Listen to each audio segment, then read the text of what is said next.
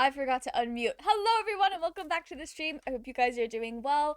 Hope you're having a wonderful week. Welcome in, J-Train. Congratulations on redeeming first. Also, welcome in, Kel. And hello, J-Train. I hope you guys are doing well. Okay, in my defense, I usually hit unmute before the starting soon screen ends, but for some reason today I did not. I was just sitting here like fidgeting with this little frog and I forgot to stream. I forgot how to stream. I hope you guys are doing well. Today we are getting back to Our Life Beginning and Always. We did not make a lot of progress last week in this game, so we're still in the initial setup scene for adolescence. Last thing we did was we met Cove's mom, and like, as a 27-year-old person playing the game, I love Cove's mom. She's very pretty. But we're going to lunch with her in Cove, and that's like the cliffhanger we left off on.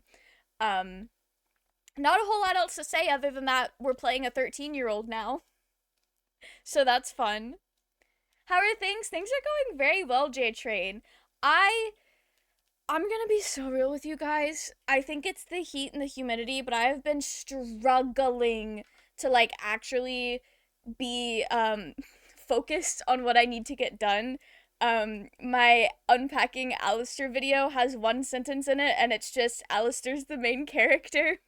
And I keep opening the Google Doc every day, and I look at it, and I'm like, wow, these words are not coming to me right now. So, other than that, doing pretty well.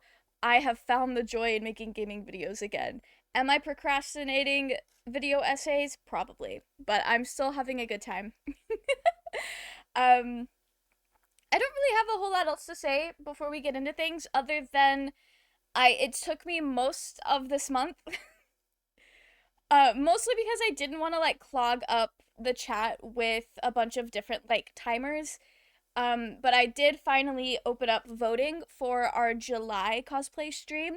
So there's a link to that in the announcements channel in the Discord already. But if you have missed it, it'll pop up at some point in the chat, as it usually does. Your necklaces look pretty. Thank you. Moya got me this one for Christmas a few years ago. And then this is my rock one. But this one, I made this one. Got a page written down in your manuscript today? That is very exciting, J-Train. As always, I'm very proud of you. Writing is hard, and it seems like you're making pretty good progress every time you mention it in chat. Okay. I can go ahead and turn the music on in the game. Get that figured out for what feels good. Probably put it about there. Are we ready to get started? I feel like I had more yapping to do, but I don't think so. I don't think I actually do. So we could actually go ahead and get started.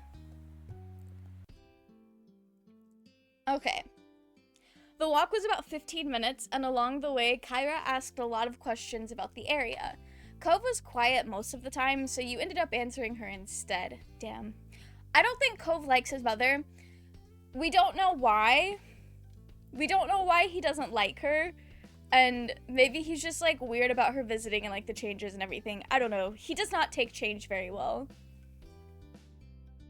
You're right, we can yap during the game. I felt like I had, like, more announcement-y things to say, and I just didn't. Right.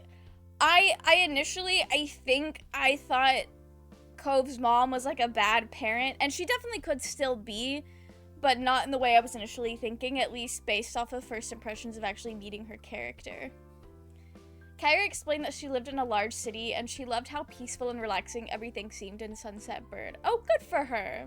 You look forward to your other Dragon Age character deep dives. I'm very excited about the Alistair one, because I feel like Alistair is a very interesting character, and he's the kind of character that I like. I was doing some thinking, and I probably won't decide until I start scripting the videos, but, like, is there really enough to say about Ogren to give him an entire video? And if not, Should the non-romanceable companions be one big video together, or should... But that feels disrespectful because I'm giving the romanceable companions their own. And I feel like if there is... I feel like something interesting to say about Ogren would be more of, like, if I can find information about the writing process of his character. And just, like, I don't know, media in 2009. I don't know. I'm having thoughts on how I want to do them. Stin, Win, and Shale have full videos in them. See, that's what I was thinking. So I was like, I don't know if Ogren does. We barely interacted with that man. But, like, Stin is very interesting. And Shale? Girl, Shale has so much.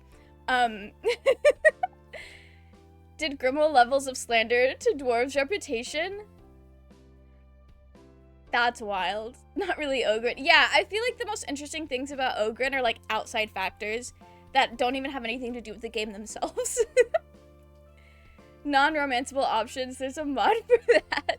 Rest in peace. So welcome in, Nico. How are you? I hope you're doing well. Things are going pretty well for me. Thank you for asking. Gimli from the live action films. I don't think I am familiar with these films. I don't know who Gimli is. I think Ogren has some more stuff in Awakening, but you didn't really do his quest. Yeah, I did not. I was much more interested in our new shiny characters than I was Ogren, and that's a me issue. The romanceable companions get more character development than the non-romanceable ones, at least in Origins. Yeah, that's what I was thinking, because, like, Wynn does have interesting things about her character, and I feel like there's a lot you could say about her, but at the same time, it's like, she was just my mentor, and she's dying, and that's like her big thing. That's it. Like, she doesn't really do a character arc. Gimli's the dwarf from Lord of the Rings. Oh, okay. I didn't know people disliked him. I've never seen Lord of the Rings. I will keep that in mind when I think I'm watching it possibly this summer when I visit Haley for a long while, because she's been threatening to watch it with me for years. So maybe we can actually make that happen. And I'll keep a note out for Gimli. Wish I could yell at him for lying to me. I think him joining the Wardens to avoid being a dad is interesting. I guess that is true. That is true. It's an interesting character choice, but he still sucks. Yeah, no, I get what you meant, Kel. Like, it's not like an interesting thing as in a, wow, I like that he did this, but, like, interesting you would make that choice kind of way. It says a lot about him as a person, that's for sure. There's no Gimli hate. It's just that he warps the perception of dwarves into a type. Oh, okay. That is so interesting. He was an audience favorite back in the day. I don't remember him being hated. Yeah, he just, like, became the blueprint for, like, popular thought of what a dwarf is what I'm understanding. That is so fascinating for him. The restaurant was super busy, or was busy as usual, but luckily you were shown right to a small table. Kyra lowered herself into the chair while Cove picked the one diagonal to her, not facing her, or to her side. It was awkward. Why do I feel like I'm just, like, hanging out with his mom, and he's just there? Like, that's how this is gonna play out. Let's see. To start, what would you all like to drink? Of course he would like an orange soda. He seems like an orange soda kid. Noted.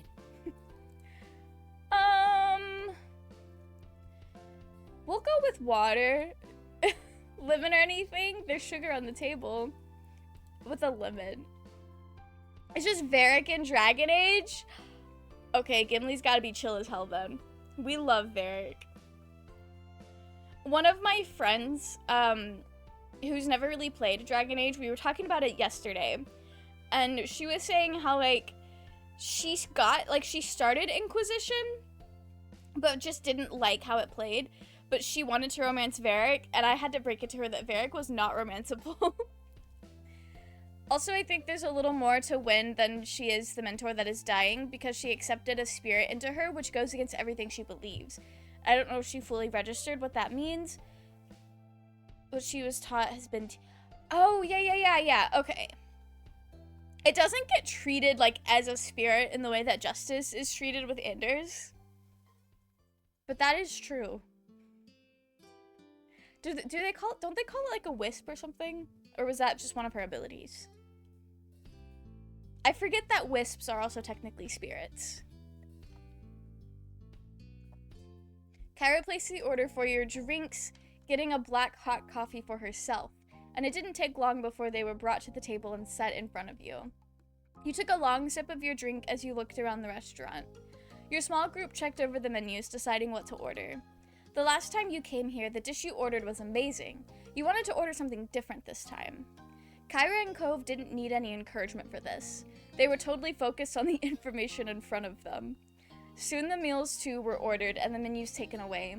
You glanced at the table surface, waiting to figure out what to say. Oh, this is so uncomfortable. She calls it a wisp, yeah. Okay.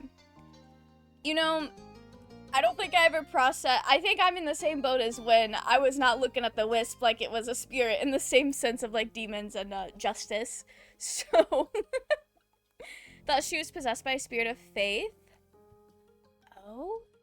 I don't remember that, but I am also just really good at misremembering things. Why the mama's so young? Sidith, where art thou? We need them. You know, I feel like the mom being so young or feeling so young probably has a lot to do with why their parents are divorced. And why she seems to not really be the main caretaker for Cove. Because maybe she wanted to live her life. She calls it a wisp, which I assume is referring to size. Yeah, because wisps are usually like just little tiny creatures. At least every game I've ever played with wisps in it were just like little tiny guys. Cove awkwardly sunk back further into his seat and crossed his arms, all while blatantly avoiding eye contact. The side wall must be real interesting to him right now. His sour feelings today were unignorable. Instead of asking more open questions, he'd brush off. Kyra had a mercy on her son and instead put her focus towards you. So? Oh. So we are just hanging out with his mom. Or it's just anime logic. That, I guess that's also true, but I feel like her characterization feels very youthful, more so than like our parents in this game. Wisp are tiny little guys in Dragon Age 2. I love a good wisp. I remember the first time I played modded Minecraft was like, it was a custom mod pack that my friend put together, so it wasn't like a particular mod pack, but it had like lots of different fantasy mods, and there were wisps in there, and they were so cute. They were hostile, but I think you could tame them, because I know a couple of people on the server had pet wisps. That was really cool. They were like little light sources too, which was really fun. So, Mel, what's a few things that you're into? There's gotta be something you do for fun, especially now that you're not buried in school assignments. I like to read. What do we like to do? We do have a lot of art stuff. I'm really into Cove is wild. I'm not gonna say that. We spend time on art.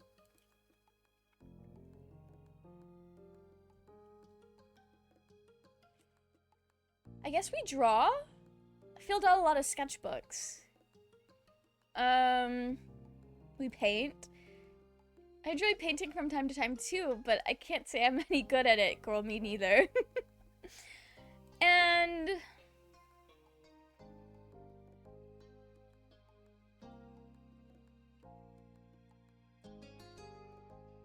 I go to the beach and look for seashells. I keep the best ones I find from my collection. I'm sure it's an incredible collection. Oh, it's great. It's the first, okay, I guess second bonding experience we had with her son. I hate wisps in Souls games. They electrocute your characters to death. Damn, rest in peace, Overlord. Rest in peace. That sounds rough.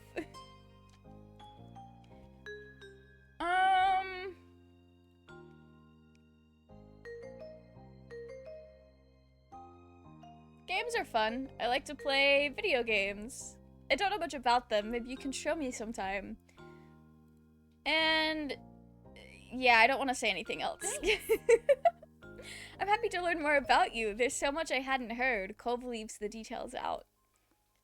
What exactly did Cove say about me? Kyra laughed, holding a hand in front of her mouth.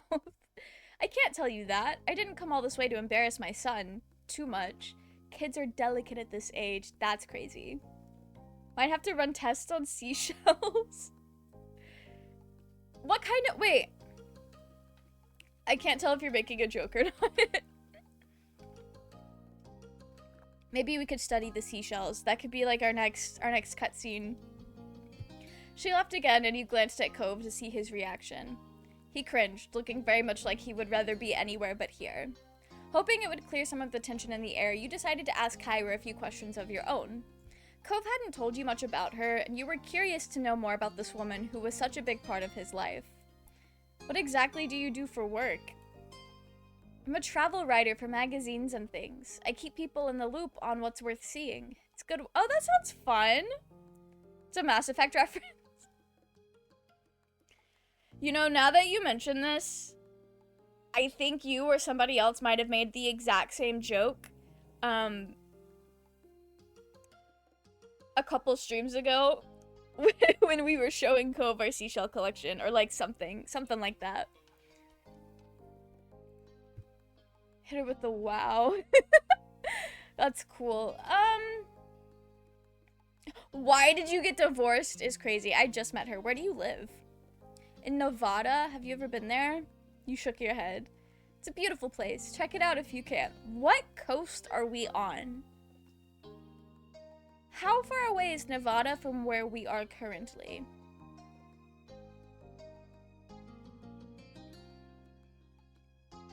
What do you like to do? Spend time with my little boy, of course, and traveling. A real shock, huh? That's wild. The other two questions feel too invasive. Looks like a West Coast beach.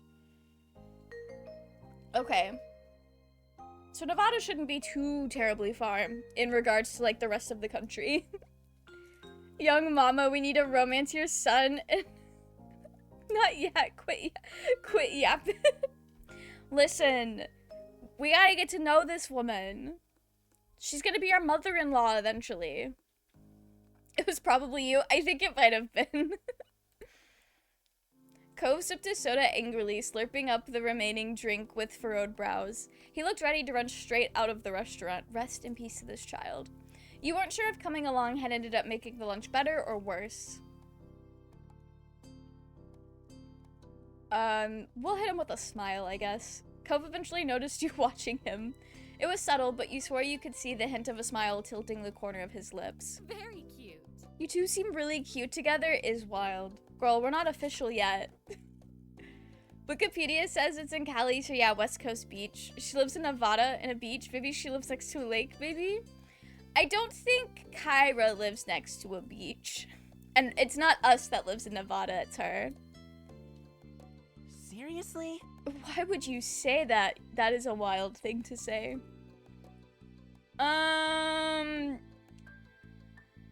That feels accurate for a 13-year-old.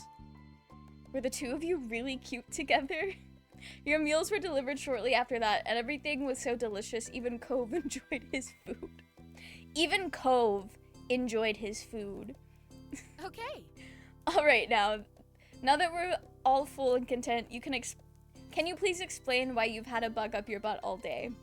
Cove's face instantly returned to its scrunched form. Seriously, baby, what did Mom do to make you this mad? I haven't even been around a full day yet. He gripped at the edge of the table, refusing to make eye contact. The words he spoke were barely audible over the din of the restaurant. You could have told me. She leaned forward to not miss anything else, eyebrows raised. Told you what? He finally seemed to find his voice and spoke the thoughts that had been on his mind. That I wasn't gonna visit you this year. That you were gonna be coming instead. Didn't you invite me? You wanted me here with you. Cove's eyes began to shake and his frustration ebbed. I do want you to be around, but I didn't know it'd be like this. It's not the same and nobody said anything. This kid does not handle change well at all. I see. Oh. Her expression grew tense. She threaded her fingers together and placed her hands in front of her on the table. We've both been gifted another Clifford surprise. What the fuck does that mean? Referring to that as a Clifford surprise almost caused both you and Cove to crack a smile. You also had no idea his name wasn't just Cliff. The dad. Okay. Over 5 years, nobody had ever called him Clifford until now. She smoothed her hair out, not letting go of her stern look. The more things change, the more they stay the same. They let out identical sighs, but smiled weakly at one another afterwards. I'm sorry. I can go home, Cove. We can still set up a normal trip to my place before the summer ends. Cove's lips tightly closed together. He seriously pondered the option. I think I do want you to stay. I miss it when you're not there. Okay. So she is a good mom. He just really does not handle surprises or change well at all in the slightest. She calls him by his full name. They truly are divorced. The way I did not even know who the fuck she was talking about. Like, who is this man? Anyway, we figured it out. She reached across the gap, grabbed his face, and planted a kiss on his cheek. Cove tried to wiggle away. Not the overly affectionate mother.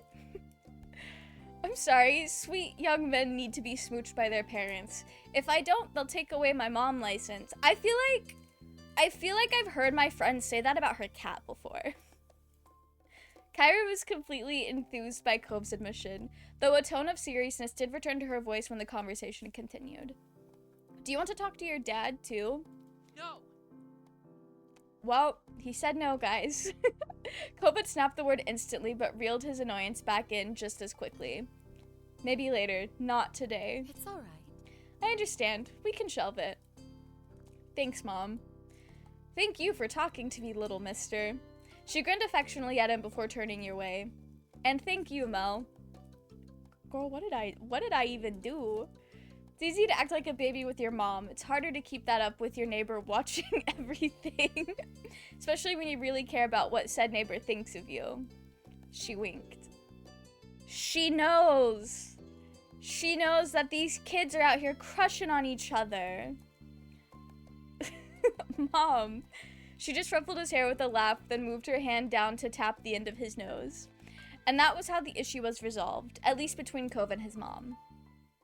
When the three of you left the restaurant and Kyra had paid the bill, you walked back to your neighborhood slowly.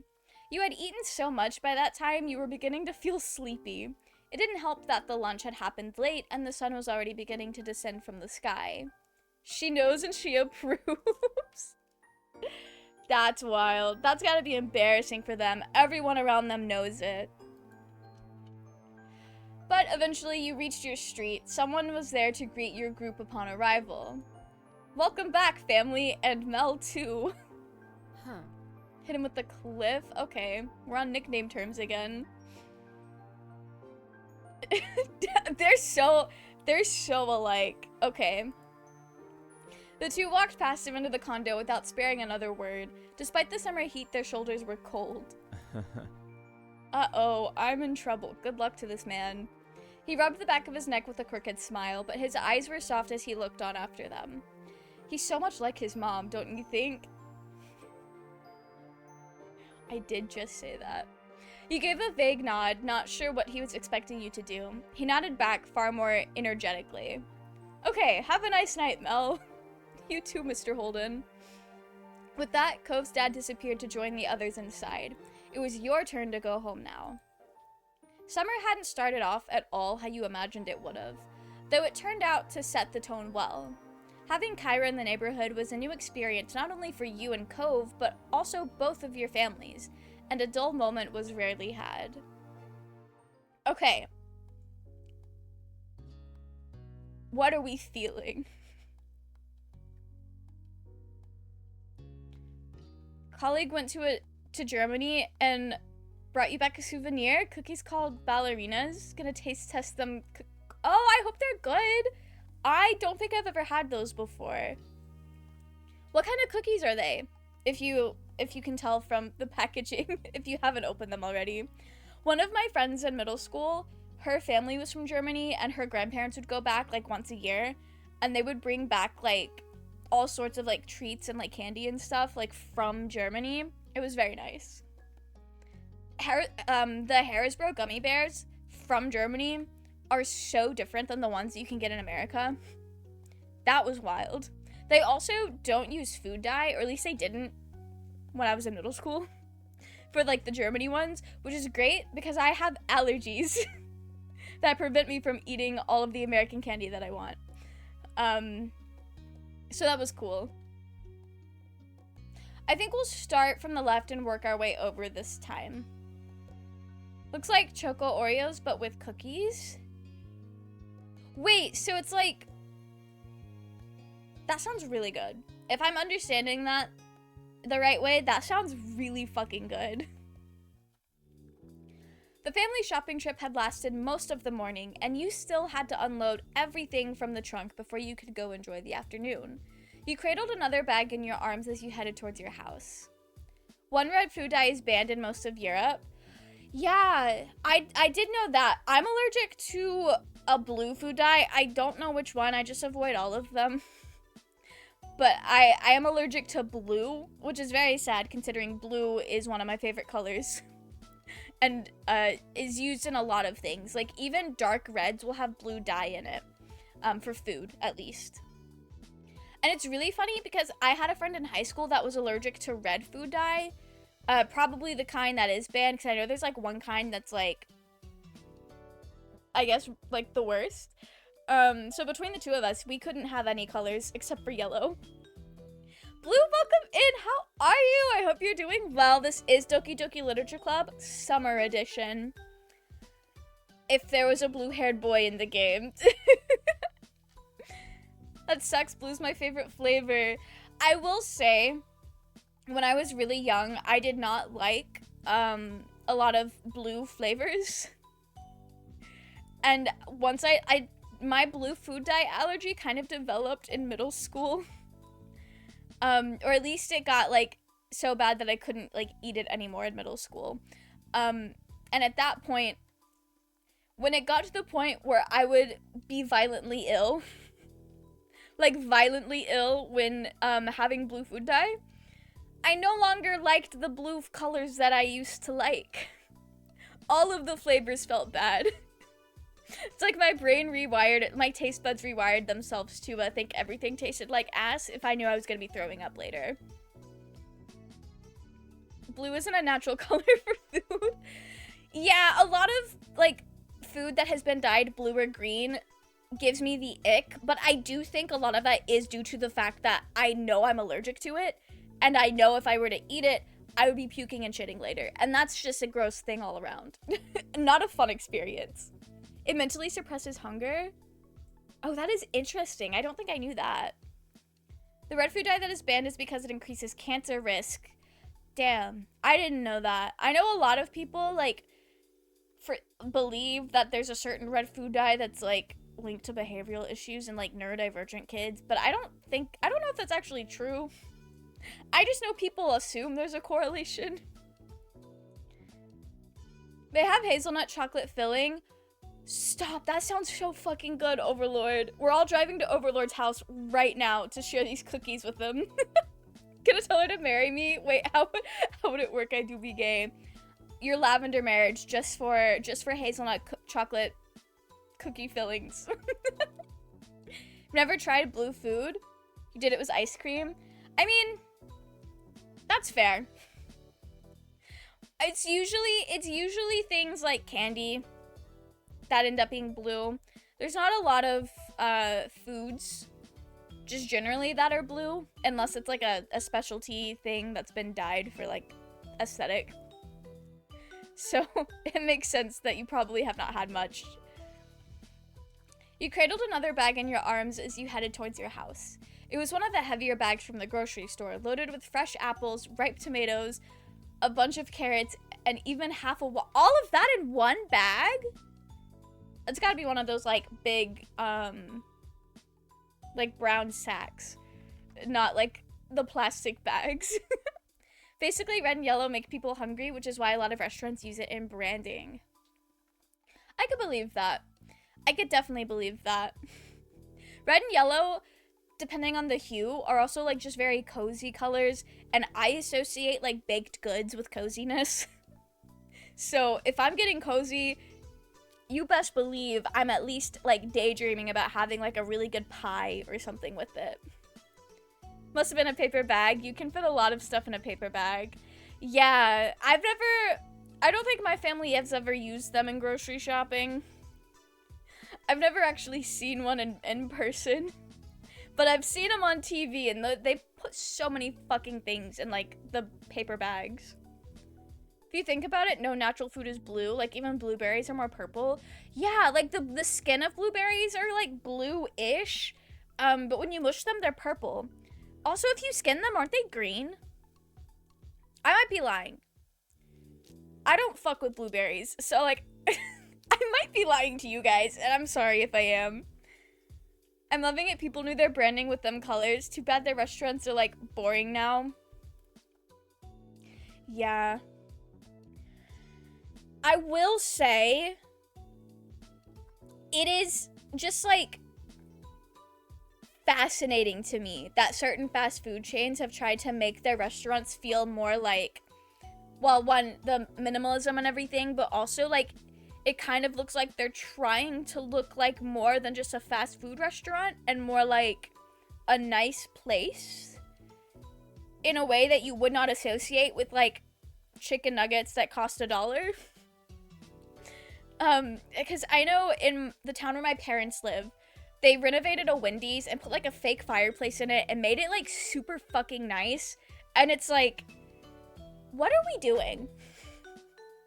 I mean, if that's genuinely what you want to do with your business, like, so be it. But, like, it's so fascinating to see the change. I do not like how everything looks the same now. But I'm a very visual person. And I use landmarks to know where the fuck I am. And if everything looks the same, I don't know where I am. So maybe that's a skill issue on my part. If they aren't ripe, they are green. Okay.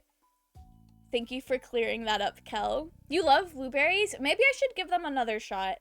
I have never liked blueberries, but there are a lot of fruits that I didn't like as a kid that I love now. Like, I used to hate apples and strawberries, and now I fuck pretty hard with both of those fruits. So maybe I should give blueberries another try, but every time I try blueberries, it's like, I don't know about this, gang. Like the blue flavored caffeinated ice drinks. I don't think I've ever had those.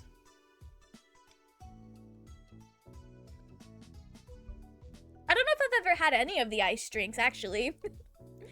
McDonald's is trying to look all industrial and everything, but the food is still as crappy as ever. I mean, and that's fair. Nobody goes to McDonald's expecting high quality goods. At least not where I live.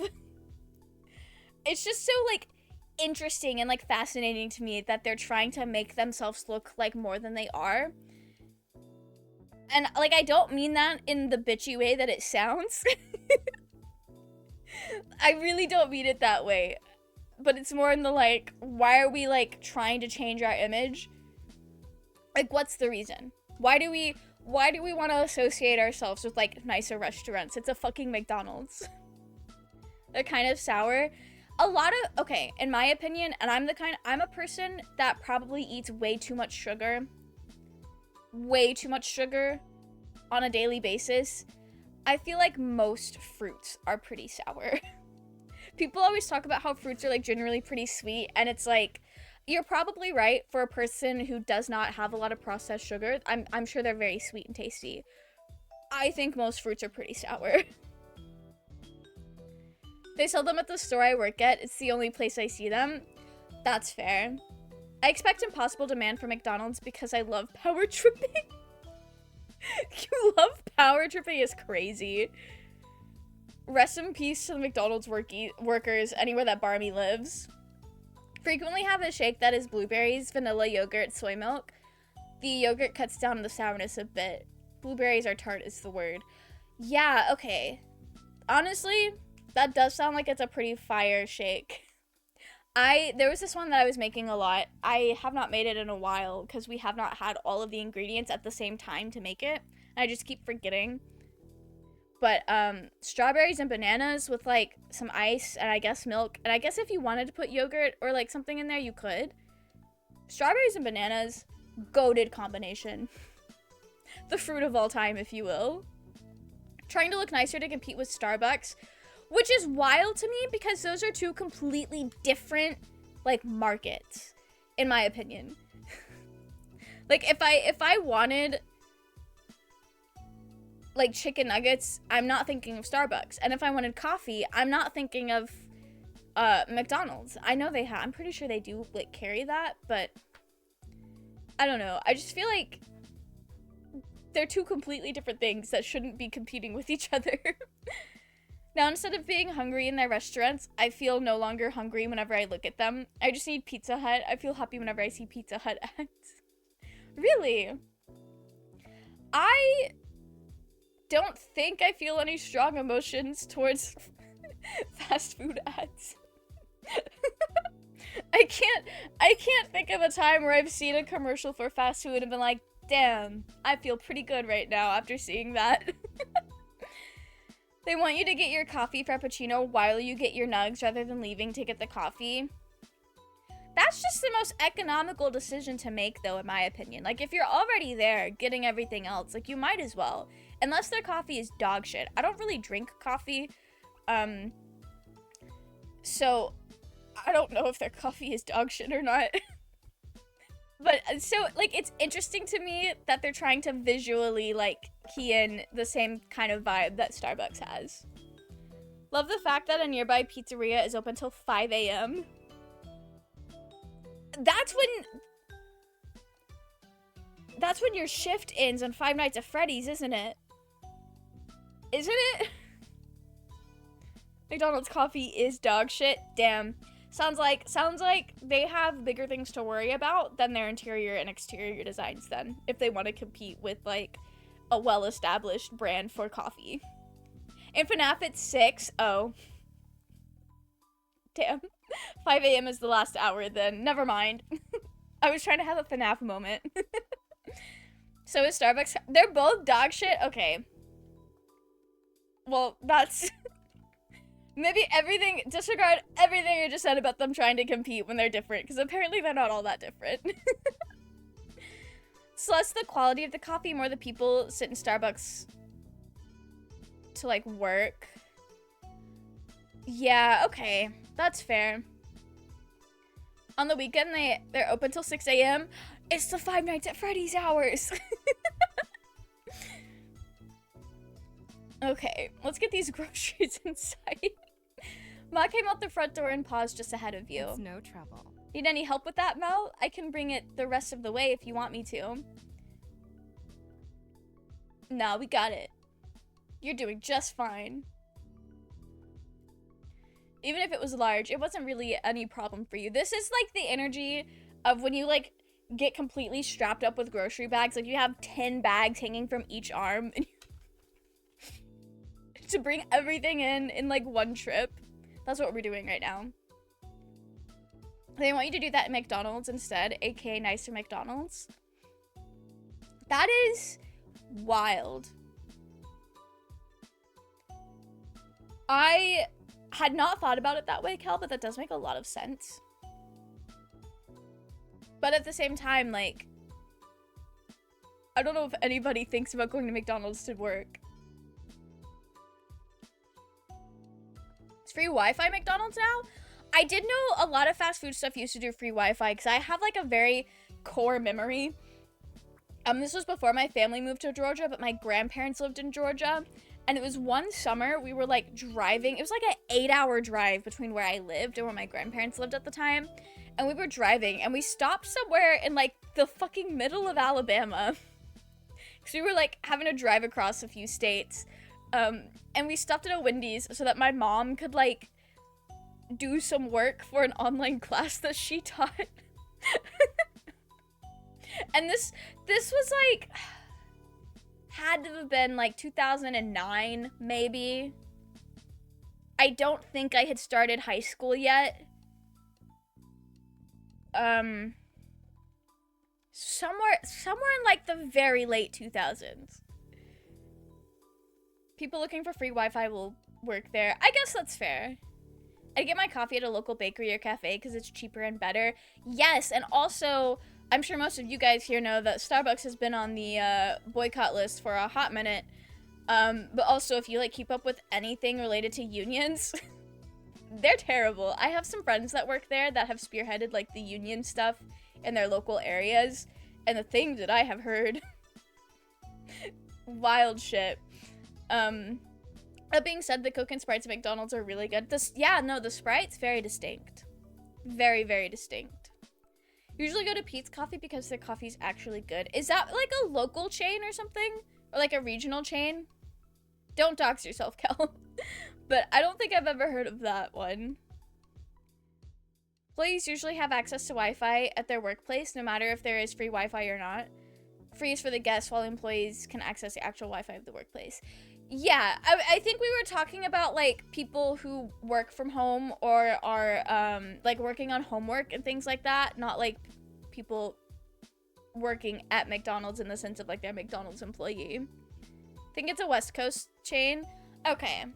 It's so interesting that different, like, regions have, like, completely different companies. But, like, at the same time, it makes sense. But it is very interesting to see how, like, different parts of the US are. Ma gave you an encouraging grin and rustled her fingers through your green hair. My green hair and pronouns. You set the next bag on the counter. Your older sister began to root around inside for the contents with a sigh. How much is left? Still a few more bags. With a huff and a puff, Elizabeth continued putting away the groceries, and you retreated out of the kitchen before you could become the target of her bad mood. Be careful. Careful now. I'm just bringing in groceries. She doesn't want me to break the eggs. You hadn't been looking where you were- oh. Where you were going and bumped right into Mom, almost stepping on her toes to boot. Sorry. I can give you a pass this time, but be sure to watch where you're going. If you run into the wrong person, you might get your license revoked. Okay. She grinned at the bad joke as you continued through the door. Outside, Ma had started organizing what remained and putting back any loose objects that had fallen out during the trip. When you stepped up to the trunk beside her, she took a big breath of air, her dress gently swaying around in the breeze. That's a shame. It's a shame we had to spend the morning cooped up in that shopping center. It's a beautiful day, don't you think? You tilted your head to the sky, gazing at the clear blue expanse. In Germany, if you work from home, you can get a tax refund on stuff you buy and use for work at home, like Wi-Fi, for example. You can do that in the US as well. It's just, I'm sure it's the same in Germany where it's a lot of, like, math and work involved to, like, do it accurately. But you can definitely do that in the US as well. I grew up near Boston, so I love Dunkin' Donuts, but they don't have them in They don't have Dunkin' Donuts in Portland?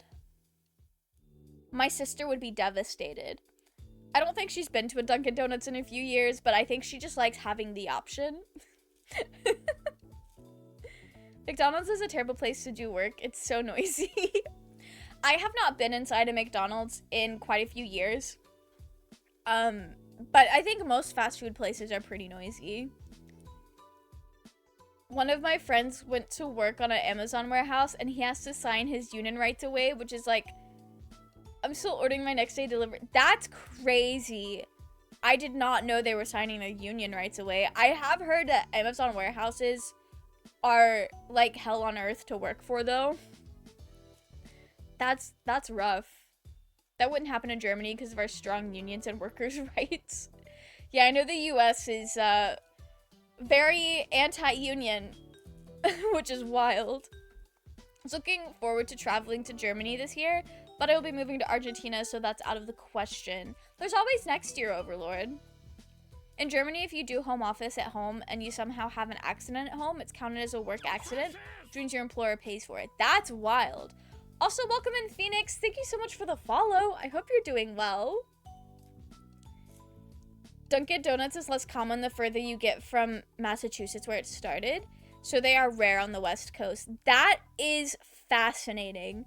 I feel like They're pretty common, like, in the southeast, or at least, like, where I have lived. Flying around my life scroll, checking out new nests. Welcome in. We are currently playing Our Life Beginning and Always, which is basically like a visual novel dating sim, but without, like, buying the DLC. You're only dating one person, and it's like a slow burn childhood besties to lovers situation where you play through different periods of their life.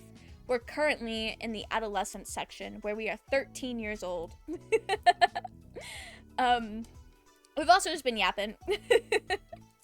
Amazon spends an exorbitant sum on just hiring for employees that quit. Genuinely insane. So take this with a grain of salt because I've never worked there. But I have heard that while they on paper offer a lot of really good benefits once you've been there for like X amount of time, allegedly they also kind of pressure like their management to be really terrible and like encourage people to quit so that they don't have to actually get to that time amount for the benefits, which is allegedly why you have stories about people who literally have to wear diapers when they go to work at Amazon warehouses because they're not allowed to go to the bathroom. Like that kind of crazy thing. In Massachusetts, they're so common. It's like a Dunkin' across the street from a Dunkin'. That's very funny. Interesting. It is a very fun game so far. Have you tried Date Everything? I've not played it myself, but I have watched a couple of my friends stream it in like group chats on Discord, and it looks very good. I might stream it. I haven't fully decided yet. I don't like have the game yet, but it looks really good. He used to stop off at Dunkin' Donuts on the way home from work all the time. We do love a good donut in this house, J-Train. What if we fuck up the romance of the slow burn? Barmy, we won't. Trust. Honestly, I don't know if you can fuck it up. Like, you can say you're not interested, but once you've like, so the way the progression works is you can pick your interest levels and you can continuously go up, but you can never go down. So since we've already said like, hey, we have a crush on Cove, at the very least, our character's going to be interested in Cove for the rest of the game. So far, I've not seen anything, like an option, that will fuck it up for us. I love that someone on LinkedIn messaged me about a manager supervisor position for Amazon, even though I have no experience in being a manager. I guess they thought the experience you did have was good enough. Jeff Bezos was investigated by the CIA for getting money from life insurance on his workers. I was like, I will be ordering for next day delivery still. That's crazy, Overlord. That's crazy. I didn't know about that. That is wild. Damn.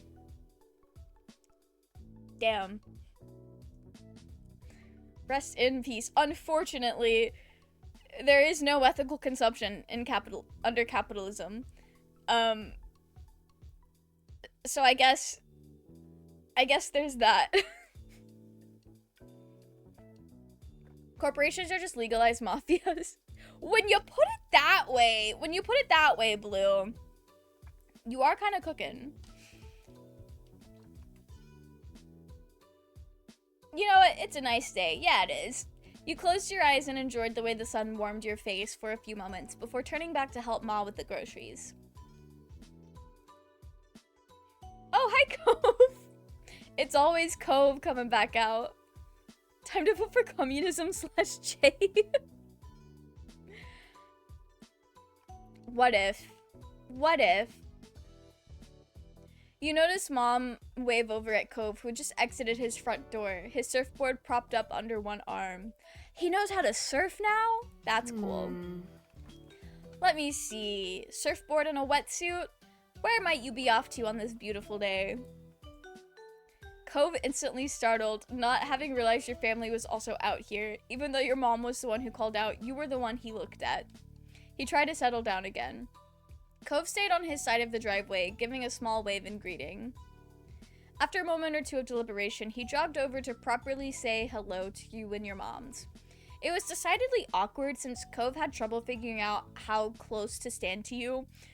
The addition of his unwieldy surfboard made the whole thing seem even clumsier. Careful with that thing, you'll put someone's eye out.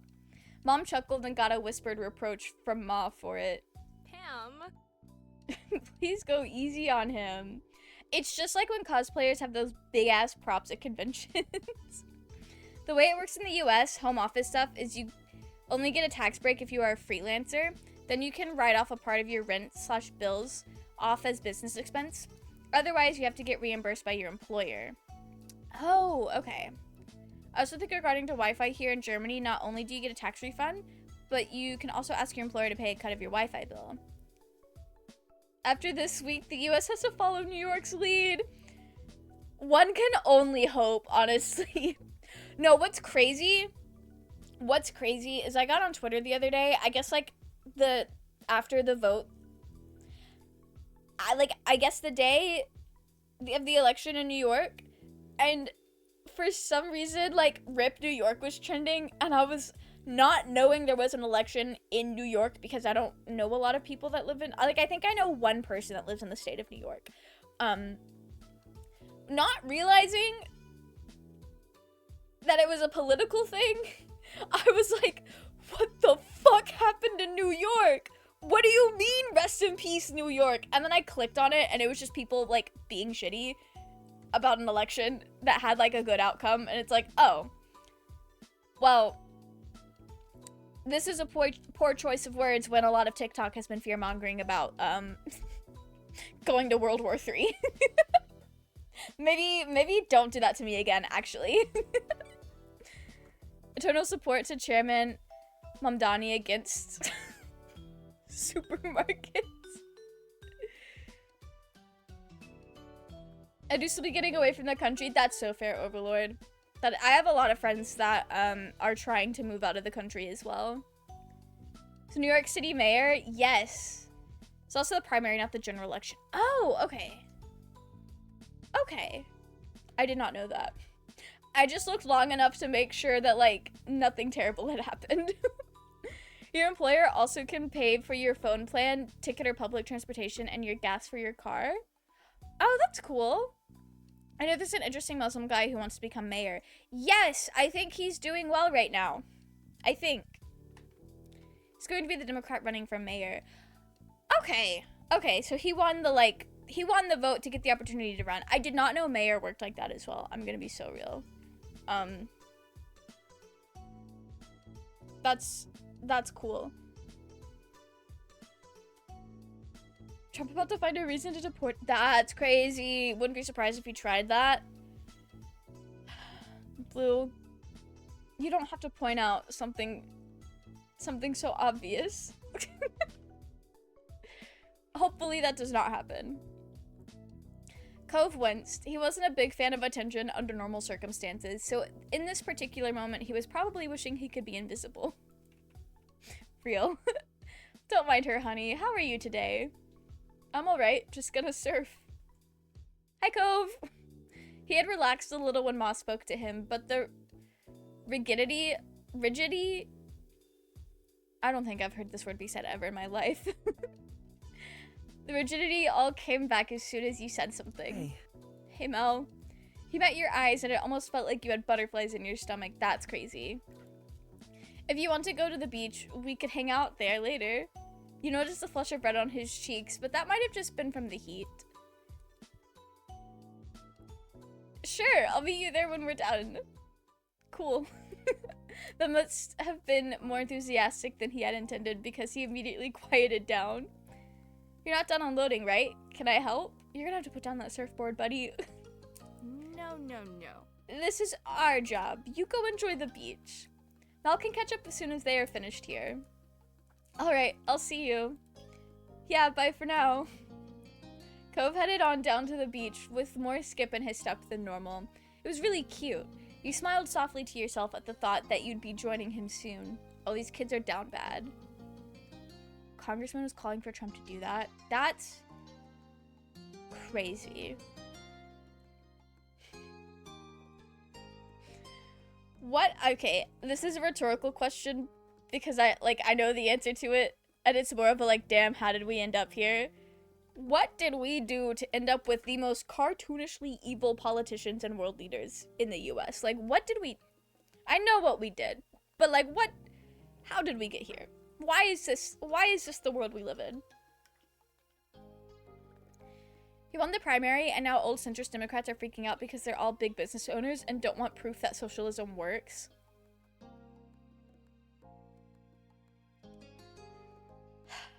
That's okay. I don't really have sympathy for them, but like I also admit I am not the most educated person on like different types of governing and, you know, all of that. So like on the one hand I'm like, how's that even gonna affect them? They'll be fine. But on the other hand, I genuinely don't know what I'm talking about. But like also I know it'll be better for like the general public at large, so like why not? I just hope the best for all Americans fighting for their freedom in their own country.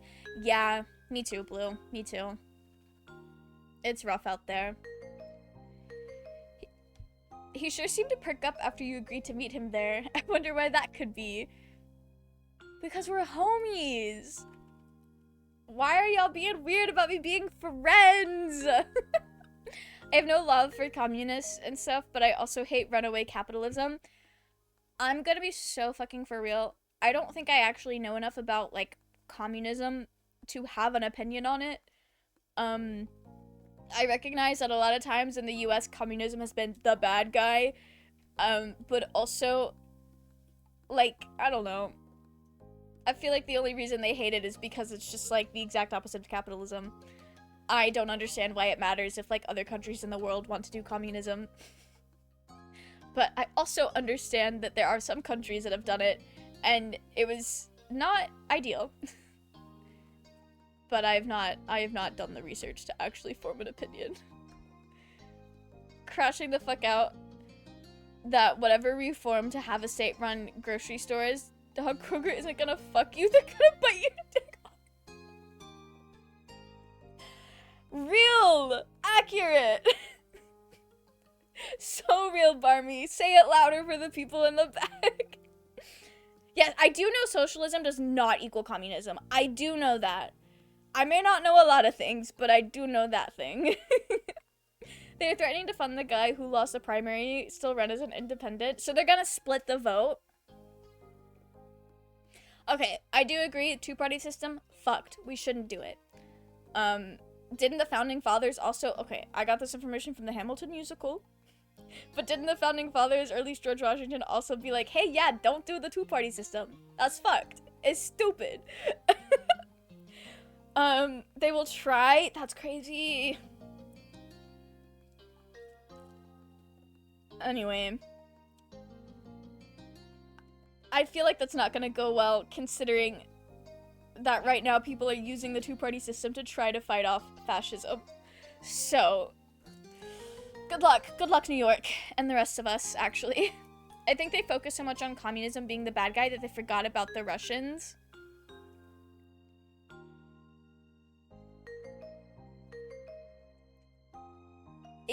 I know at one point Russia was a communist nation. Are they still?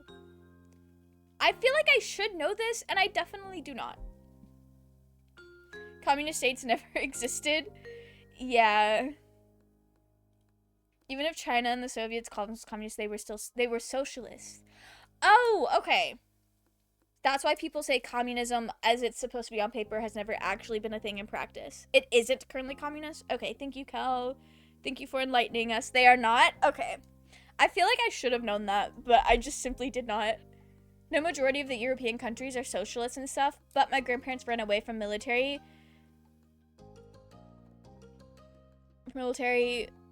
I cannot figure out how to say that word. And it's so simple. Communist states. Yeah, I mean... Okay, so is Junta? Military juntas? I wasn't sure. But also, knowing that Overlord is moving to Argentina, I feel like that was a safe assumption.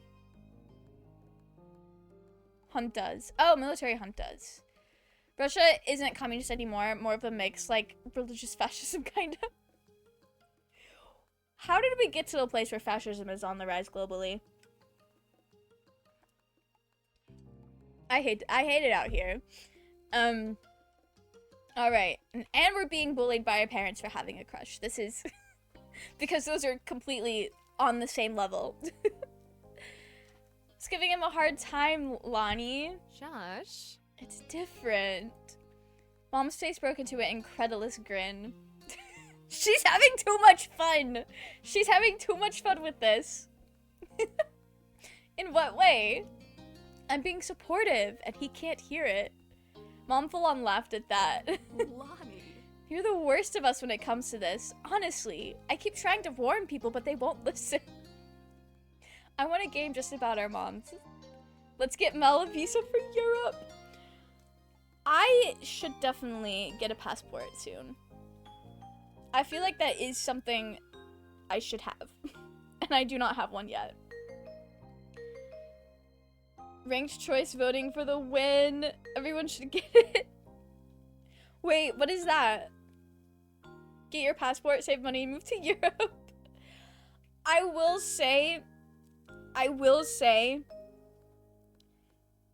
as cool as it would be to move to Europe, I do not want to leave my entire family behind.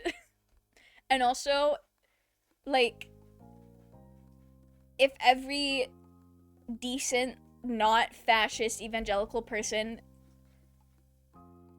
Hang on, let me start that sentence over because I forgot how I started it. If every person who is not, like, an evangelical fascism nut in the US that can afford it leaves, then it's just like an even worse hellscape for the people who can't escape it. Let us give Mel a work visa to Argentina, or maybe not Argentina, but Europe sounds better. I would need to learn, they speak Spanish in Argentina, yes? I would need to learn Spanish for real, for real. Take them with you. I'll just, like, I'll have to, like, figure out where we draw the line of, like, this family should come with me and this family I don't talk to and I'm fine with leaving them in the US. It's like the Hunger Games, but, like, for the Leaves family, and whoever survives gets to move with me. Ranked choice voting will solve the two-party problem, because you just say, this is my first choice, this is my second, this is my third. Oh, okay. Your first choice is in last place, and your vote goes to your second choice. Oh, I like that. That would require the US population, and I say this knowing I am a part of the problem, and I would need to do better, but that would require the US population to actually learn how to fucking, like... how to, like, do research into politicians and all that. See, I turned 18, like, right before the 2016 elections, so the entire time I've been able to vote. I feel like, for the values that I know I have in my life, it's pretty easy to know not who to vote for, which means I don't really have to make a choice on who I think the better candidate is, because one political party is trying to get rid of my rights, while the other is just, like, not doing anything. So do you vote for the not doing anything party, or do you vote for the party that's like, I hate people like you, I think most people should cease to exist, not white and cis, out of here? Like, I feel like that's a no-brainer, but that does mean if we ever get out of this mess, I am going to have to learn the skills of, like, figuring out things and actually looking into people that for elections, because so far it's not really something I feel like I've had to do, which, you know, not ideal for an informed vote. Go to the UK, they speak English. Yeah. I also have a friend in the Netherlands. So, like, when I was in college, this was, like, I don't know, like, 2016, 2015, I was like, you know what would be cool? It would be so cool if I, like, after I graduated, I could move to the Netherlands. I'd have to learn Dutch, but, like, I know someone there. That was a very short-lived thought. In Germany, we have peer election, 2 votes. 1 vote for the party, and the other one for the guy of our country to vote. 1 vote for the party, and the other one for the guy of our country to vote for the office of parliament. Okay. The New York mayor primary had ranked choice voting, so two guys, one being the socialist, campaigned together and were like, rank me first, but rank this guy second, since they agreed on a lot. That's fun. And it's like, I feel like that kind of like interlocking community makes it like feel like less of a blow when your guy doesn't win. County not that's why it didn't make sense. Okay, one guy for the county. Sorry, Blue. I'll learn how to read eventually. One guy of our city that we vote for to go to the parliament. Okay, so it's like you're voting for representatives, kind of, that do like the votes. I only want to help. I think it's fair to say he might need it. That's crazy. Meddler, but you have a point. Right? Are they having this conversation in front of me? This is embarrassing. I knew a foreign exchange student from the Netherlands back in high school. We were both theater kids. Oh, that's so fun! My friend from the Netherlands, we actually met, we've never met in person. We've been really good friends since 2015, but we've never met in person. But we met through, like, Black Butler cosplays. And I remember, like, I used to make a lot of Black Butler, like, cosplay videos. And, I thought it would be really fun to, like, do videos with my friends. But I had a friend at the time who lived in Switzerland. And we made a video together. And, I just, like, spliced our stuff together even though we were, like, complete opposite sides of the world. We, like, put our clips together. And I thought that was so fun, so I wanted to do it again. And I had, like, this whole thing scripted out, but I needed, like, certain characters. So I went on fucking Cosplay Amino and asked around. And my now friend, was one of the people who responded to that.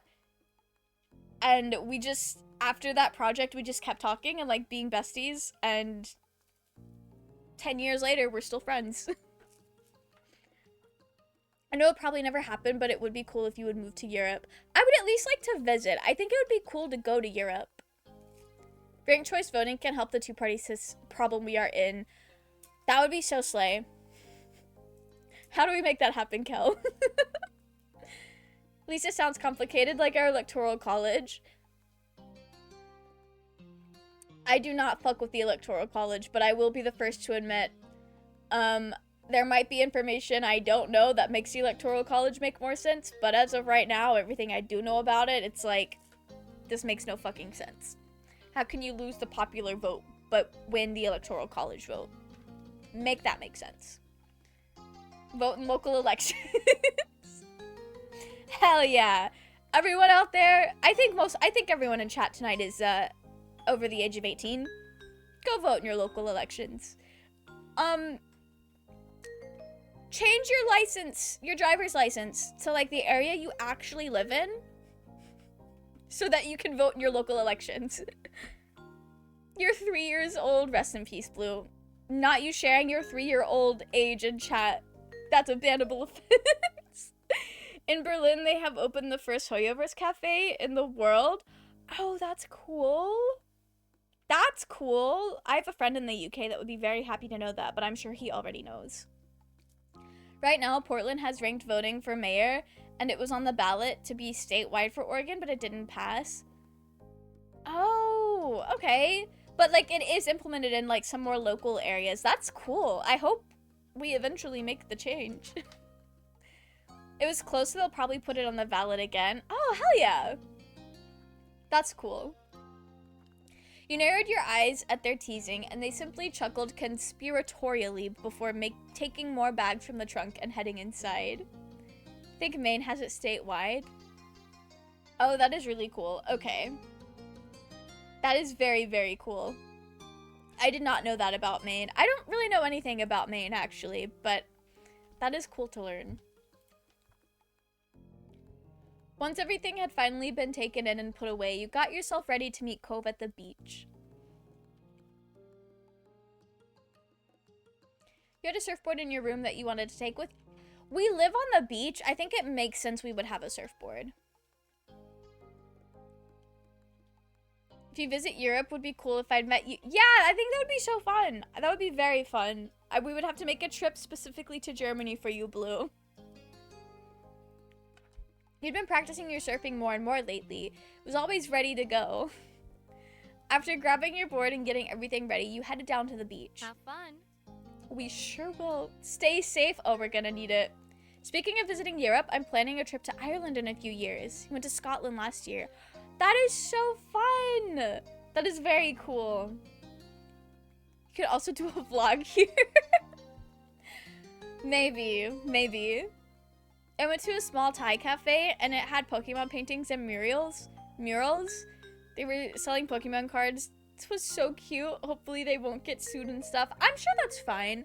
What I find absolutely fascinating is, because I've seen like small restaurants do that sort of thing as well, where it's not even necessarily like a Japanese restaurant. It could be like Thai or like Korean, but like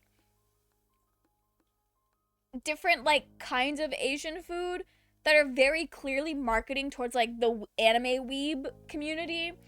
Because I feel like the anime weeb community is also just very down to try like any kind of Asian food. I feel like some people might lump it all in together, but I think it's so like, it's so interesting to me that they try to like, I guess, cross market, I guess. Planning to go to Japan next year, mainly aiming for Tokyo, but I also want to go to Kyoto because in Kyoto there's a Nintendo museum. That is really cool. I would love to go to Japan one year. I have a couple of friends that did study abroad in Japan for a summer, and I would want them to come with me. I'm terrified of traveling alone. But like, I feel like having someone there with you that is somewhat familiar with the area, very helpful. I don't know where I would want to go. I don't know where I would want to go. It would have to be a pretty big trip to go to like hit up all the cool places. Europe to be wonderful. I was in the Netherlands and Italy last year, France 2 years ago. That is very cool. That is so fun. A road trip in Japan would be really cool. It would be. When you arrived at the shore, you were greeted by the crash of waves and the soft calls of seagulls. You took in a lungful of ocean air and felt your pale skin warm in the sun. You noticed a small setup nearby with a towel, some sunscreen, and a bottle of water. It must be Cove's. You spotted Cove himself nearby. He hadn't gone out to sea yet.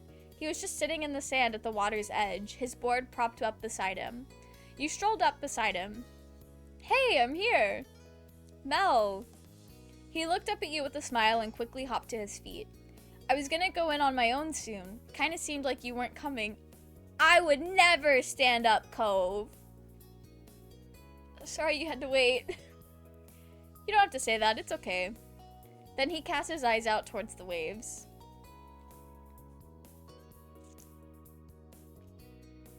Let's get it. I don't know if we're competitive. I don't know if we have that vibe yet.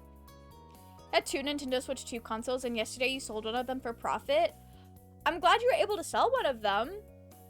I still have not decided if I want to Switch 2. That all depends on what they do with the Animal Crossing franchise.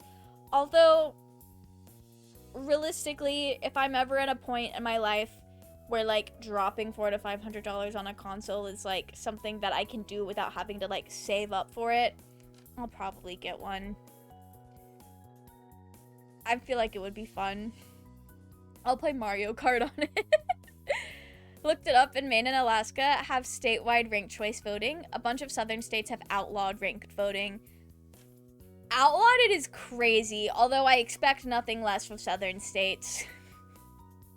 It is rough down here. It is quite literally set up against us. $80 per game. So I'm gonna be so real, Nico of the Abyss. The only like main title Nintendo game that I know for a fact I'm going to buy regardless of what it is Animal Crossing. Mario Kart's one of those games where it's like, oh yeah, I guess it'd be fun to have, but I'm not gonna go out of my way to get it. That's the only thing I do on my Switch. is Animal Crossing. Because I don't have Mario Kart on the Switch currently. If I got a Switch 2, I would not have that many games for it. Although $80 per game is fucking insane. But also, I know it's going to be a long time before I get a Switch 2, and at that point, we could hit up the used game market and hopefully not have to pay $80. $80 per game is kind of just games keeping up with inflation. The problem is wages haven't kept up with inflation. Yeah, with my current spending power, $80 per game is insane. But I do understand $80 today is the same as like $60 a decade ago.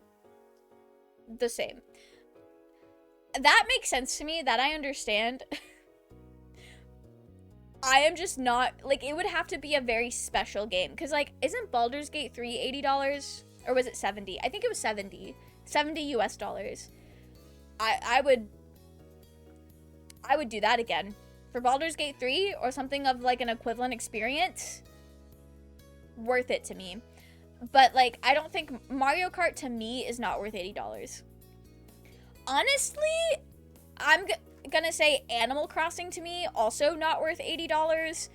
But I know when they eventually come out with another Animal Crossing game, I will be getting it. I'll complain about it, depending on how much it costs, but I will be getting it.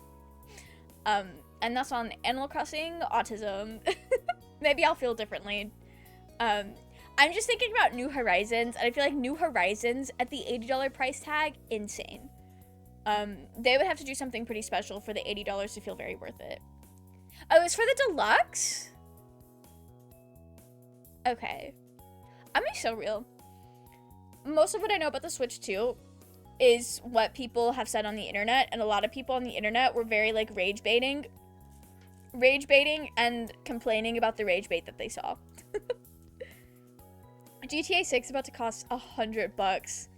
Dead ass, or are you just, like, saying that? It does not make sense they costed $60 a game back then because of game discs and cartridges. The devs had to buy discs and cartridges. We are in a discless world. I will say, it makes no fucking sense that the digital download and the physical game cost the same. There should be a difference in cost there because you're purchasing less product digitally. Less product, you're not buying the box. I don't know how much it actually costs to make a video game. Especially like a physical release. But I do agree, having them like all be $80 is crazy. I might get a Switch 2 just so my Switch games run better. Kel, I was playing Animal Crossing earlier today, and I deadass was like watching a YouTube video while I was waiting for it to open, and like it felt like more than 5 minutes passed just trying to open the game. Gonna play some of my PS5 games first. I never did get a PS5. I thought I might. I thought I was like going to, and then I got a PC instead, and now it's like I haven't turned on my PS4 in over a year. I have not played a game on it in like 2 years. And even then, there's like 2 games that I have on it that I don't have on my PC. And one of them I've finished. Like a different screen for work versus fun. Yeah, no, that's fair. That's fair. I've started like doing more scripting work on my laptop instead of my PC. So it's like a different mindset, a different space. And it's also a lot harder to have a distraction video on my second monitor if I don't have a second monitor.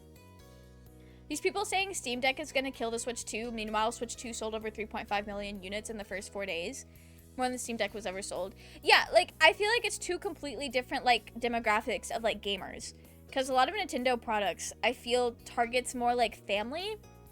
It seems to be associated more with, like, family gamers and, like, kids.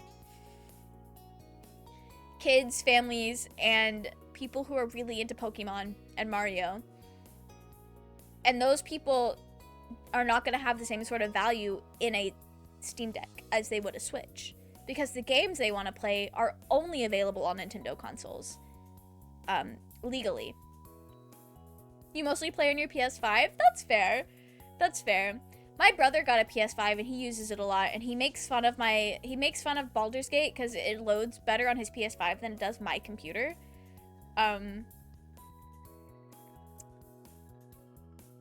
So that's that, I guess.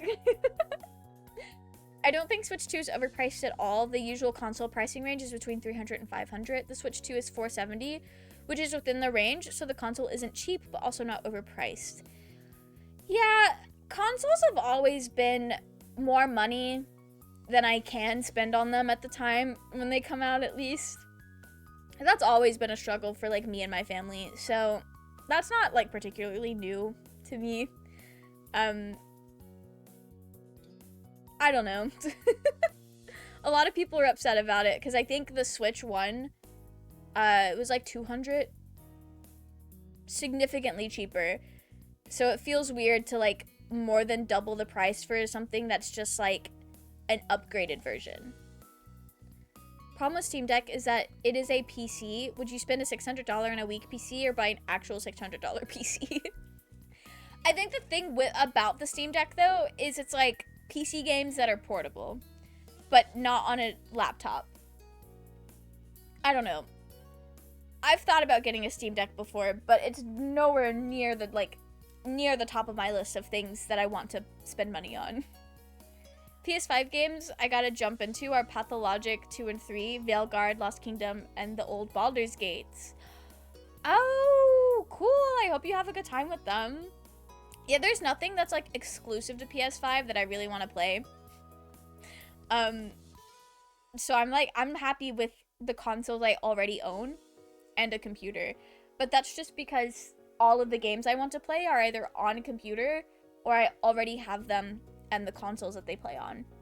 This will be a different conversation when another Animal Crossing game comes out, I promise. I have lots of consoles, Switch 1, Switch 2, Steam Deck, PC, 3DS, PS5, and Xbox Series, and a gaming laptop. And that's fair. I feel like if you do play a lot of games, you can justify that better. I never touch my PlayStation anymore. I don't touch my Switch or my 3DS as often as I should, I feel like. I'm really bad about like using the things that I have. So it's hard for me to justify buying another console right now that I know is just going to sit on my desk and collect dust. But that's just me.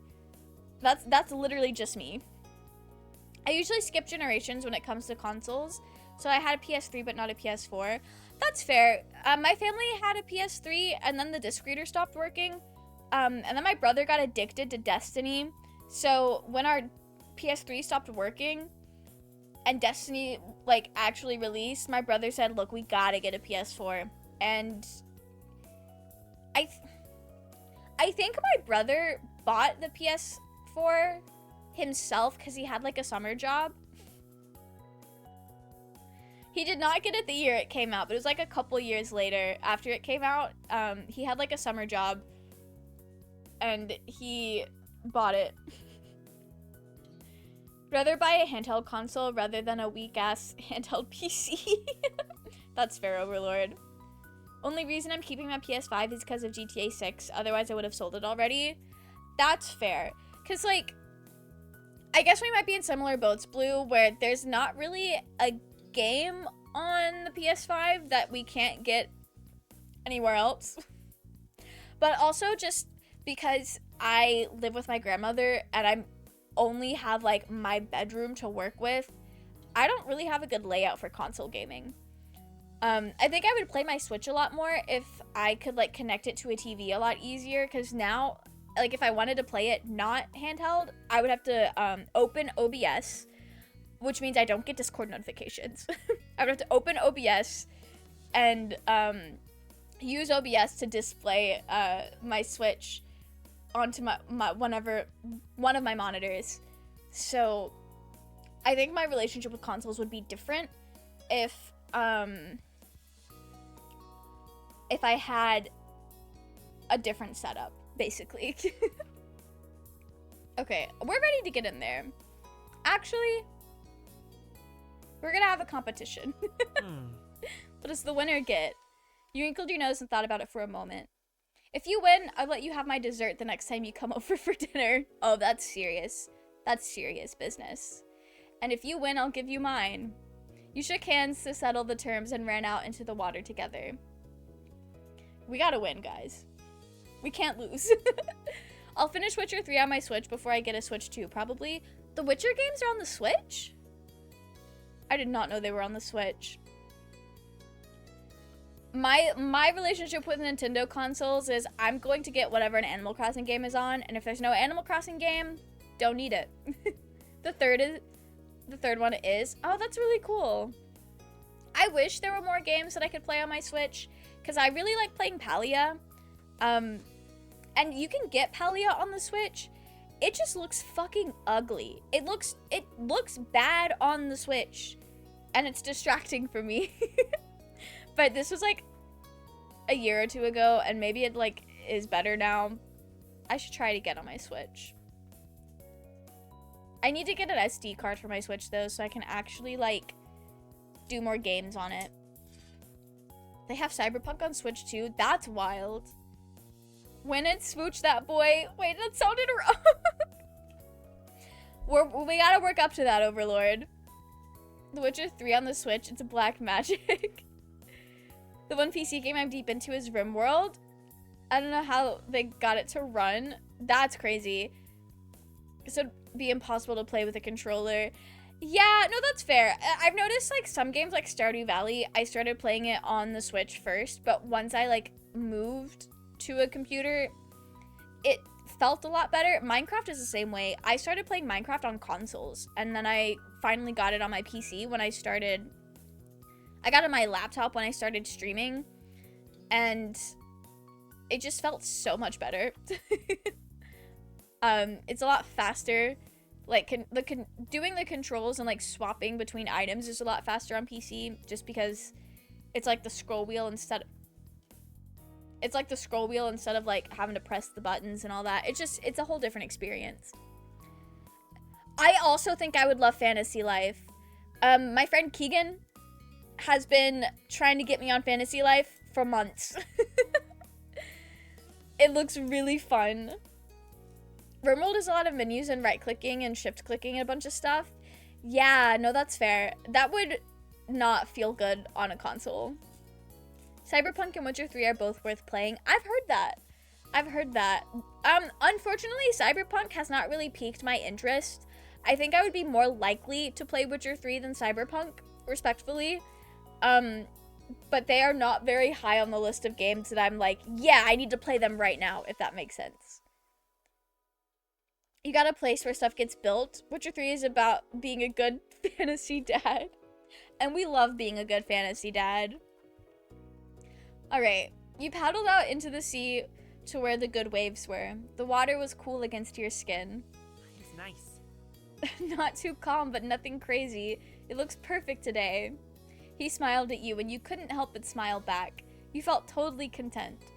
Until Cove kicked the water a little too hard, and it inadvertently splashed you. Hey! Sorry. Did that hit you?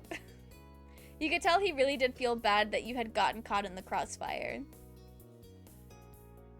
We gotta splash him back. That's the law. You laughed but waited for an opening for revenge. The second he looked away, you kicked back, spraying him. This isn't what we're supposed to compete over. I should have known he wasn't gonna take that well. Sounds to me like you're afraid. If you can't take the heat, get out of the kitchen. We're 13. We're taking this so seriously. You tried to splash him once more, but he was ready for it and got to you first. He looked at you with a cheeky smile. Didn't you want to do some surfing before the afternoon is over? Yeah, sure. One battle was over, but the war was just beginning. By the time you set the standards for the little competition, you felt relaxed in the sea. We're gonna go with the flow. You played the competition by ear and went after whatever wave made sense. Cove as a surfer was similar to his own personality. A bit awkward. Rest in peace. His brow furrowed in concentration, and yet his smile never wavered. It was absolutely charming in its own way. However, you tried to keep your focus on the feel of the waves and your balance on your board. He complimented you mildly after you tackled a big wave. You're pretty good at competing. Tuesday, you're joining the army. Oh, this was the thing you were planning on doing, right? Good luck, Blue. I hope it goes well. Witcher 3 is a wonderful, grimdark fantasy world of you trying to save your stepdaughter. Gerald is hot. Both things I have definitely heard a lot. Yes, thanks, bestie. I hope it goes very well for you, Blue. Sometimes you mispositioned yourself on your board or came into the wave with the wrong angle, but overall you rocked it.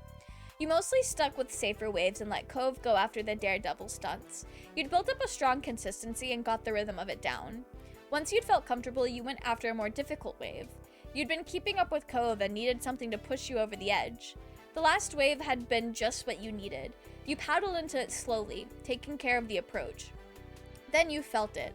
You popped up, maybe a little shaky in your crouch at first, but deliberately, carefully, you straightened yourself into a sturdy stance. You rode the wave as it swept you towards shore. Cove shot you a thumbs up. With that wave tamed, it was clear who the winner was. Not bad. Nice work! What an afternoon. The setting sun was visible on the horizon. Every time you would look away, it had sunk a little lower. The beach was darkening, but still pleasantly warm. You knew you should get out of the water before it was completely dark in the sea. You rode one last wave to get back to the beach. There, you picked up your surfboard and gave it a quick once-over. Cove followed behind you to the shore. He put his board with his other things and grabbed his towel to start drying off. As he ruffled his hair with the towel, you watched the sunset together. The colors were beautiful in the distance, and the shadows around you deepened. There was no need for words between you two as you both enjoyed the sight for a moment. Cove broke the silence. The waves were good today, I think. Yeah, totally. He nodded mildly. You've gotten so good. You couldn't help but smile at the praise. It meant a lot coming from him. I'll have to catch up. You chatted a little more until the conversation truly died out, and all you heard was the rhythmic sound of waves. Then Cove sighed. The day can't be over. Not yet. The sun's not even set yet, guys. We still have daylight. He scowled into the distance as if the sun exiting the sky was a personal offense. Don't you think it should be longer? Yeah. Cove stood up straight in defiance of the approaching darkness. I'm not gonna go home yet. I want to go somewhere. I don't know. Are we popping off, Overlord? Overlord saw us in that surfing competition, and we were popping off. We were so good at surfing, at beating Cove, and also, I guess, being childhood besties to lovers. Cove was still dripping in salt water, so you weren't sure what the alternative was. Wetsuits were fine for the beach, and not much else. It wasn't a good idea for him to lug his surfboard around town, either.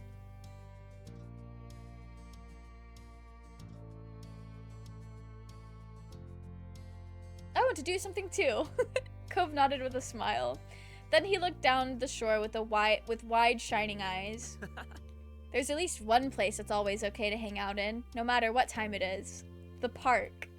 You nodded. The park was virtually always empty. Even Elizabeth only went over there nowadays if she was looking for you. How times have changed. She used to be so protective of the place. Kid smooch him. Still too young. I don't know, hang out longer. Whatever 13-year-olds do when they're in love, I don't know. I didn't do this at 13. In fact, the only person there was a chance of running into might be that Jeremy kid. Ah, fuck Jeremy. I forgot about that kid. He's so, like, obnoxious and mean. And he looks like Weevil from Yu-Gi-Oh, but, like, not in a fun way. You brought up the idea to Cove, and he cringed, but I'm still going. The sun is still there. A little. I'm staying out as long as it is. You tagged along. Okay, let's go. Cove took a minute to put his stuff in order. He made sure to get it all, though didn't take much care to shake the sand off. You dealt with your own things. We're gonna Also be quick. I'm done, Cove. He rolled his eyes in a bent smile at the announcement. As a final touch, Cove plucked his glasses off the beach and put them back on his face. He looked more like himself now.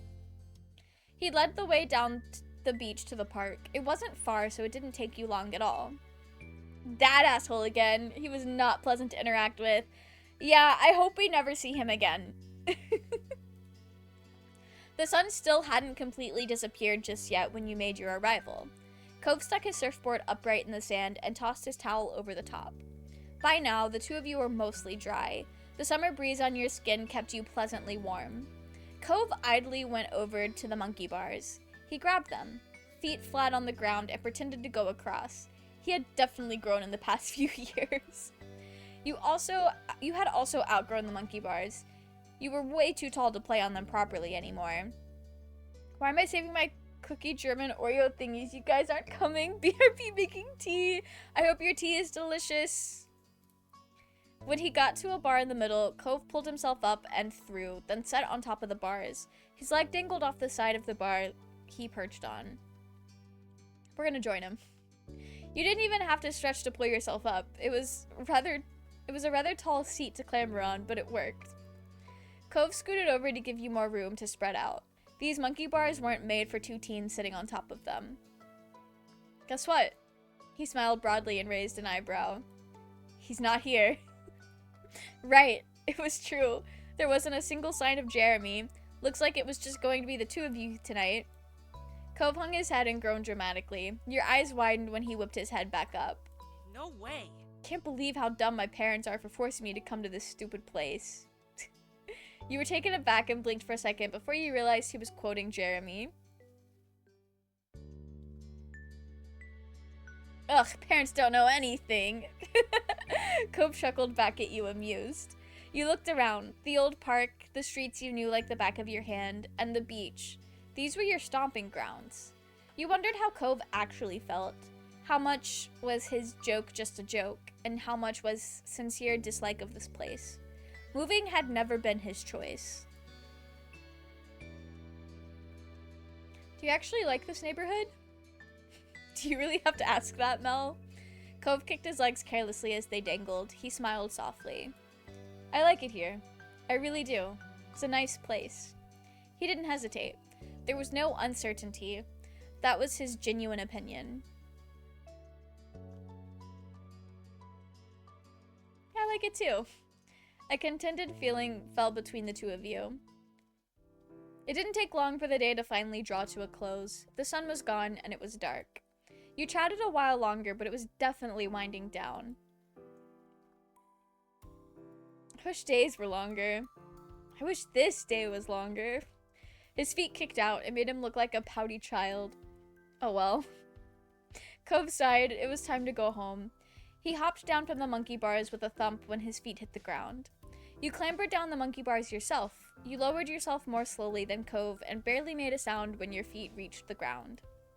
Cove grabbed his surfboard and threw his towel around his neck. With his water bottle in hand, he was ready. You both began your trek up the road. It was a quiet night and you didn't run into anyone else. In what felt like no time at all, you had reached your street. As you walked, Cove smiled to himself. It was a soft expression, and you couldn't help but wonder what put it there. Everything okay? I just remember when we were younger. It used to be such a big deal to come home after dark. You could indeed recall. If you got sandy, your parents would have something to say. If you got wet, your parents would have more to say. And if you came home after dark, well, your moms and his dad better have said it was okay beforehand. You used to need permission for everything.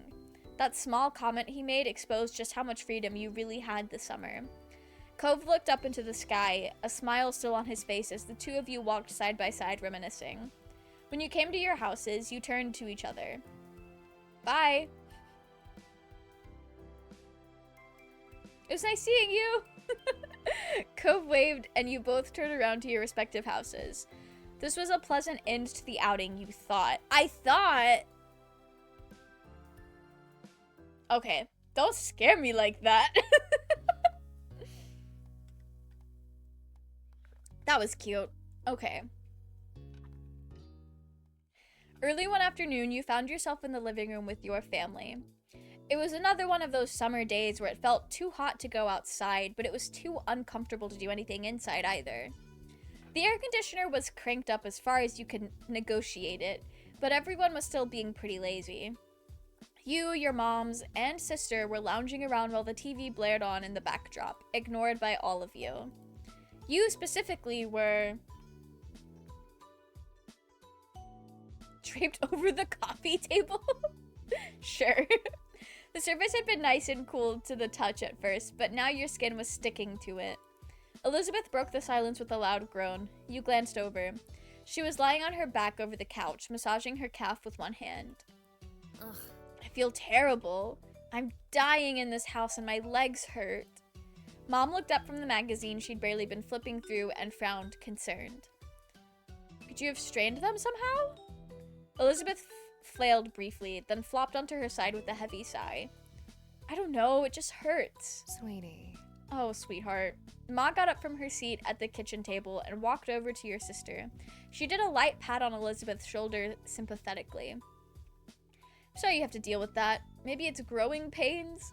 You could be taller by next fall. Elizabeth scoffed. She didn't look impressed by Ma's assessment. I'd rather be my height forever than deal with this. Mom walked over too, leaning against the back of the couch. Kids, they grow up so fast. Soon Elizabeth will have a home of her own, maybe even with a nice husband and some kids, if she feels like it. She sniffled loudly and wiped at her eye, but you could tell that it was just a bit. You tilted your head. Even though you knew Elizabeth liked guys, it was hard to imagine her with a boyfriend or a husband. She only seemed invested in hanging out with her group of friends, not chasing after boys. Mom must agree with you because she shook her head. No. Let's not exaggerate. She's still practically a child. But if you ever do pursue romance, Elizabeth, you can come talk to me about it. Definitely. We're always willing to lend an ear. Elizabeth's features contorted in disgust. No. No way. I'm not talking to my moms about that. Mom's jaw dropped, and she gasped in an exaggerated display of shock. Her hand came up to rest against her chest. Ma only grinned. She didn't look offended by Elizabeth's quick response at all. It really wouldn't be so bad to come to us. I know what it's like to have a crush on a pretty boy or two. I don't, but I can listen anyway. She said, girl, get better soon. Mom snorted at her own joke while Ma burst into giggles. They were having a little too much fun at Elizabeth's expense. Elizabeth certainly wasn't feeling the amusement because she rolled her eyes and sat up. Thanks. I'm going back to my room. I'd rather melt alone, thanks. She strode off towards the staircase, taking the steps two at a time. Your mom stared after her, then turned to each other with raised eyebrows. Whoops. Looks like we scared her off with all that romance talk. Well? Oh well, we'll get her next time. You watched them titter with some surprise. Obviously, your moms liked women, but you had no idea that Ma liked guys too. Today was the first time you'd heard her say something like that. Ma, I always thought you only liked ladies. You like guys too? Ma turned to you, happy to bring you into things now that you'd spoken up. She smiled and nodded. That's right, I like both. Good for her. But I like your mom most out of everyone. She's special. Ma's smile turned all soft in the corners, like it usually did when she looked at her. She pinched Mom's cheeks lightly. Mom reached up to cup a hand over Ma's. Even when Ma stopped pulling her cheek, their hands remained clasped together. That's gay as hell. They're so in love. You're fantastic. Thanks, Lonnie. I think most women have charm, but no one can hold a candle to you. Aww. Why are they flirting? Ma beamed, then kissed Mom on the cheek she'd been pinching before. You cringed. Parents were embarrassing. That's very 13 years old of us. You slouched down as if that would hide you from the sight. Why were parents like that? Are the moms popping off, Overlord? Are we celebrating them being in love? I guess it is still Pride Month. The moms really did say Happy Pride, guys. Ma looked back to you, letting Mom's hand go with a brief squeeze. She settled down next to you and Mom followed soon after. You know, I'm also here to listen to you whenever you're ready. That offer isn't just for Elizabeth. In fact, I think that talk might be needed sooner for you. After all, you already have someone, isn't that right? We are 13 years old. How serious can it be right now? Get a room, moms. Truly, not the PDA in the family living room. I heard wonderful noises in my headphones. My tea is still not finished. Running back to my kitchen. I hope your tea turns out so delicious, Overlord. What kind of tea did you make? We'll be waiting for your answers when you come back. Ma shook her head and elbowed Ma, but it was futile. Meddler. We're gonna blush fiercely, because, like, I feel like a 13-year-old would not be like, yeah, that's true. I don't know. Ma only giggled and smiled, not looking the least bit apologetic. I fucking love her little, like, evil grin. There's no rush, of course. You can take all the time you need to figure out what or who you want. It's okay. Don't think you have to stick with whatever you come up with right now either. Life's nice like that. It can change and you can learn. Mom nodded her agreement. The two of us are happy to hear you out, and we may be able to relate better than you think. Still, we won't push the topic, at least most of the time. She gave Ma the weakest scathing look possible while being unable to stop grinning. Thanks. I'll think about it. Wonderful. Good, that's all we ask for. Mom let out another exaggerated sniffle. It didn't take a genius to realize it was fake. First Elizabeth and now you, Mel. Do you have to grow up? Children tend to do that from time to time, unless it's Stardew Valley, where they are eternally toddlers. Your parents quickly grew absorbed in their conversation about rearing kids. You took that as your cue to leave, getting up so you could spend some time alone in your room too. They let you go without problem, so you made your way up the stairs. You let out a sigh once you stepped into your room. It was just as sweltering in there as it was in the living room, possibly even a little warmer. You couldn't even open your windows since it was hotter outside and you'd just let the AC out. You dragged your feet as you crossed the room. You checked your current sweltering condition in the mirror as you passed by it. You thought back to the conversation you'd had downstairs about growing up and all that. After a moment, you stepped a bit closer to the mirror. You stared into it and then turned away from the surface to look down at yourself. You were definitely growing, all right. It was weird thinking about how you were now in comparison to what you'd been when you were younger. When it came to your body,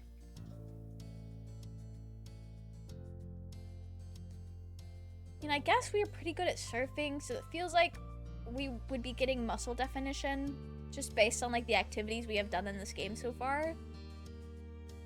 You shifted to the side, your head still facing forward and continuing the self-evaluation from this viewpoint.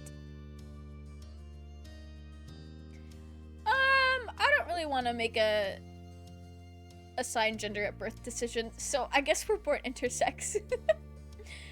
And your chest was simply flat.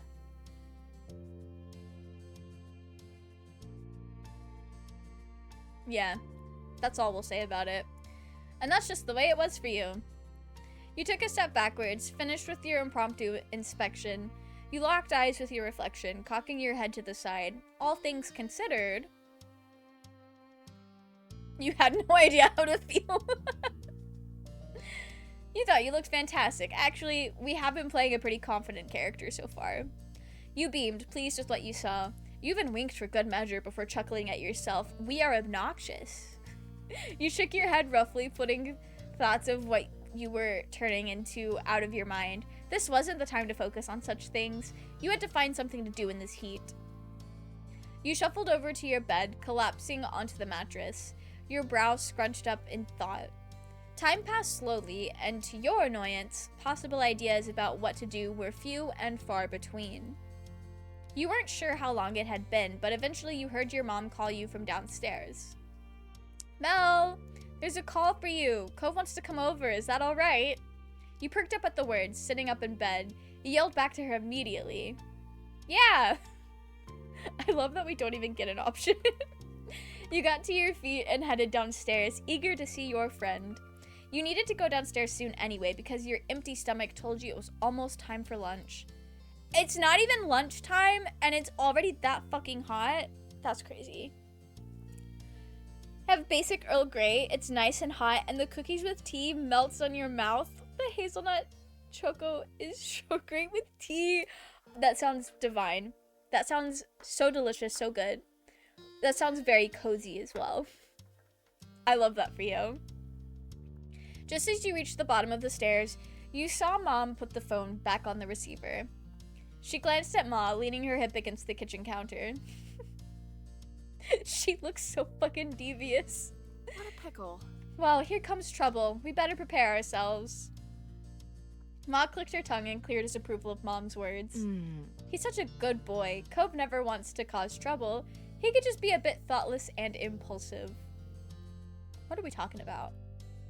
Oh, I know. He's very sweet. But that's what makes it more of a problem.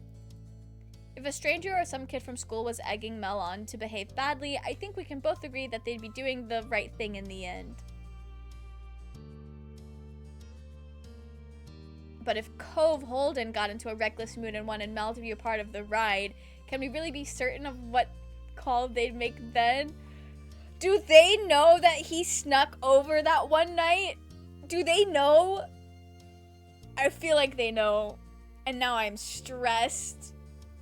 Sounds like a normal day in the South. I mean, I guess. I've lived in the South my entire fucking life. And I don't know what it is. Every year I am shocked and flabbergasted that summer is hot. Like it's been anything else. Like it has been anything else. Every time I've gone outside this week, it's been like, damn. Feels like it's fucking the end of June. Why is it so hot and humid? I can't even fucking breathe. It's the end of June. This is normal.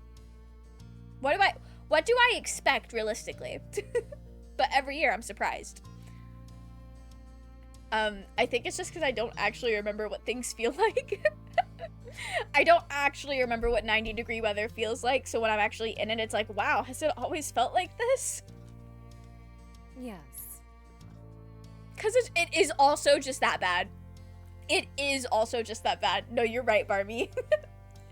I went out, so my cat likes to hang out on the screened-in back porch every morning. He wakes my grandmother up at 5 o'clock in the morning to go sit out there until... I don't know when he comes back in, but by the time I get up at like 9 o'clock, he's already back inside. At least these days when it's been really fucking hot. So I went out, he has a litter box out there as well, so I went out there yesterday to scoop it, and it's like, damn, it's so fucking hot and humid. I feel like I cannot breathe. It was rough. It was very bad. Yes, I think so. Mel helps Cove settle down. He would have gotten himself in even more trouble without them. Thanks. You have a point. Ma just laughed. As she turned away, still snorting, her eyes met yours. She blinked in surprise, then waved at you with an easy grin. Mom looked over, noticing you at the foot of the stairs as well. Oh. I didn't expect you to come down already. I just wanted to let you know what was happening. We're just not gonna address what they said. Yeah, it's okay. I just got here. From the way Mom and Ma exchanged amused glances, you got the feeling that they didn't believe you. Thankfully, they didn't correctly accuse you of lying. Mm-hmm. Sure, well, we'll just get out of the way. You and Cove take care. You couldn't help but flush when Ma winked. Mom elbowed her, even as the smile tugged at her lips. Honestly, this lady. I hate the heat so much. I don't hate it per se. I am aware that like once January rolls around, I'm gonna be sitting here thinking like, damn, I can't wait until June. I want it to be 90 degrees outside. I know that about myself, so it feels disingenuous to say that I hate the heat. But I do hate feeling like I can't breathe. And I also hate feeling like I'm melting 24/7. I think if I lived in an area that did not have air conditioning, I would absolutely hate the heat. It's nice and warm here in Chicago. Not too warm. It's drizzling a little rain. where I am, perfect for tea. It was pretty hot here today, but it was noticeably nicer this afternoon than it has been over the past couple of weeks. There was a good breeze. There was a pretty good breeze when I was out earlier. Dry heat is better. I've heard that. I don't think I've ever been in an area that experiences dry heat, so I don't really know what that feels like. Also, basically never gets cold here, like 2 months of not hot and 1 week of cold, maybe. Barmy, do we just live in the same place? Don't actually answer that question. No, I feel that. I feel that. But then some years they throw us a curveball and it, like, snows. That's more of a significant statement if you knew where my parents lived, and I will not tell you guys, but it is very South Georgia. I'm not going to get more specific than that, but I will say the entire time they have lived there, it has only snowed like 2 or 3 times. And they've lived there for over a decade at this point. So. Your moms whispered amongst themselves as they went down the hall. Eventually, you heard the faint sound of their bedroom door shutting. Now you were alone in the living room, tasked with waiting for Cove. And that was just fine with you.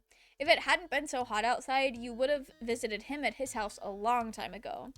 You took a seat at the kitchen counter and settled in for the wait. As expected, there was a knock on the door a few minutes later. When you got up and answered it, your neighbor was standing on the other side. He came in once you stepped aside to let him pass, giving a little wave. You greeted him as you typically did. A noogie is crazy. We'll give him a hug. I feel like our character would be very chill with physical affection. Their moms have that vibe that they're very affectionate. Humidity is like sticky, sweaty feeling in my opinion. Dry heat is just like hot, but it feels less heavy. Interesting. Okay. I'm now at the pizzeria that is open till 5 a.m. Watch out. I don't know what you need to watch out for, Blue, but watch out. He stiffened in your arms, then relaxed seconds after. One would think he'd be used to your hugs after all these years. Hey. His voice was cracked as he struggled to say something. You didn't feel worried about that. It was how he usually reacted when you were close by. Oh no, the bite of 87. Not the bite of 87.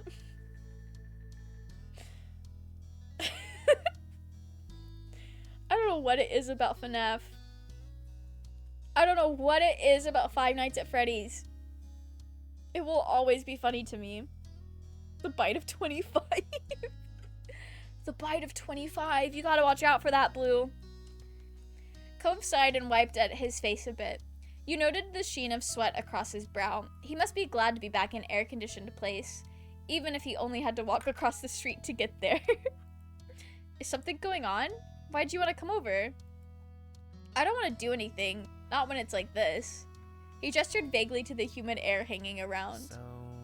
I thought I could at least do nothing with you. We're body doubling. We're just gonna sit on the couch and like scroll through TikTok together. You thought that was really sweet. His words were nice and expressed real fondness for you, in a strange sort of way, which was usually the case with Cove. Have you had lunch yet? I was gonna do it soon. He shook his head. Not really. I haven't really felt like eating because of the heat. I probably should have lunch. I didn't have breakfast this morning. He's just running on, like, nothing. Oh no, it's Springtrap, Blue. You gotta watch out for those quirky animatronics. Blue getting bit in a pizzeria. Hey, yo, is it Chica? Are you a Chica stan overlord? Is Chica your favorite? We can eat lunch together. Cove nodded, looking content with your suggestion. We get really quirky at night here. And they do. And they do. As one, you headed into the kitchen. You crossed your arms as you glanced around, wondering what you should scrounge up for a meal. I don't want to eat anything that's warmed up. Is there something cold or not cooked? We're gonna make this man a peanut butter sandwich. Yeah. After a bit of back and forth, the two of you concluded that you should raid the fridge and cabinet in order to make sandwiches. Close enough. With that settled, you had planned to decide on the outside layers first. There was a wide variety to choose from, since everyone in your house had their own favorites. There was white bread, wheat bread, sourdough, mixed grains, gluten-free bread, and pita pockets. Hey. Do you take the grain one for me? Sure. You reached for the mixed grains, then made your decision. All this bread... Ooh, cinnamon swirl bread. All this bread, and they don't even have my favorite kind of bread. We're going with cinnamon swirl bread. You pulled out the cinnamon swirl bread, too, setting both items onto the counter. Then you had to decide what main direction the sandwich would go in. We're going... we picked cinnamon bread, so we have to go sweet. Oh no, the power is out. I hear Freddy's jingle. Help! Blue, you're screwed. Unless it is 5:59 a.m., you are screwed. Never played the games, but 2020 Game Theories gave me a lot of boring days to binge the lore. I have only played the first FNAF game. I have never finished it. We played as much as we could one stream. Was it last October or 2 Octobers ago? I feel like it was pretty recent, but it may not be as recent as I'm thinking. But I think it was this past Halloween. I don't know. I have played a fan-made FNAF game, but it was like an escape room. That was really fun. But like the rest of them, I have not played, and I don't really have the desire to play them because it's all kind of the same. Cinnamon bread sounds pretty good right now, doesn't it? I love cinnamon bread. It's so... I've never like made a sandwich with it. It's usually my go-to toast bread if we have any. Jump scare. Ah, static camera noise. Game over. Rest in peace, Blue. I did recommend you play that escape room FNAF game, and it was so fun. I kind of want to play it again. Just because I really did enjoy it the first time I played it. I also watched Markiplier's playthrough of it, and my friend Undead streamed it as well. So, like, I've experienced that game 3 times already. Don't die from the bite of 25. Rest in peace. Something sweet would be perfect in this sweltering heat. As for the specific ingredients... Oh, marshmallow fluff would eat. Marshmallow fluff, peanut butter. I've done Nutella and marshmallow fluff before on a sandwich. And I have never been the type to say that something was too sweet. But those two together on brioche bread was not the vibe that I thought it was going to be. So I guess heads up. Heads up for anyone out there that like needed to know that information. Would you play the new FNAF game, Secret of the Mimic? I don't know. See, I was interested in playing Security Breach, but I've heard that the game is really buggy in a way that like makes it frustrating to play, and I don't really want to put myself through that. I do not know anything about Secret of the Mimic. I've not like watched any playthroughs or anything, so I don't really know if I would be interested in playing it. I actually only knew it was out because Markiplier started uploading more FNAF videos again, and I said, oh, I should watch these later. I'm probably not going to watch them until October, realistically. Anyway, I think that's all we're putting on our sandwich. You nodded to yourself with a quiet hum, satisfied. The two of you bustled around the kitchen, opening and closing things in order to collect everything you needed for your individual sandwiches. You focused intently on assembling your own, for the most part. When you were close to being done, though, you glanced over at your neighbor. Cove was putting his sandwich together delicately, his brow furrowed and tongue sticking out just barely. There were open jars of peanut butter and honey near his plate, as well as a banana peel. So he was making a peanut butter, banana, and honey sandwich on mixed grain bread. My grandmother does that all the time. That sounded great. Maybe you'd have one yourself a different time. Curiosity satiated, you turned back to your plate and finished your own creation. By the time you were done, Cove had already cleaned up his workstation. He turned to face you, studying your sandwich briefly. A smile tugged on the corner of his mouth. You guessed it didn't look inedible to him at least. Done? Yeah. Cool. He waited as you quickly returned the ingredients and cleaned a few utensils. Then the two of you collected your respective plates. You both agreed on heading upstairs to hang out in your room. Zenith, welcome in. How are you? I hope you're doing well. You and Cove entered your bedroom while balancing your food on the plates. Nothing fell, so it was a successful trip. Cove took a seat on the ground, stretching out onto the hardwood floor in an attempt to keep a bit cooler. He immediately took a big bite of his sandwich, chewed, then hummed happily. This sandwich is really good. At least that's something. At this point, you sat down and started on your own sandwich. You nodded. You were enjoying yours too. Obviously, you were a pro at making sandwiches. He leaned back on his hands while chewing and glanced around. His every movement was sluggish. Want to do something? It seemed the plan of not doing anything at all had already worn thin, despite his lack of enthusiasm.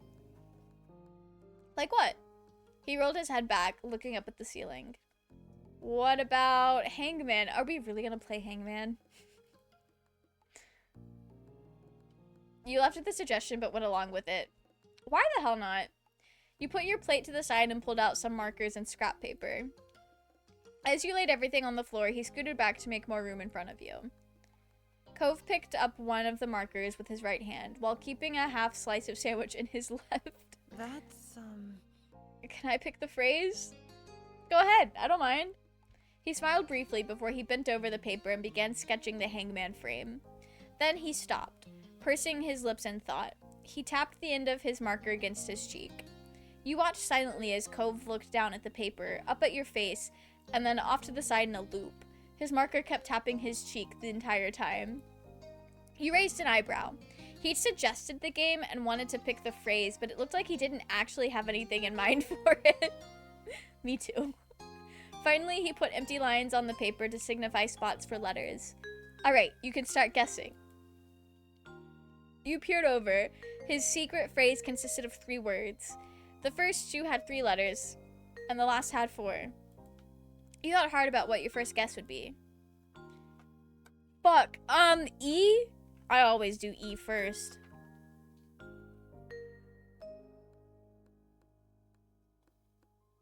Okay.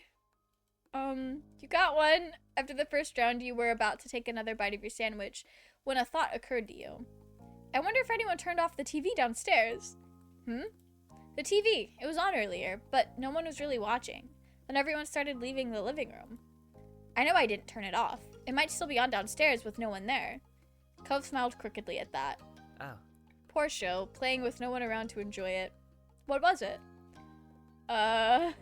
You squinted off into the middle distance, trying to recall the show's name. I feel like it was some kind of crime-solving drama? Cove nodded sleepily, his eyes closed, then opened again with some effort. Can you give any specifics? Maybe I can guess it. Well... You rested your chin on your open palm, groggily thinking as hard as you could. I remember there was a woman with long blonde hair, I think. She was the one solving crimes, like as a detective or something. There were scenes in a police station, because someone's got to get arrested. You lapsed into silence, the both of you thoughtful. Then Cove chuckled. It wasn't that funny, but you joined the laughter anyway. You keep missing the good stuff. The hot moms were hitting on the MC, and the MC's moms were making noises and flirting and stuff. Overlord, you make it sound way more suspicious than it actually was. You make it sound way worse than it actually was. I don't know. I don't know what that is. Me neither, and I just saw it. Fuck. Okay, I gotta lock in.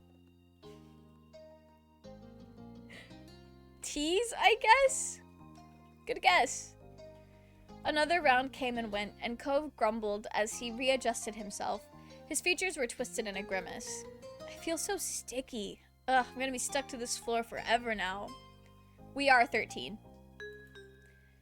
I don't know. Was making tea sounded suspicious on my headphones? Rest in peace.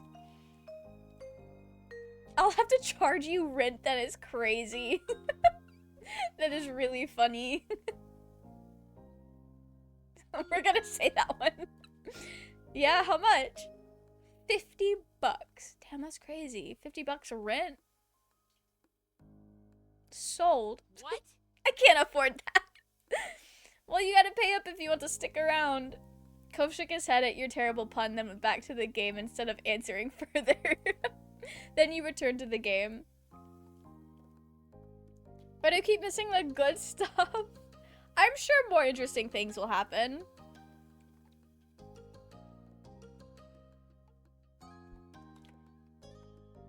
There's no L's? Fuck.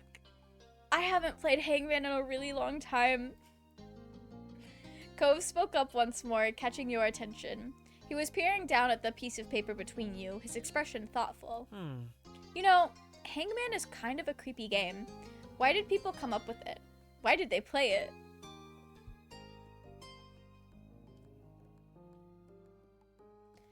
Maybe it's what they had instead of real court trials back then is wild. Cove raised a skeptical brow. You bit back a laugh and feigned seriousness. If you got it right, then you were innocent, and they let you go. But if you got it wrong, they killed you. He shuddered at your eerie explanation before rejecting it outright. No way. That's terrible and not real. You chuckled to yourself and went back to the creepy game. You think S, Cal? But we'll do S. It's a point for me! What the fuck is this word? I've been good, Zenith. Thank you for asking. I don't know about hot moms, though. Zenith, there were hot moms. By this point, Cove had finished his sandwich. Yours was almost gone, too, but now you were getting thirsty. You brought it up to your neighbor. Should we go downstairs and get some drinks? I was thinking that, too, but I don't really want to get up. Me neither. You looked over at him, narrowing your eyes with false suspicion. But hey, what happened to you not being able to get up ever again because you were stuck to the floor? That's still true. I mean, we're not actually going, are we? I only thought about it. You rolled your eyes and dropped the issue, defeated. Cove grinned a little at your disappointment over his victory.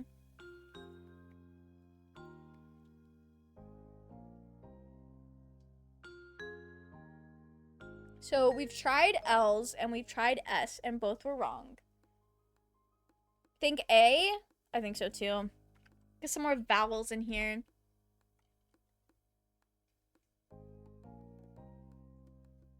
Okay.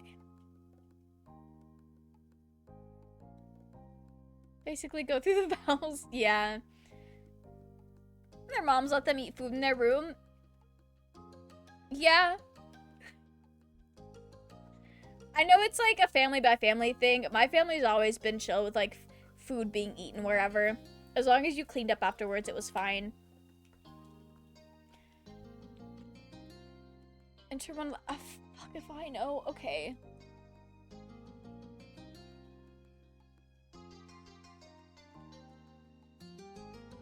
We'll try an O. That's another one. Maybe an R? Parents are always pretty strict about that. My parents went through phases where they wanted to be, but they never enforced it, and they also ate in the living room all the time anyway. So it was like, just kind of never a thing that actually got enforced in our household. You're really close.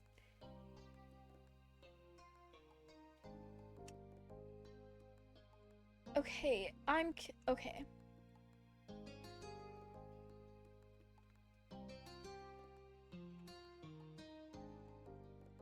You are cute, that's the answer. That's dumb! Okay. I was like, what word has O in the middle? It is you. That's... they're so flirting. Is that the Grim Reaper? Possibly. You are cute. That was the phrase that Cove spent so long settling on. You stared at it. Hey, that was pretty brave of him. That's embarrassing. A few correct letters in, you had a feeling you knew what the phrase... Well, that is true for Kel. Still, you felt butterflies in your stomach at seeing it, clear as day on the paper. You took in the words for a moment longer, then you looked up at Cove. He had trouble meeting your shocked gaze, a smile settling awkwardly on his lips. His next words left him in a mumble. I mean... It's all I could think of at the time. That's rough, buddy.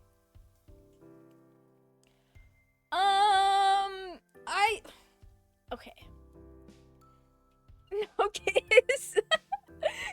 shooting his shot. That's, you know what? Good for them.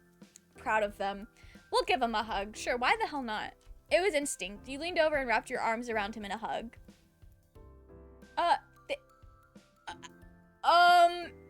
Okay. Do we want to tell him that he's cute? I don't, we'll Uno reverse it. We'll Uno reverse it. Cove smiled a bit more, clearly still feeling awkward about the move he pulled. He turned away from you, his cheeks tinted pink. You know what's really funny? I don't think our moms would be eavesdropping on us, but if they were, I think they'd be like really, really happy. You know how like a lot of times in like rom-com animes, there'll be like those side characters that are really, really rooting for the main couple? That would be our moms right now, and they would be so fucking hype. Now give huggies and smoochies, that's about it. Keep forgetting there. Yeah, Overlord, we are still 13. We gotta get through adolescence first, Overlord. A moment passed between the two of you. Now would be the perfect time to change the subject, but you didn't. He didn't either. Damn, that's crazy. Things started feeling a bit more personal all of a sudden. You looked into Cove's ocean eyes and saw yourself staring back. You know what's also really fucking sappy is our like bedroom is very much the same color as Cove's eyes. So it's like that's our character's favorite color apparently. That's what I'm assuming since it's the entire like decor of their room. That's gay as fuck. What do you mean your favorite color is also the love of your life's eye color? That's some like they would write that about JVic fanfics, actually.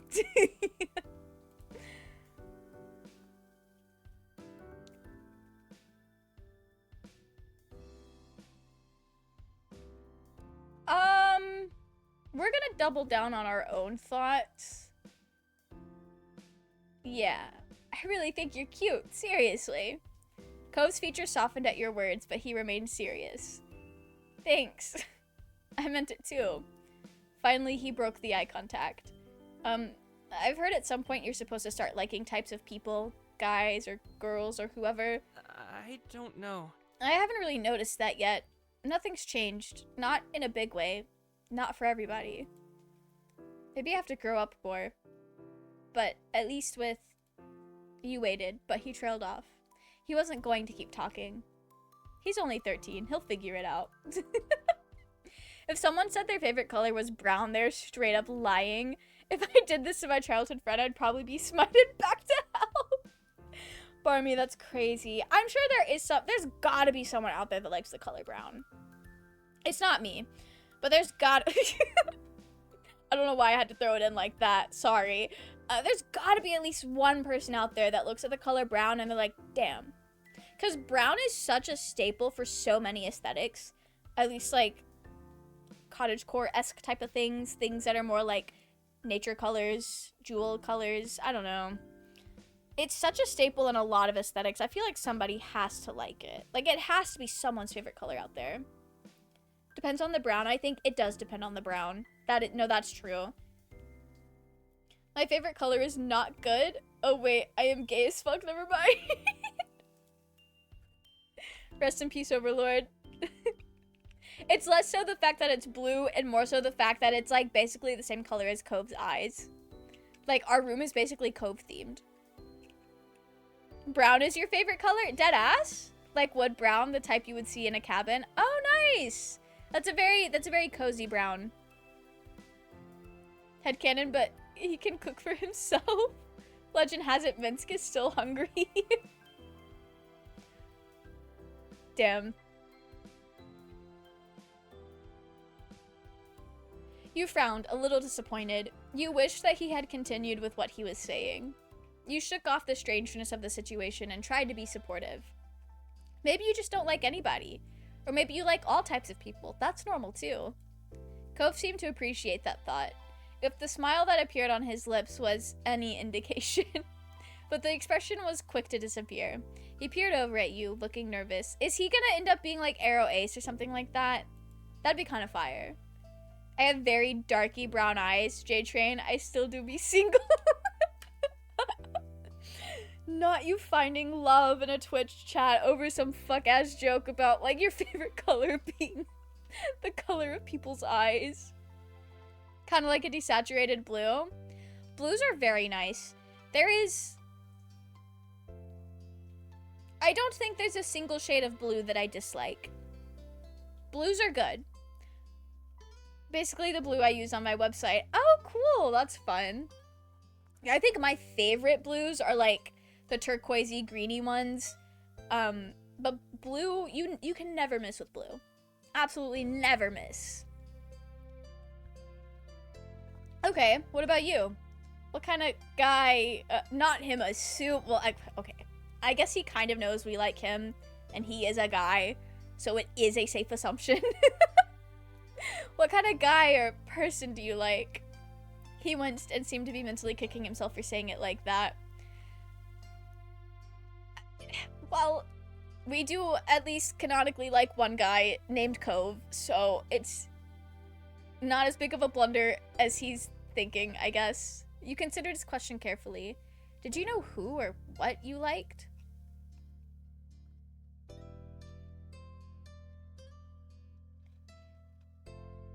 You didn't think you could tell if you had an interest in people physically? There was only one person you ever had those kinds of feelings for.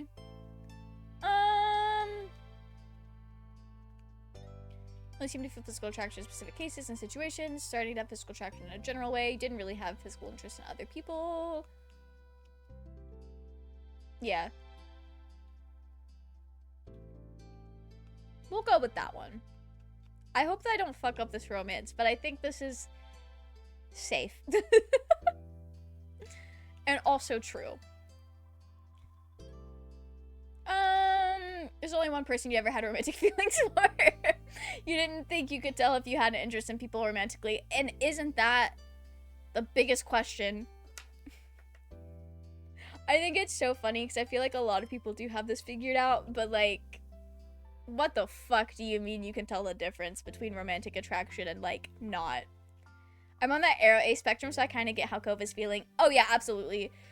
Honestly, we named the character after myself, but Cove acts more like I do than the character that we're playing does. Cove seems to be more relatable than the character I am building to romance Cove. We can be arrow ace baddies together. We'll be demi-romantic for Cove specifically. But specifically when it came to how you felt towards boys,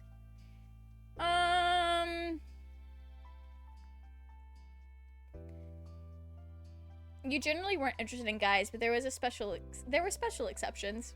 Sure. How you felt towards girls. Well,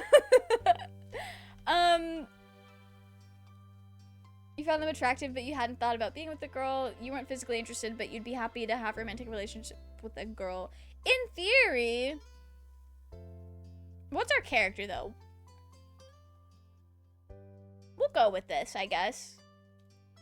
For people who aren't exclusively male or female, hell yeah.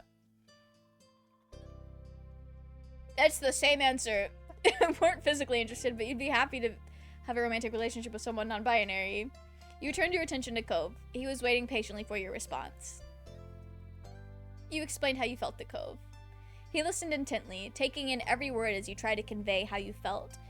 These guys are way too fucking smart about this at 13, unless I was just really dumb. He definitely perked up a bit when you mentioned having some interest in romantic relationships. It was nice to have people who supported you when it came to who you liked. Where's the I'll get to it one day, never option? Real. That's a real as fuck option.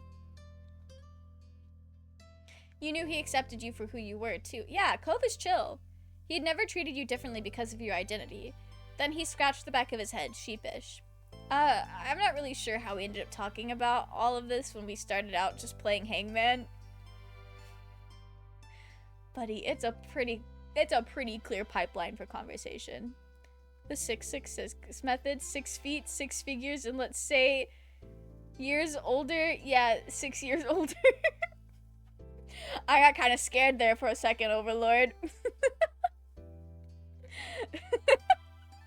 Good luck. I don't think that was an option in this visual novel. It was good, I think. I'm glad this was a good, productive conversation. I think so too.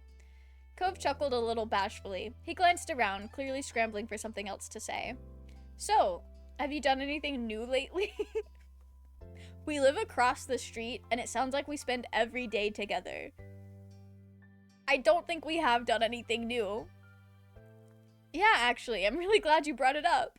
The conversation took a lighter turn after that, and it felt like you got closer that afternoon. Finally, the blazing sun began to set. To your relief, the air cooled down a bit as a result. Hold on, they're kind of bad, though. Welcome in, Pyramus. How are you? I hope you're doing well. I don't think I've said hi to you specifically today. Not them being kind of bad. Okay. You pulled yourself off the floor, as did Cove, with some minor complaint. You both stretched your arms, groaning, and yawned into your hands. You glanced out your window briefly, taking in the soft reds, pinks, and purples of the late afternoon sky. Somehow, you had made it through the scorching hot day in one piece. Cove turned towards you, motioning towards your window with his chin. Want to go outside? It might be better out there than it is here now. Sounds good. I could really use some fresh air. The two of you took your time heading downstairs. You stopped briefly to grab a drink of water, then continued on your way. You stepped outside, one after the other, your destination being the familiar hills behind your house. This time of day, it was quiet outside. The flowers blew gently in the wind, petals trembling but stubbornly hanging in there. Just got here, been playing the new Space Marine 2 update. Oh, sick! Are you having fun with it? You felt the breeze cool your heated skin, and you relaxed your shoulders. Cove closed his eyes, releasing a deep breath. I really love it out here. You do? That's surprising, you said jokingly. Is he gonna get the joke? Cove chuckled a bit, nodding. Tendrils of his hair danced in the wind. A beat passed, but his gaze didn't stray from your own. His voice was impossibly soft when he spoke up again. It's a new day, but it all feels dumb. It's a good life, that's what I'm told. Is that the vibe? Is that the vibe for this moment right now, Zenith? I'm glad I met you, Mel. You're really important to me, you know. You're special to me, Cove. Your voice came out equally delicate. From the way his features brightened, though, you knew he heard you. We are not doing a miscommunication trope out here today. Then Cove reached over and held your hand without another word. Oh. Horde mode update with randoms. It's peak. I'm glad you're having a good time, Pyramus. Even as the sun disappeared completely and the sky darkened, you and Cove remained side by side for as long as you possibly could. Cute. I wasn't expecting it to be so fucking cute. Alright. The sun warmed your skin from its place in the sky, and you closed your eyes, enjoying the mix of the heat with the pleasant breeze that drifted past you. You and Lee had spread out a blanket on top of one of the hills behind your house, and had been relaxing there for a while now. Lee had come over earlier in the day. Lee is our cousin. I remember her. Hi, Gunith is wild. Lee had come over earlier in the day, and while a range of activities had been discussed, from staying home to heading down to the beach, a picnic on the hill had been the choice you both settled on. A small spread was laid out in front of you. Some bottled water, soft drinks, as well as chips and sliced fruit. You sat up and reached for a snack, listening to Lee talk away about the musical she had gotten to see a few days ago. What did she see? I hope they let us know. I think this is the field that's behind our house, Barmy. We're like in our backyard.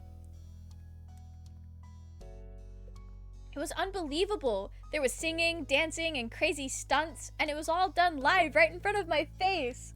We love theater. Maybe one day we could go together. I've got to see more shows like that. You smiled at Lee's enthusiasm, knowing how much she enjoyed singing and performing. And she was good at it, too. You had gotten the chance to hear her sing a couple of tunes, and you knew she put a lot of effort into it.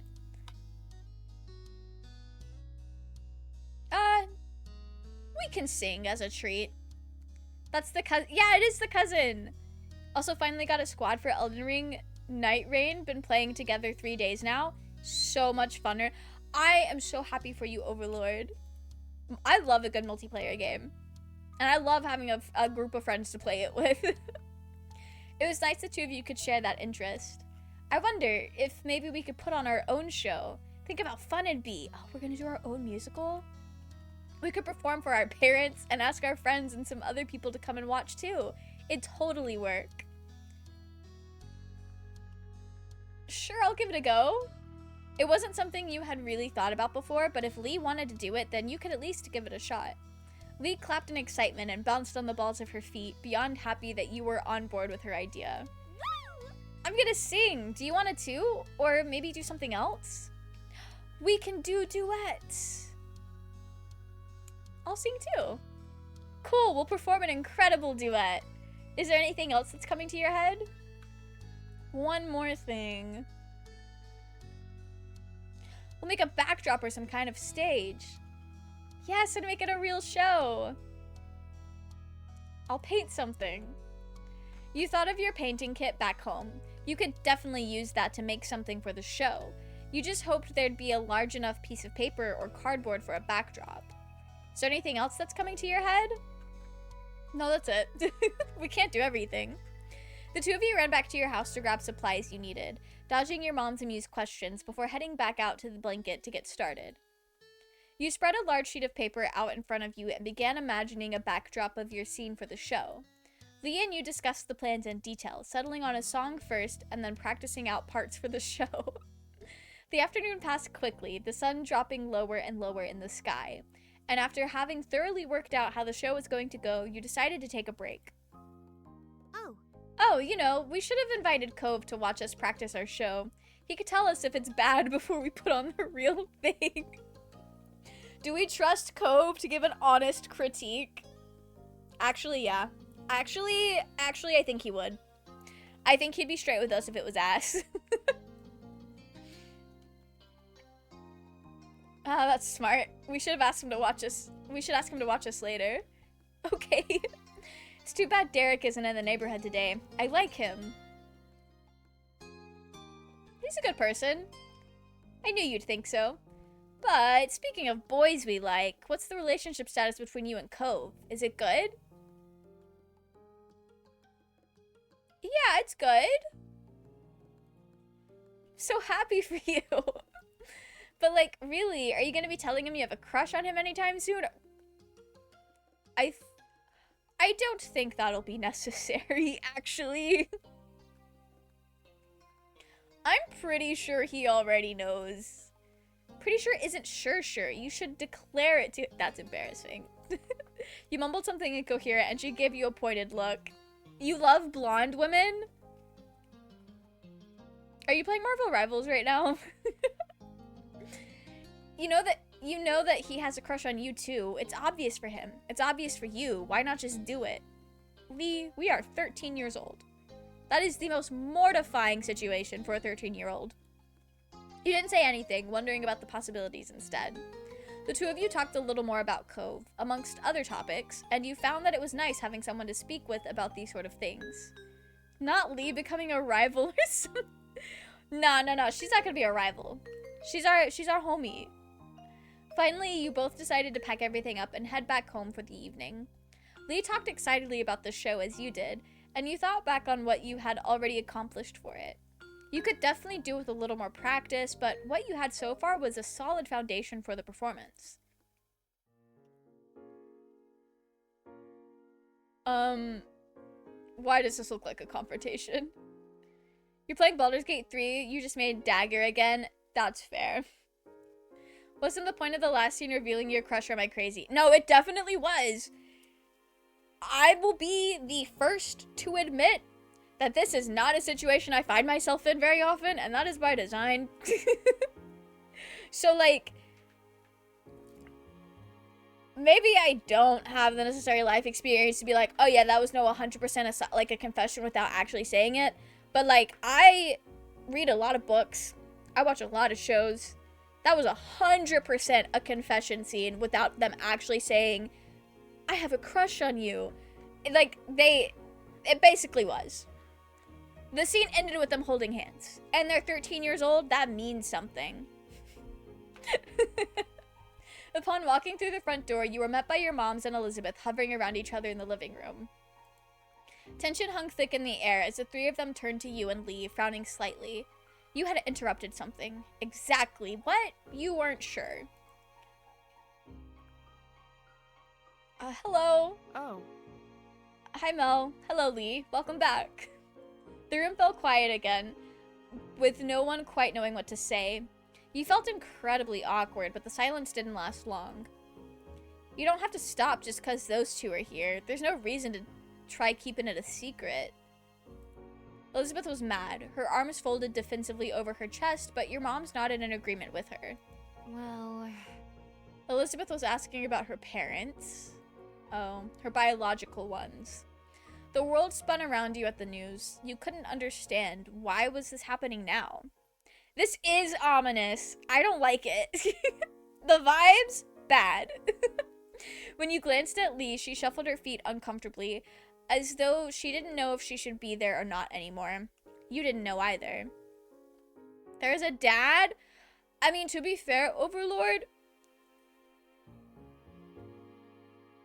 if there is an existing person, there has to be some sort of biological parentage makeup. I don't know if she was adopted or if there was like a donor. I don't know anything about them. They could be test tube babies, but I'm pretty sure they're not, considering the conversation.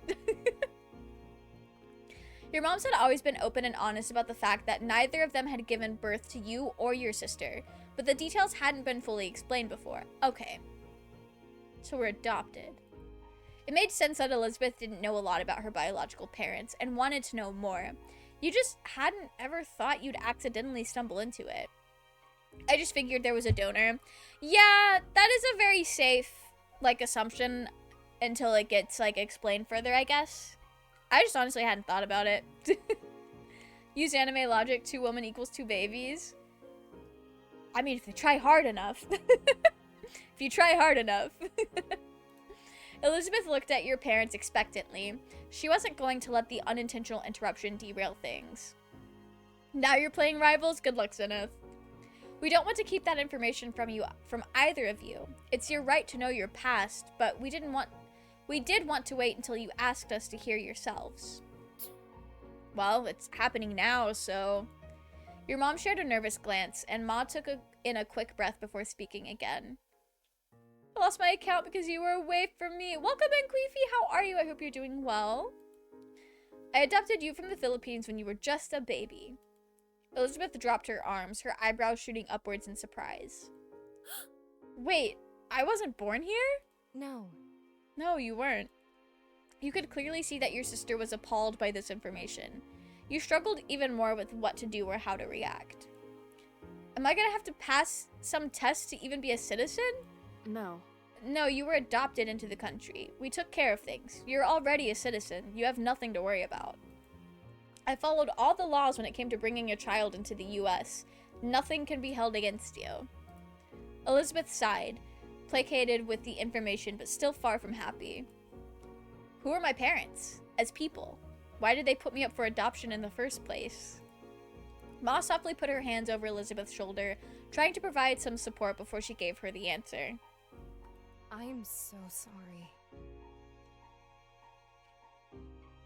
Oh. Your parents were reported to have died. They didn't go into details on the specifics of how, but you were an orphan. I wish we had better news for you, Elizabeth. They died? Oh. Elizabeth was torn between emotions, her eyes filled with tears as she threw her hands in the air, settling on enraged.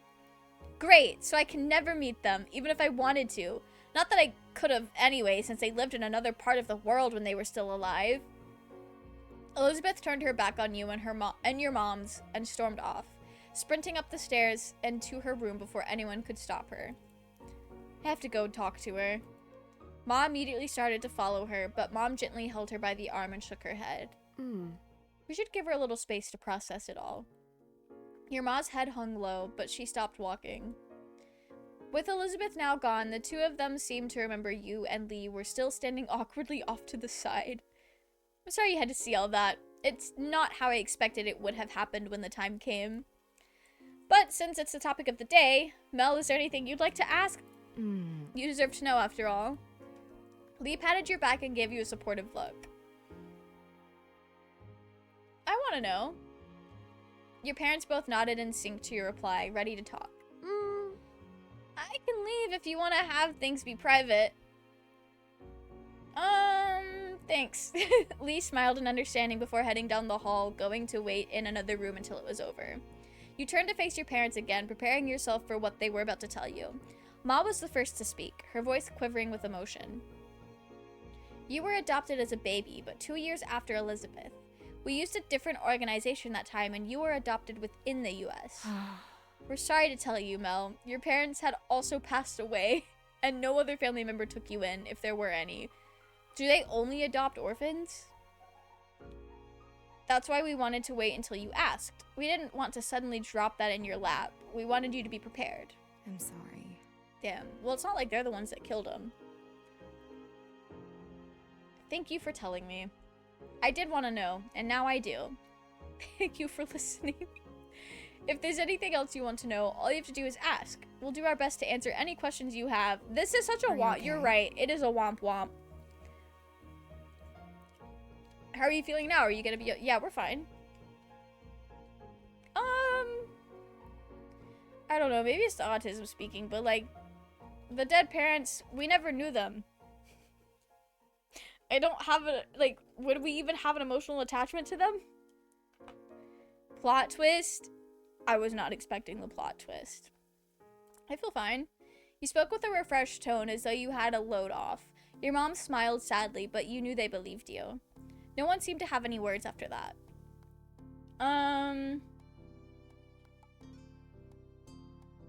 I feel like we should see Elizabeth.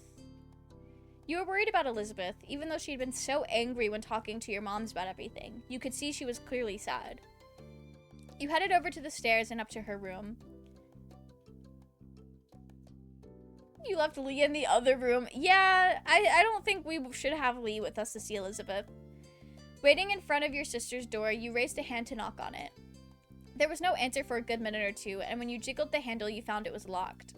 Raising your hand again, you knocked louder this time, thinking she must have her headphones on so she couldn't hear you. When she didn't answer the door a second time, it was clear to you that she either still couldn't hear or was just straight up ignoring you. It hurt to be shut out, especially right now.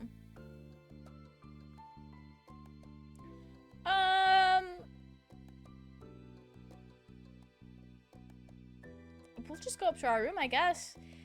When safely behind your closed bedroom door... Are we still ignoring Lee? With you there, they never knew the dead parent, so it makes sense they wouldn't have an emotional reaction. Yeah, and I recognize I'm also coming at this from a place where, like, I do not struggle with the emotional burden of, like, being an adopted child and having that, like, abandonment issue that I know a lot of adopted children deal with. So I also understand there's probably a layer to it that I am not getting. But, I don't know. I don't get all that torn up about death, I guess, apparently. Not the dead parents. When safely behind your closed bedroom door, you let out a heavy breath before heading over to take a seat on your bed. You lay back on your bed and stared up at the ceiling, tracing the outlines of the old crack and lines up there with your eyes. You had no idea what to do now, so you stayed where you were for a while, thinking everything through. Everyone had been so upset earlier, and you didn't really know what you could do to help. Eventually, the sun finished setting, casting long shadows on your bedroom walls until the outside was enveloped by the dark of night completely. What about the MC? His parents are dead too? Yeah. No, it was a very similar story to Elizabeth. A sudden knock drew your attention, causing you to sit straight up. When you realized it wasn't coming from the door, but the... Where is our cousin? Is she still downstairs? Just like... Or did she go home already? We've fully abandoned our cousin.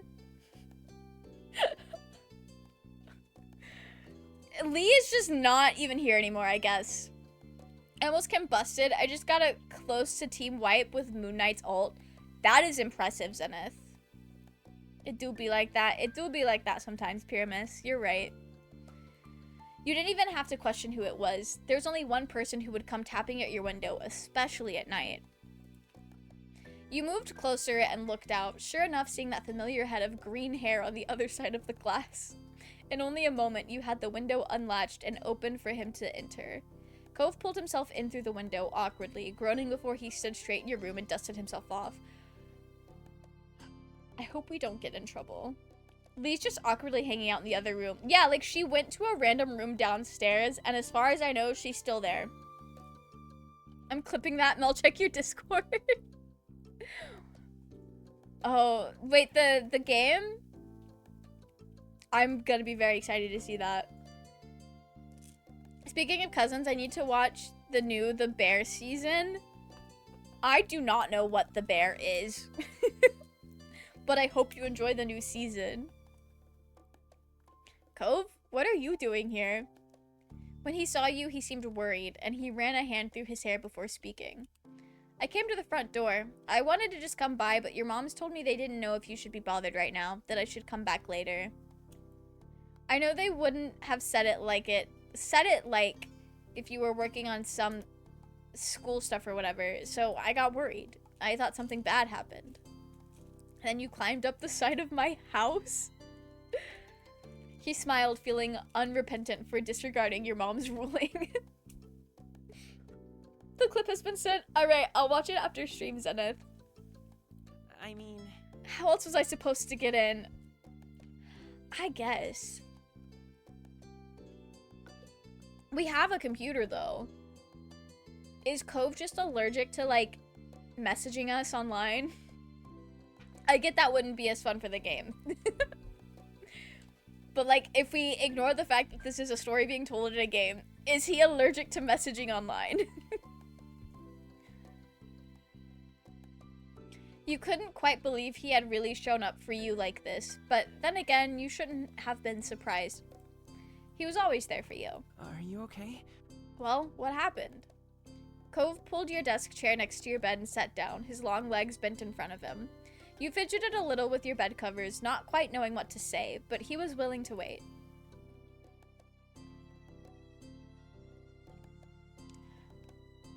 I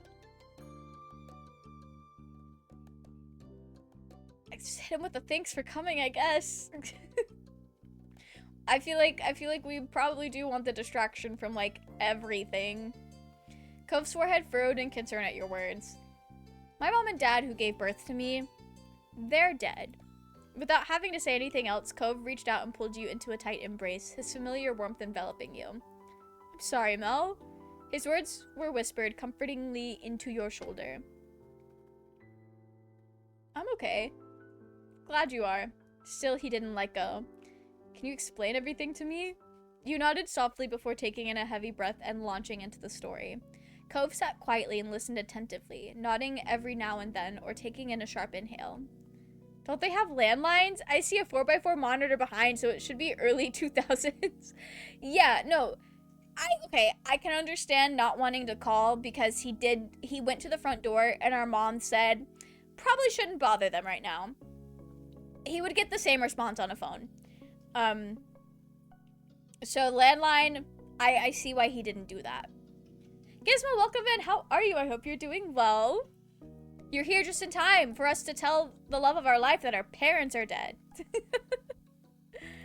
Silence settled between you as Cove sat quietly for a moment, contemplating everything you had said. When he finally spoke, his slay OMG. The response to that is crazy. When he finally spoke, his voice was quiet, drifting through the night towards you. Mel. I'm so sorry. Really sorry about what happened to your parents. I don't think it's that big of a deal. He stopped suddenly and took in a deep, shaky breath, and you got the impression he was struggling with what was right to say. I feel bad that I don't feel worse. Yeah, honestly, everyone's making it out to be a really big deal. It was for the plot, it's fine. Oh, you're right. I never knew them at all. They're strangers, even if they did have me. Mel, you're not doing anything wrong. You know that, right? I think you can be as sad as you want for as long as you need, or you can feel okay about it whenever you want to. He sighed and ran a hand through his hair as he looked out towards the window. It's okay. I guess what I'm trying to say is, whatever you feel about it is how you feel about it. You don't have to force yourself to be different. Thank you, Cove. His words had made you feel better, and you knew it was true. You didn't have to apologize or make any excuses for the way you felt about it at all. Cove smiled at you a little, and you could tell he was trying to be comforting. And your moms definitely don't. It doesn't matter if you're not blood related. You're definitely family. I can see that, and I hope you can too. You felt the reassurance in his eyes. A knock on the door made you look up, though before you could even move, it swung open and Elizabeth stood in your doorframe. She walked closer, and you didn't quite know what to do or what she was planning on saying. So? Would you mind going? I want to talk to Jismel. You can come back. It's not going to be forever or anything. Cove seemed equal parts concerned and skeptical. Leaving now wasn't a concept that thrilled him. Yeah, I want to talk to Elizabeth too. Really? Then we're on the same page. She made a little move along gesture with her hands, and it was settled. You waited until the two of you were alone before fixing her with an inquisitive look. Elizabeth folded her arms, looking you over. Did moms tell you about your parents too? My birth parents also died. We are in this together, Elizabeth. Elizabeth broke eye contact after that. Sorry. Why did you want to talk to me? I went to see you and you didn't even answer. Elizabeth raised an eyebrow at the news. What? I didn't hear anything. Shutting everything out with loud music was very typical for your sister. You didn't feel much less confused, though. Why did you stop doing that, then? She shook her head as though the answer should be obvious. I was worried about you. I was the one who brought it up, but I made you deal with whatever was left when I was gone. She sighed, glancing upwards for a moment before settling on you once more. I wanted to ask you what happened without everyone breathing down our necks.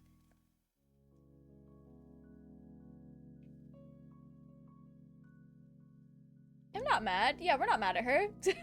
Bruce Wayne convention?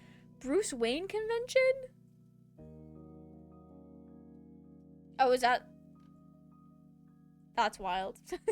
I would feel different too if both my parents did not even get to my birth like that of Doofenshmirtz. That was such a like he said, Doofenshmirtz really said, no one showed up at my birth, not even my parents. That was crazy. That was, it was kind of really funny though. Dead parents. Everyone has dead parents now, Gizmo. Deceased parental figures, it happens. She stuck her nose up a little at that, but her smile was soft. I'm okay, Elizabeth. It didn't upset me. Hey. How are you allowed to be that mature? I don't know, it's crazy. It's like this 13-year-old is being played by a 27-year-old person. The lightning spirits in her were quickly gone as she slipped back into a scowl. You have to be born in the US to become president. What? You've never heard of that dream of hers before. She noticed your bafflement and continued. I get I was never gonna be president, but it just feels weird having stuff taken away, not even getting a chance at all. I don't like having to know that when I was born, I was gonna have a completely different life. So different I can't even think about what it'd look like in my head. I could have spoken another language, lived away from everything I've ever seen here, had someone else as my sibling. And then my parents died, and I was adopted, and the life I got became a totally new thing forever. I can't go back to what it was even if I wanted to. A heaviness settled between you and the person who became your sister. You knew exactly how she felt.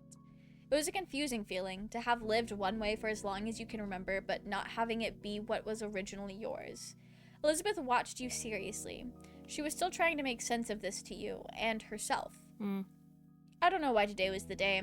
Nothing came up to make me ask the question. It was just something I've had in my head for a while.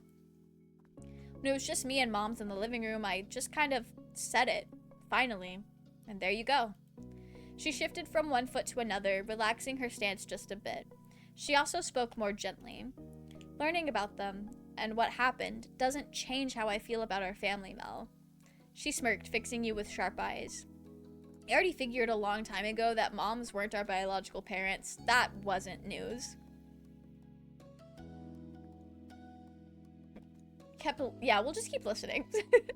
Nothing about the family I was first born in would have made me decide that this wasn't my family anymore.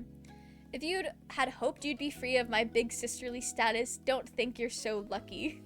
She bumped her shoulder against yours playfully, her lips tilted at the corners. I'm glad that she's doing better. You'll always be my little sibling. Good for them. We'll give her a hug. I feel like she needs it. Took a few seconds, but she gave you a quick squeeze in return. I think I'm really lucky. Chuckling, she seemed pleased with how the conversation had gone in the end. We have fixed things with our sister. Not that anything was wrong. Thank you for the stretch, the posture check, and the hydrate, Zenith. Ooh. I'm really glad my mic doesn't pick up my shoulder popping, because that was loud. Thank God it's not following any anime logic. No, we're doing fine. We're doing so fine. We should probably head downstairs and make sure moms are okay. It's been a long day for everybody. You gave her a nod. Down we go. Is Cove just like, did he go back outside the window? Is he just like standing in the, like, where did he go? Is he just in this nebulous, like, waiting, just like Lee? You think they're in the same place? You met up with Cove just outside the room and made the short trip to the lower floor of your home together. Oh. Why is he coming downstairs with us? The familiarity of it all felt nice. Kay, welcome in. So how are pissed I'm you? late. Not you being pissed about being late. I hope you're doing well. Also, thank you for the sub. That is so kind of you. We just found out about our birth parents. And I feel like Cove is about to get caught for sneaking into the house. Cove and Lee are just awkwardly hanging out together. He walks in and Lee's like, damn, you two? I've been here all day.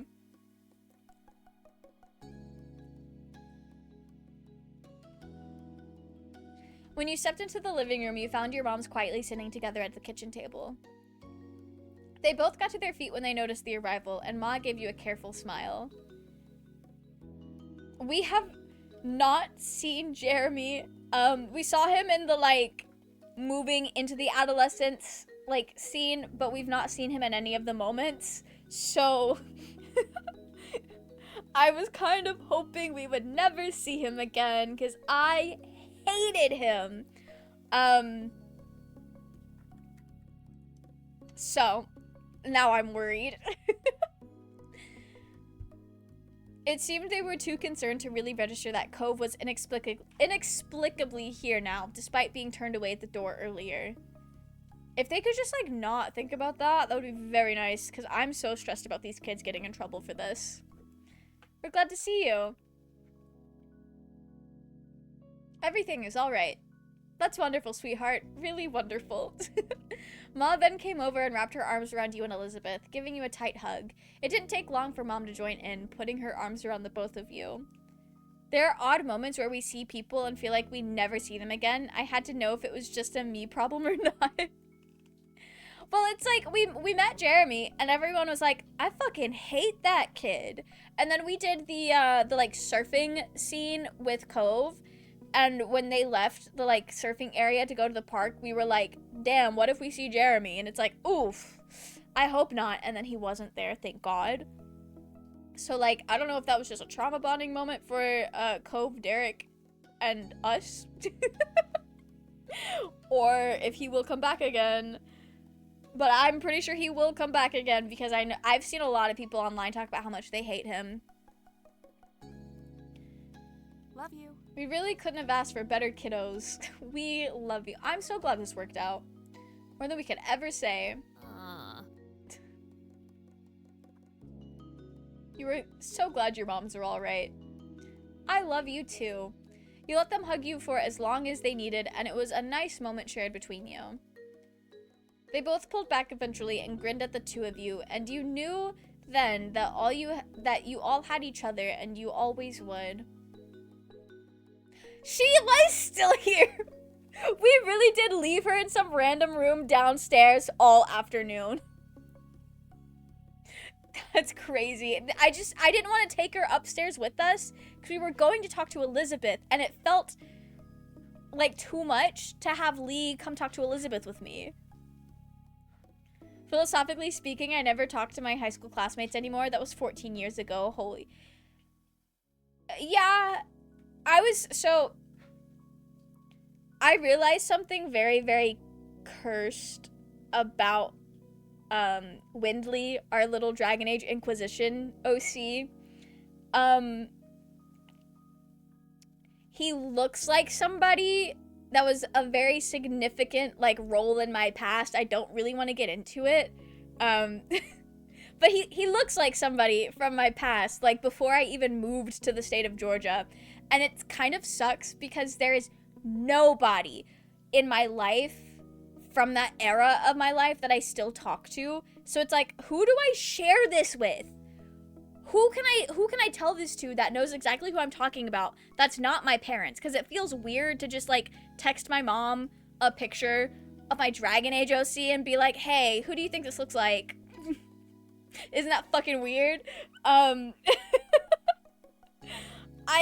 don't want to have that conversation with my mom. And so now I'm like, well, let me just DM this to, like, 2 of my closest friends who have never met this person, and they're just gonna have to believe me when I say this. But yeah, there's a lot of people I do. Like, Roy and his wife Libby are the only 2 people I still talk to that I went to high school with. We can always delete Mr. Lanky and get a new one. We're gonna stay locked in with Mr. Lanky. Like, I do like him. His design is fun. It was just a weird moment, but the stage of my life was so long ago, Overlord. We're fine to keep up with it. We're fine to keep Mr. Lanky. It was just a, that's weird moment. What's wrong with Mr. Lanky? He just looks like somebody. I will not specify more. Crazy that our cousin was just hanging out this whole time. I wonder if she's spending the night. I'm sure she is. Lee came up towards you, a soft smile plastered on her face. And are you okay, Elizabeth? Elizabeth rolled her eyes and huffed a breath, and you knew she wasn't used to showing her vulnerable side. Fine. I'm doing fine. You know, it must suck to be 15 years old. Lee nodded, though you could tell she didn't quite believe her. Well now, since we're all here, since we're all here, how about we do something together as a family? Why is Cove here for this? Sounds like an excellent idea. We should have some fun before the night's over. Totally. I love the sound of that. Are we gonna do our little show? Are Lee and I gonna do our show? Okay. Cove and the main character are not stressed out enough about Cove sneaking in through a window again for me. I feel like I'm so stressed and it's not even gonna be that big of a deal. Okay, yeah, Cove is family. And if we play our cards right, he's definitely going to legally be family as well in the future. I'm just stressed about them getting in trouble, okay? If I was Lee, I would have left hours ago, which is what makes me think that she's spending the night, because I feel like if she was not spending the night, our moms probably would have, like, called her parents to come pick her up already. Pretty sure our moms know he keeps sneaking into the window. Oh my gosh, Kay.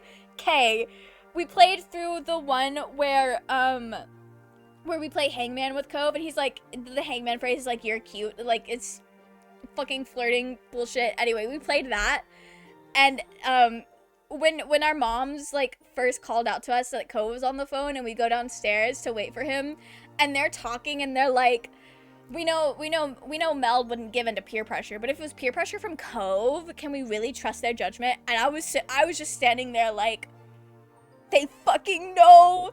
They know, and I'm about to get in trouble. They didn't say anything about it. Thank God.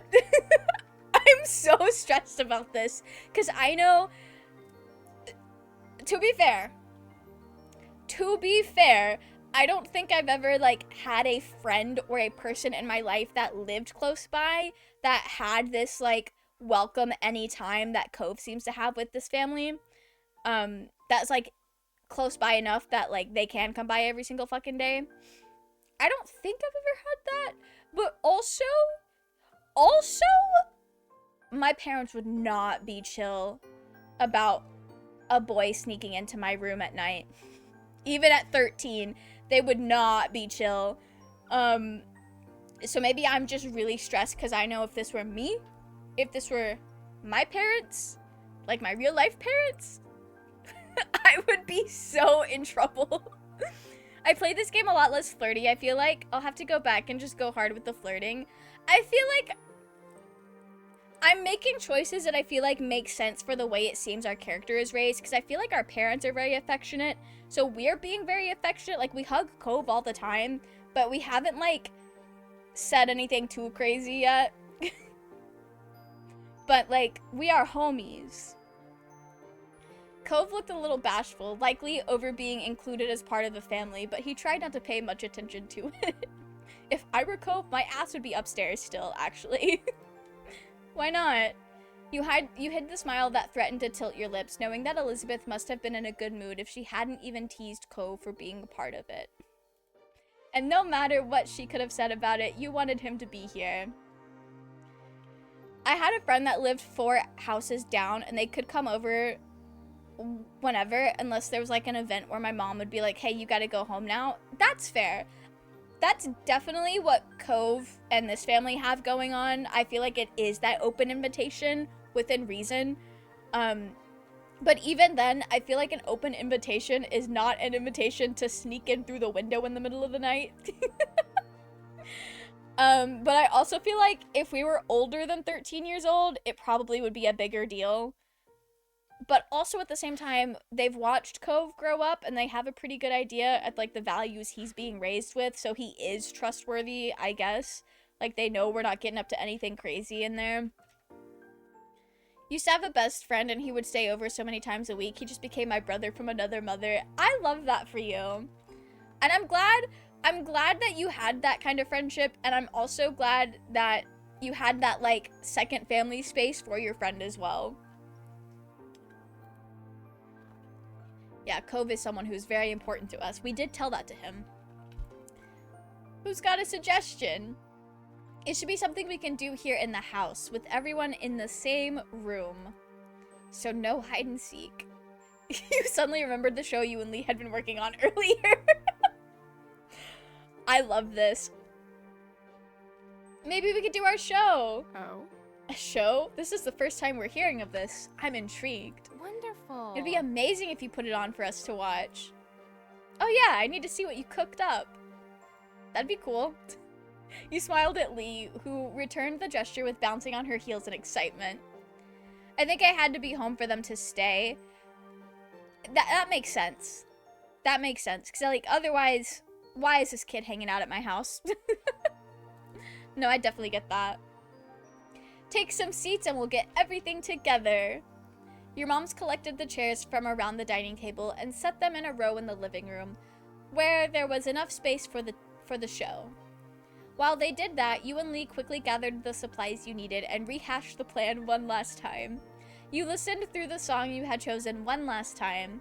The backdrop you had prepared earlier was also ready to go now that it was needed. When the two of you returned to the living room, everyone was sitting and chatting amongst themselves while they waited. The group quieted down when you and Lee stood in front of them on your makeshift stage. Lee was buzzing quietly with excitement beside you. You were pumped for the show. The time you and Lee had put into practicing was worth it. You were ready to go. Okay, so welcome to our show. We only came up with it today, but we promise it'll be good. Thank you for... No refunds is really funny. Thank you for being here tonight. That's what they say on stage. Your moms gave you a thumbs up and encouragement, ready for the performance. Then you nodded at Lee that you were ready to begin. Lee took in a deep breath, waiting the few beats it took to get into the song, and started singing. Your part of the song joined in just a few moments later, and you smiled at each other as you sang together. The backdrop you had created gave a great atmosphere to work off of. You know, our main character and Lee are the kids that, like, put together a performance to ask their parents if they can have a sleepover. Did people actually I've never done that. I didn't even know that was like a thing people were doing, but I've seen so many memes about people doing that. Is that actually a thing people used to do? Is that actually a thing kids did? Because that's really silly. When the performance was over, Lee took your hand in hers, and the two of you bowed deeply together. Everyone gave you a round of applause and cheered for an encore. When you straightened yourself up, you were happy to see that even Elizabeth was clapping for you. Elizabeth is proud of us. Bravo, bravo. Good job. You are so talented. Your family rose from their seats and came over to congratulate you more directly. You were beaming from ear to ear. Cove was the first one to approach, stepping up to you and Lee with a smile on his face. It's nice. Nice job. Thank you.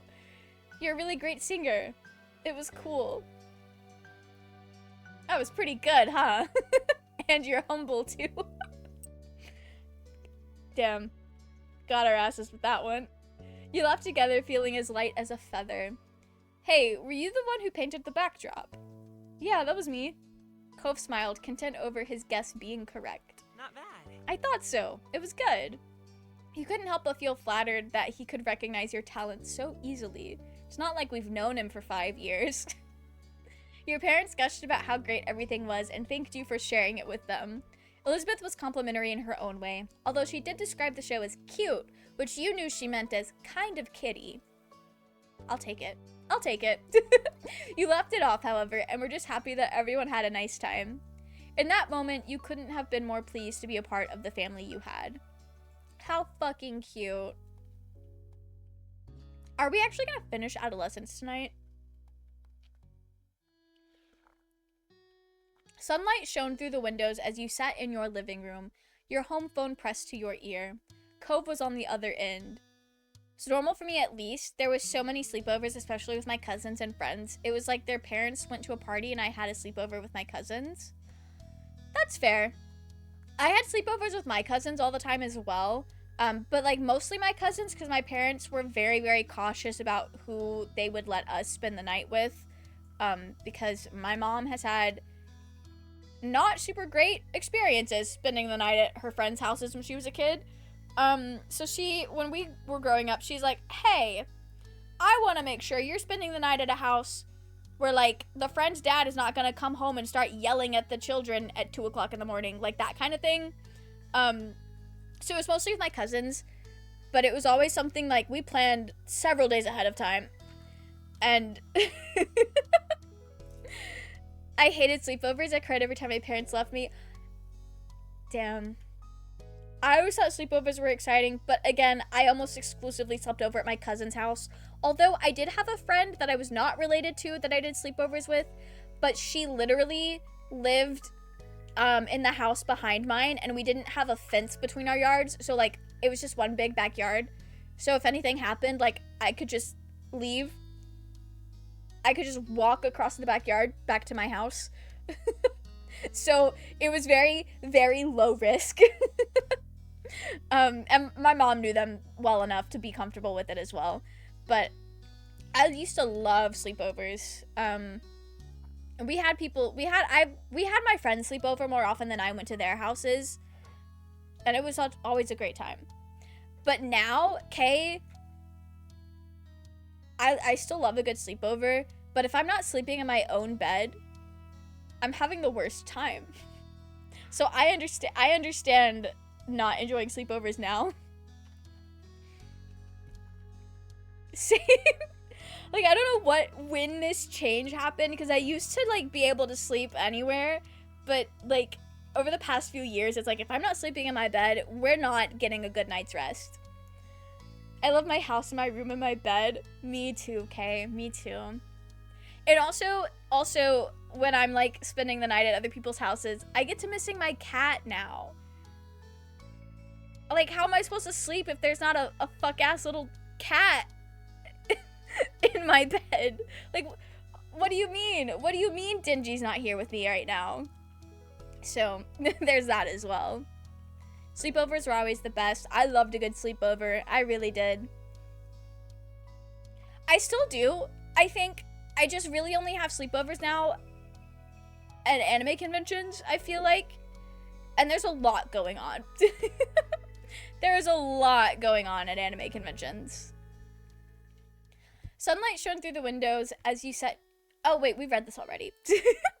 It had been shaping up to be an ordinary day like any other until Cove had called unexpectedly. He sounded unusually nervous greeting you. A friend of mine had a waterbed and I had to ask for a sleepover and his dad was like, sure, and he had an Xbox. Twas fun. I have never in my life been on a waterbed. I know my dad used to have one before he and my mom got married. I don't know if they still, I think they might have still had it around when I was like teeny tiny, right when I was born, but I don't remember it, and they had to get rid of their guest bedroom when my brother was born a few years later. I have no memories of a waterbed, but I feel like they would be very nice to sleep on. My dad says they were nice to sleep on. I've never been on a waterbed either. I don't think they're super common anymore, Zenith. But I have heard people say that, like, they're really good if you get, like, hot at night. If your body just does not want to regulate its temperature. Or if it's 1,000,000 fucking degrees. And I'm like, damn, that could be nice. I don't know if I would like to sleep on one, but I feel like they would be comfortable. You listened silently as he kept talking, his words stilted. So, I was just, wondering, do you want to come over to my house for dinner tonight? The question came out strangely, almost like he'd rehearsed it a few times beforehand, and I will not judge him for that. It was back in the good old 1900s and 90s. Yeah, I'm gonna be real, gang. I was alive for some of those years. I don't have any memories of those years. I don't think I do. I don't think I have a single memory that predates the year 2000. We're really lucky if I have a memory that predates the year 2001.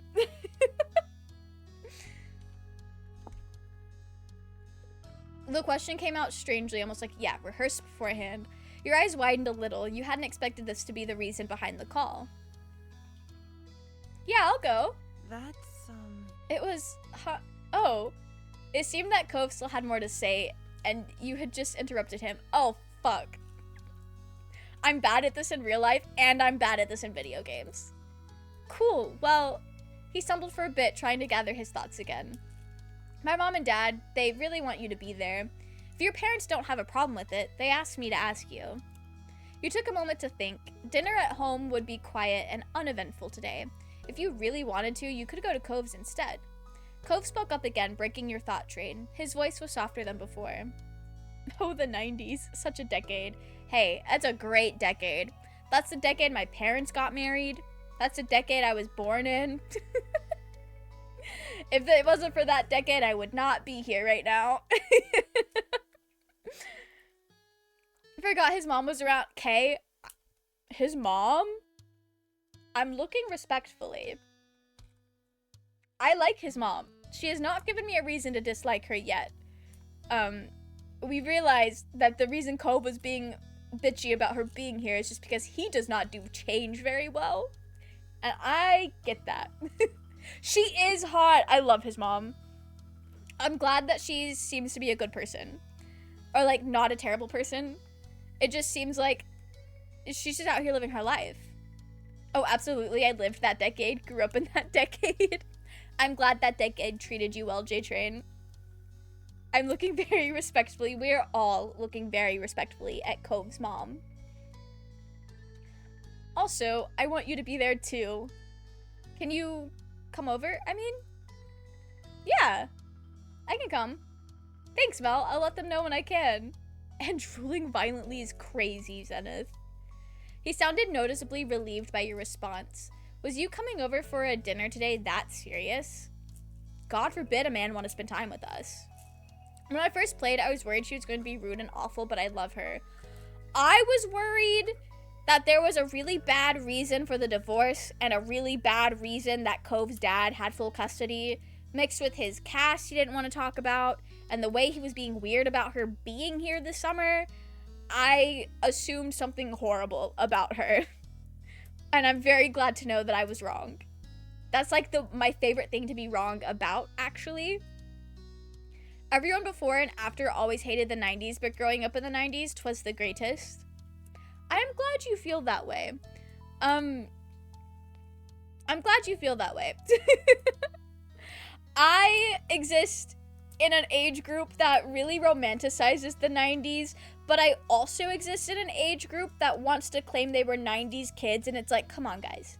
Do we have any memories from that decade? The answer is no.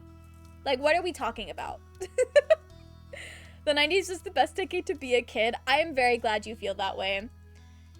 I feel pretty good about my childhood as well. And I know a lot of people my age and like slightly older have a lot of think pieces about how kids these days are having terrible childhoods and being failed. And I can only hope my nephew does not feel that way when he gets older. But I'm glad you guys are happy with your childhoods. She could be financially unstable. That's true. But that's a lot better than me assuming she was abusing her child. She said she's a travel writer, and that doesn't sound reliable pay-wise, especially with her freelance. Oh, yeah, absolutely. Cal and I are in the same wavelength. And she would move a lot. It does sound like she does not spend a lot of time at home. He spoke to you for a little while longer to explain what time to come over and other details, then hung up. And that was that, for now anyway. Soon enough, the sun dipped out of the sky and evening came. It was time for you to head to Cove's house. After letting Elizabeth know you were leaving, she didn't look away from the TV, just grunted. You made the small journey across the street. You knocked a couple of times on the heavy door to the condo. As you waited for an answer, you found yourself contemplating being a guest while both of Cove's parents were there. It cannot be any more awkward than the lunch with his mom. It was exciting. You had thought today was going to be boring, but it turned out to be much more interesting. You didn't get too much time with your thoughts, though. The door opened soon enough. Cove's mom, Kyra, stood in the frame, smiling warmly at you. Come on. Hey, Amel. Welcome. Please come on in. She opened the door wider and moved to make room. You stepped inside, allowing her to shut it behind you. Thanks so much for coming over. I know it was kind of last second. Thank you for having me. Of course. Just make yourself at home. It's not my home, but I've been given permission to say that. No, we know Cove's dad would have said that. He would have said it before we even made it inside, I fear. Hey Mel, welcome to our humble abode. You jerked your head towards the sound of Mr. Holden's voice. He waved at you briefly from the kitchen with his back turned and a large spoon in hand. Hope you're hungry because I'm whipping up a lot of tasty stuff. Did he grow his hair out? Or maybe it's just because it's not pulled back like it was in the childhood years. He looks very different. True to his word, you heard something sizzling on the stove. You closed your eyes and inhaled. It smelled spicy and savory. Ooh. Now I'm hungry in real life. With Mr. Holden busy and Cove nowhere to be seen, it was just you and Kyra. She gave you a wry smile. He sure is. Well, I've been barred from cooking the entire time I'm staying here. Can you believe that? She nudged you with an elbow. Mr. Holden scoffed good-naturedly, then spoke from over his shoulder. You're on vacation, Kyra. You need to accept that already. She yelled back, amusement obvious on her face and in her tone. People still cook when they're on vacation. Everyone's gotta eat. It's not like I'm some celebrity who can go out for every meal or hire a private chef. Sorry. Well, in this house, you are VIP. I'm glad they get along.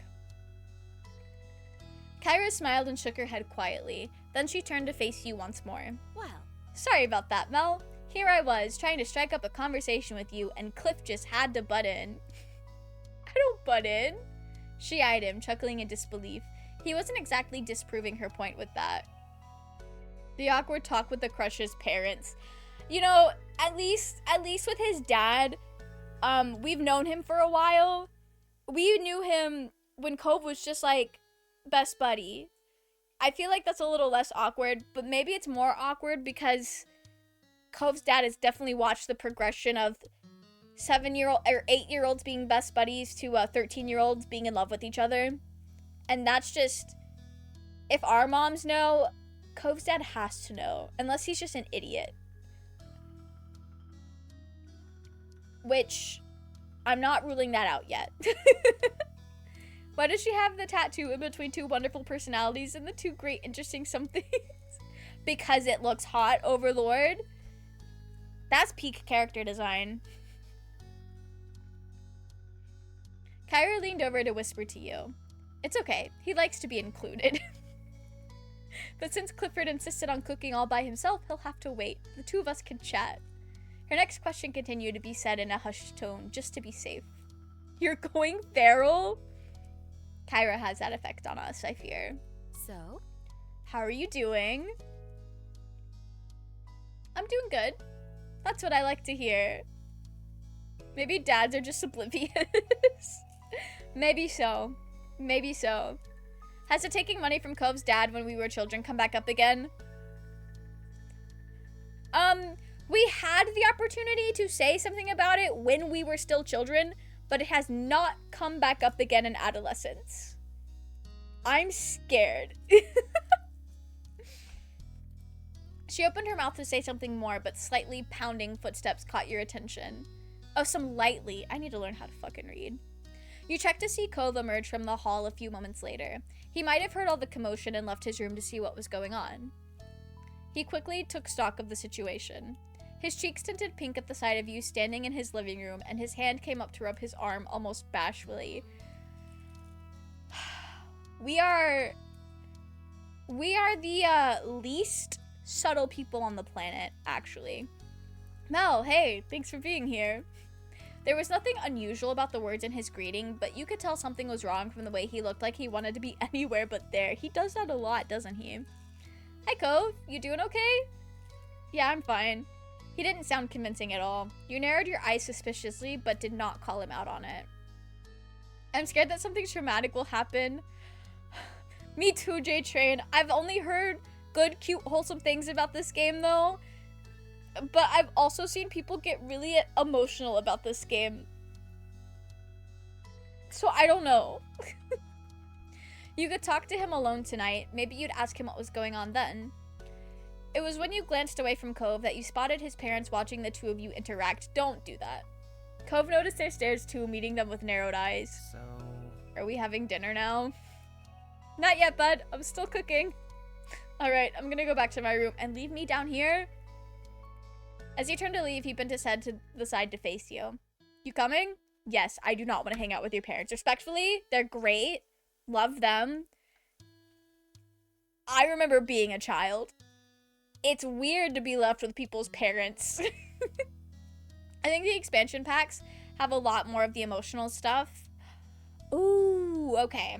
I have not purchased those yet. Especially with the ability to date people other than Cove. I would never. I would never. Cove is our soulmate. Literally, I don't think you were in here yet, Kay. Our entire bedroom is Cove themed. It's the same fucking color as his eyes, and that leads me to believe that is our favorite color because it's the color our room is made out of. K, our favorite color is Cove's eyes. If that's not the gayest fucking most romantic shit you've ever seen, we're not allowed to date anyone else. That's literally illegal. The question was quiet, but you heard it clearly. You smiled, pleased that he asked, and nodded in the affirmative. That's so gay. I'm glad you agree, Kay. Cove turned fully and made his way down the hall. Have fun, you two. We'll call you when food's ready to go. Okay. With that, you followed after Cove. The two of you made your way down the hall.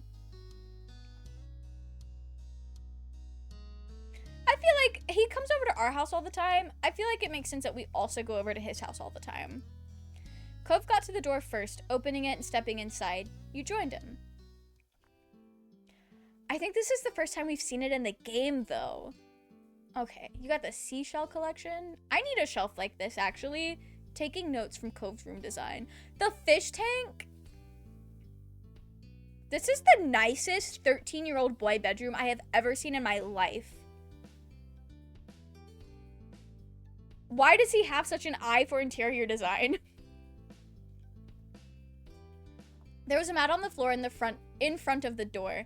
As you stepped over the threshold into his room, you felt the crunch of sand beneath your feet.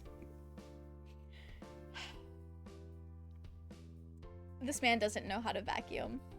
You know the answer. It's because he's gay. He's gay. Good for him. Good for him. At 13 years old, though, impressive. Playing the stereotypes. Love that for him. The sensation was nothing new to you, of course. Cove constantly came back to his room covered in sand, not bothering to clean himself off at the front door, and got it all over his personal space. That's just how he was, a little bit of a mess, and apparently allergic to a vacuum cleaner. Thank God he doesn't have blue flannel bedding.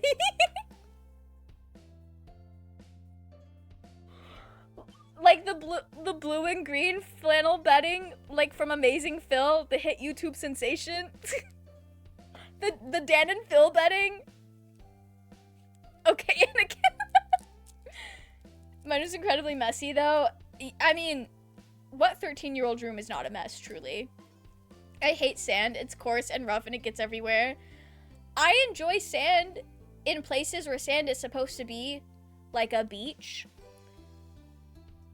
But I do not like it outside of those spaces. At that point, it's a nuisance. That is a Star Wars quote. Oh, is it? I didn't know that. Not Mel not getting the reference. K. Blue flannel bedding means something different to me, I fear. It means something very different, very chronically online, but equally as gay.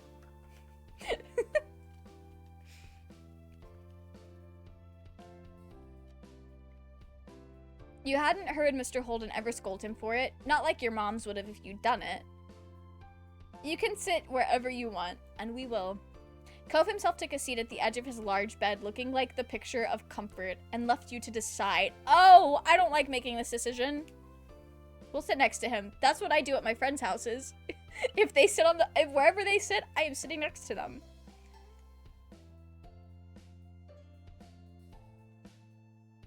Overlord. That emote is fucking horrendous. The bedding is just a stereotype for straight men. Oh, is it? I think I'm thinking of a different style of flannel.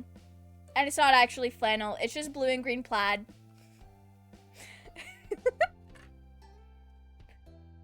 Anyway. Now that you guys know that Dan and Phil had a very big impact on my formative years. Every time Sandy gets mentioned, I quote it because I think it's funny. That's fair. As soon as you sat next to him, Cove grew tense. His back went stiff, and he ducked his head away. Damn. Not the uncomfortable mannerisms. Just showing Zenith a wild emote. I wonder how long it's gonna take for that emote to be taken down, because I know a lot of people's twerking emotes got, taken down. He hates us? Okay. I'm gonna be so fucking real. This is how I act. It is not a sign of hatred. It's just a sign of not being comfortable as a person. He tried to hide a trembling smile. Oh. Why are we making... Now I feel like I shouldn't have sat here. This is weird. He said it under his breath as if he didn't want you to hear. You obviously did, and easily since you were right beside him. This is awkward. Why am I stressed out? Like this is a big stakes event. Now I'm no, you being nervous is making me nervous now. What the fuck? He raised his eyebrows. You both kept noticing the other's every move. Sand always makes me think not of that quote, but of a quote from a parody cartoon. I hate sand, it's so sandy, but you are not sandy. That's why I love you. That's so funny. Making him nervous, that's cute. I guess so. No, that's very typical of this age group. I don't know why I get so stressed out about this. You're like an open book, you know that? That would make it worse. Well, we'll say it. We'll say it. I'm not. R2. Cove scowled before shifting nervously on the bed. He pointedly glanced away from you, the tips of his ears, not the tips of his ears, blushing. It was some dumb internet Newgrounds cartoon. I don't think I've seen it, but if it's all Star Wars related, I don't go there, so it makes sense that I would not have seen it. The silence growing, your gaze began to drift. You stared at the bright fish swimming in the tank. Yeah. The real, what fucking word am I trying to say? The real center of attention in this bedroom is the fish. I think I played this game like if I messed up, Cove would dump me. I always chose very careful options. I'm trying to, like, be in character, whatever that means. There were a bunch of them, floating to and fro in the open space. They stood out starkly against the green aquarium plants. Oh, I'm also trying to, like, remember what it's like to be 13 years old and pick answers that I think are very typical of 13-year-olds, which I guess in hindsight is just you guys getting a glimpse into what I remember about myself at 13 years old. How long have you had those fish? I guess. My dad bought them for me not very long after I moved here. I guess it's been years now. Wow, that's a long time. You peered carefully into the honestly, 5 years for fish, I think is a pretty long time for, like, certain kinds of fish. I don't know. I've never taken care of fish before. Ignore. I don't fucking know what I'm talking about. Ignore me. You peered carefully into the tank. The fish looked to be doing well. He must take good care of them. Most of them were small, but there was one especially big one. We've been in his room before, but didn't know he had fish. I think we're just making small talk. It sounds like he's had the fish the entire time we've known him, pretty much.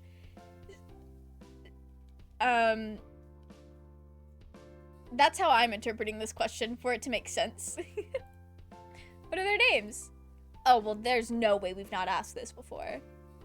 I don't name them. Well, not really. You lifted an eyebrow at that. He continued the explanation sheepishly. I mean... Mostly I just call them things based on what they look like. Squirt for a small one, tangerine for a really orange one. Those are names? What is this man talking about? I've had a lot of fish and I'm not that good at coming up with names. You found that relatable? We have to say this, because what do you mean my Dragon Age characters are Wheatley, Wesley, and Wendley? The original brain rot that is Newground, I remember it getting banned in school and everyone trying to learn how to get back onto it. Love that. Back then, most of the internet was brain rot. I mean, has that ever really changed? You didn't have any pets, but you always had trouble naming your stuffed animals or whatever else. It was such a hard choice. Oh, a couple of them have other types of names. He pointed to a small orange-ish red fish. It was minding its own business, away from the others.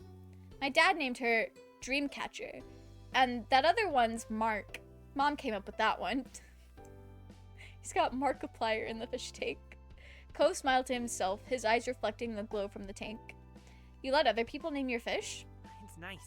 Yeah, that's actually really cute. He then turned to you, tilting his head to the side. There was a considering look on his face. Do you want to name one? Absolutely I do. Yeah. His smile grew a little at your enthusiasm. Cool. There's a few who don't have names right now, the newer ones. You can pick what you want to name. I used to torture my parents by watching Homestar Runner cartoons over and over again. Hey, that's fair. That's fair. My parents had to listen to, like, mid-2000s anime. I'm not saying at all it's the same things. I'm not familiar with Homestar Runner, but, like, sometimes a 2000s dub for an anime... There's a reason a lot of people prefer subtitles, and I think it has a lot to do with, not every dub was of quality at one point in time. The first was the smallest fish in the tank. It was completely orange and zipped all over the place, running laps around the others. The second was slightly bigger and red. Its tail was dotted with black spots, which almost resembled freckles. The last fish was the biggest one. Multicolored scales rippled under the bright light of the tank as it slowly made its way across the vast expanse. You went with... What do I feel a connection with? Honestly, the medium fish is really cute. I'm gonna name it after a gay book that I've been reading. Cove only nodded at your answer, waiting for you to decide on a suitable name. You watched the first you chose closely. As you did, a name eventually came to you. Naming it after us is cringe. I'm gonna type in my own, and we're gonna name this thing Hua Chung from Heaven Official's Blessing. Because it's got his colors. And, like, that's the biggest lover boy I know. So, maybe it'll bring the vibes. There was a show on Newgrounds that were animals, and they kept... Is that, Happy Tree Friends? And their show has got Newgrounds banned on our school. I used to watch that, I watched it on YouTube a little bit, and they also put it on Netflix at one point. I watched that a lot for, there was like a very small period of time where I watched it a lot. Alright, it's Hua Chung. With that, his attention moved from you to the tank. He peered fondly at it and its inhabitants. You smiled proudly at Hua Chung as it swam through the tendrils of the plants, disappearing then reappearing soon after. You noticed then that Cove was sitting closer to you than he was before. He must have scooted over at some point during the conversation. Hey, fish bring people together. This close, your shoulders were almost brushed against each other. Your heartbeat picked up a little at the realization. You know, I'm not allowed to have pets in my house, not even fish. The corners of Cove's lips turned down at that. That doesn't sound fair. It's not like fish would make a mess of your house or anything. You just gotta take care of their tank and feed them and they'll be okay. I get it. They don't want to worry about more lives than the two they're already raising. That's what they say about it. Gotta go give Cove many a hug rest of the stream. Yeah, thanks for coming and hanging out, Overlord. We will definitely be giving Cove many a hugs whenever we get the opportunity to do so. Never thought about it like that before. Your current conversation brought to mind a memory from years ago. You launched into it without any warning, earning you a brief, confused look from Cove. Yeah, no, taking care of a fish tank is a lot of work. I've never had one, but my aunt did when I was really young. And I really want one. I would love to have some fish, but I also know that's a lot. It is a lot. I would have a lot of learning to do before I actually, like, got fish for my house. One time, Elizabeth, came back from playing at the beach and just shut herself in her room. She only came down for food and then she ran back upstairs straight after. It was kind of weird. My moms didn't think much of it at first, though. But then that night, Ma went to her room to say goodnight and started screaming. Mom and I ran over to see what happened. Lizzie had this huge lizard in her arms. Cove's eyebrows rose at that, and he leaned forward in interest. Really? A lizard? Where'd that come from? Elizabeth said she saw it half buried in the sand and didn't know what it was. Then she pulled it out and got the answer. She brought it home. She hid the lizard in her room for most of the day because she wanted to keep it. Mom and Ma were not happy. They worried about putting it out during night, but she was going to have to let it go in the morning. Lizzie was really upset. She did bring it back to the beach eventually, but she wouldn't talk to anyone for days. When she did get over it, it was almost like it never happened. You laughed, thinking back to that time. Elizabeth had always been stubborn, but when she was younger, she forgot grudges quickly. Now it wasn't so easy. Cove had been quiet for most of the story. Apart from the reveal of the lizard, he had a thoughtful look on his face. I can't even imagine what it'd be like to have a sibling. You gave a serious thought to his statement before you told him.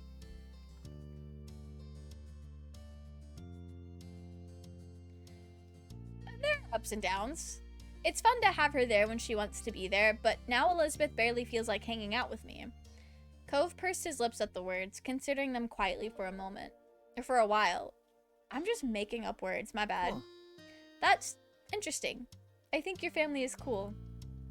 Little does he know. He'll be a part of it one day.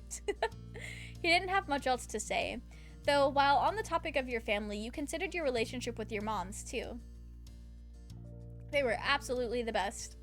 You couldn't even consider having another opinion. You couldn't have better parents. Well, say what you want about them, but at least your mom's never tried to pay someone to be your friend. Oh! Don't be thinking about that. The thought prompted you to look over at Cove. He probably still didn't know that happened, and he never will. And he never will. You doubted that Mr. Holden mentioned it, and you never had. You wondered if you should tell him. It was a long time ago, but you were keeping a secret from Cove, and I will never tell him.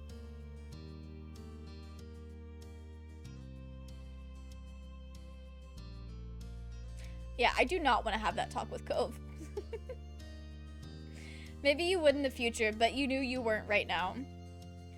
Time passed, but you didn't really notice. The two of you were busy making plans for the rest of the summer and chatting about your respective days. Eventually, you heard a muffled holler from a different part of the house. You and Cove raised your heads in unison. Oh. It's time for dinner. Cove watched the firmly shut door he had been locked behind for most of the night, but he didn't make a move to get up from the bed. Are you not hungry? You couldn't see his face, so you didn't know what expression he was wearing. I'm glad you came. Cove peeked back at you from the side. It's been awkward. Being 13 does that. I think the game is guilting you into confessing eventually, and I will never. As long as I have the option to never, I just won't. I actually regret taking the money. That's a weird thing to, like, bring up. I don't know. So like, in my brain, we made the choice to take the money because we were like, it wasn't like, oh, I'm being paid to be Cove's friend. It's like, I'm probably gonna be friends with this kid anyway, and now I'm just, like, taking free money, you know? So, like, it's not my place to bring this up between Cove and his dad. I didn't take the money, told Cove about it, and it became a joke the rest of the game. That's really silly, Kay. I did take it, because I was like, hey, might as well. That's free money. But now I guess my character has some sort of guilt over it. But it's like, you were gonna be friends with Cove anyway.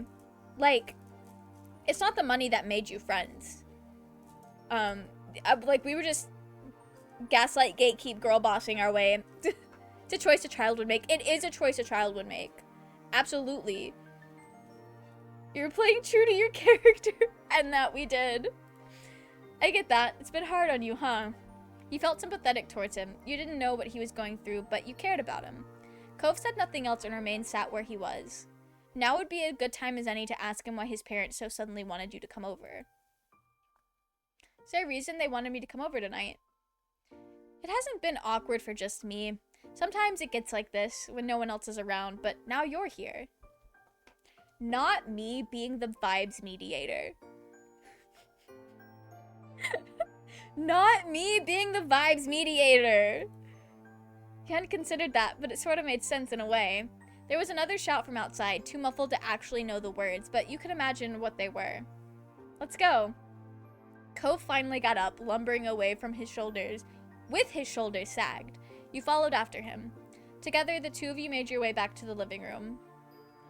As you expected, Cove's parents were politely waiting for you at the kitchen table, beside the windows overlooking the back of the house. Food had been prepared and set. Mr. Holden beamed as you and Cove took your places. I hope everyone's hungry. I cooked up a feast. Yeah. I know I am. Yeah. Cove's mumbled response wasn't nearly as upbeat as theirs. His parents didn't notice, or they pretended not to. Mr. Holden instead looked at you, grinning. Thanks. Let's all just take a moment to thank our special guest for being with us here tonight. Don't make a big deal about this. I'm so glad you were able to make it, Mel, and on such short notice, too. He acts like I'm not friends with his son and that we don't hang out all the time. You thanked Cove's parents back for inviting you. Yeah. Why does this make me nervous? It's because they're making a really big deal about something that is, quite frankly, not really that big of a deal. That is always uncomfortable regardless of the situation, in my opinion. Like, they're acting like I don't drop everything to hang out with Cove all the time anyway. Alright. Well, that's it. Everyone, please dig in. You can help yourselves to the food. Upon his encouragement, you looked over the meal spread out in front of you. There was a large garden salad in the center, surrounded by a variety of Mexican dishes. There were a lot of sides and optional sauces to add. You were very happy about these options. You loved Mexican food, and there was so many dishes to choose from. You were practically drooling. Utensils and plates scraped, and clinked together as the group began filling their plates.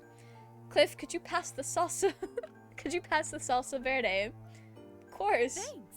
Thank you. Let me just say, you really outdid yourself tonight. I'm so jealous. Jealous? Of what? Your cooking's nothing to sneeze at, Kyra. Cove's parents made small talk, filling the silence with what seemed to be barely any effort. You chimed in as well. Did it take you a long time to cook all this, Mr. Holden? Oh, not at all. Sure, this is more than I usually make for me and Cove, but I enjoyed every second of it. Aha. Might have gone faster if you had some help, though. Cove's mom grumbled, but it was lighthearted. Mr. Holden chuckled and shook his head. Not this again. I make the rules here, and I say guests don't cook. Even when they're staying for literal weeks. Come on. Even then. Brief silences interspersed with small talk. You piled some food on your plate, waiting for your turn if someone was serving themselves a dish that you had your eye on. Once the food had been divided and things settled down, Cove's parents started talking again. Now then. You sat up in your seat when you noticed they were both looking at you. How's it going? How has everything been over at your house? Are your moms well? You've been keeping busy this summer? Or maybe you're just trying to take it easy during the break. Have I not been hanging out with your son, every day? You're more than happy to answer. Cove's parents seemed honestly interested to hear from you. You were kind of flattered by the attention. This whole exchange is giving me secondhand anxiety. I feel like I'm being interviewed. You mentioned the things you've done this summer. You should know what I've been up to since so much has included your family. Mr. Holden laughed loud and short. You caught him off guard with that. A fair point. You answered that things were at your house. It's been good. Fantastic. That's wonderful. Our moms are great. Mom took us out for dessert a couple weeks ago since her project went really well. Is that so? I'll have to congratulate her when I see her. And that was that for your question answering. Kyra nodded along. You could tell she was actually listening to the words you were saying. She was trying to include you, not humor you. She's so nice. Did you know, Cliff, Mel is really into games? Mr. Holden's face lit up, and he stopped eating so he could lean forward, his arms braced against the table. Nice Oh, work. that's right. Very cool. It's just a hobby. There's nothing wrong with that. It's good to do things just for fun. Everyone needs a hobby. I've been thinking of picking up wood carving myself. He looks like he would dabble in wood carving. You couldn't tell how serious he was being about that declaration. Thanks. Cove's parents were definitely the encouraging type, but you could already tell that much about them. There was a lull in conversation as everyone focused their attention on their respective plates. You noted, not for the first time, that Cove's parents were the ones guiding the conversation. You wondered if you should break the silence this time. Nah. We're trying to eat. We gotta lock in. You left coming up with the conversation topic to them. Mr. Holden was the one who spoke, glancing at his son before turning to you with an easy grin. Speaking of hobbies, Cove has been hitting the books hard. He keeps telling me all kinds of things I've never heard of.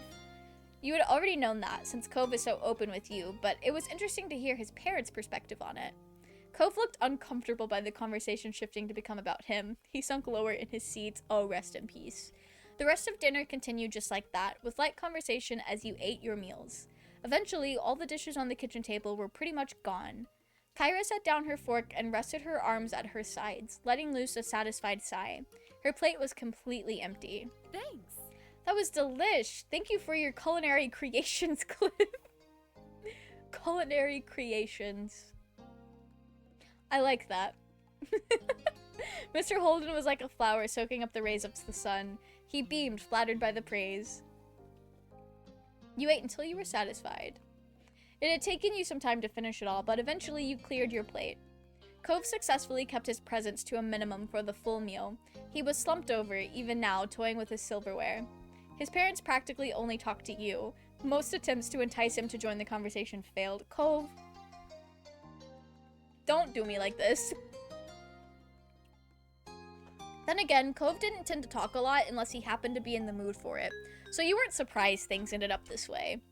You didn't get much time to contemplate Cove's situation because your attention was taken by Mr. Holden pointedly clearing his voice.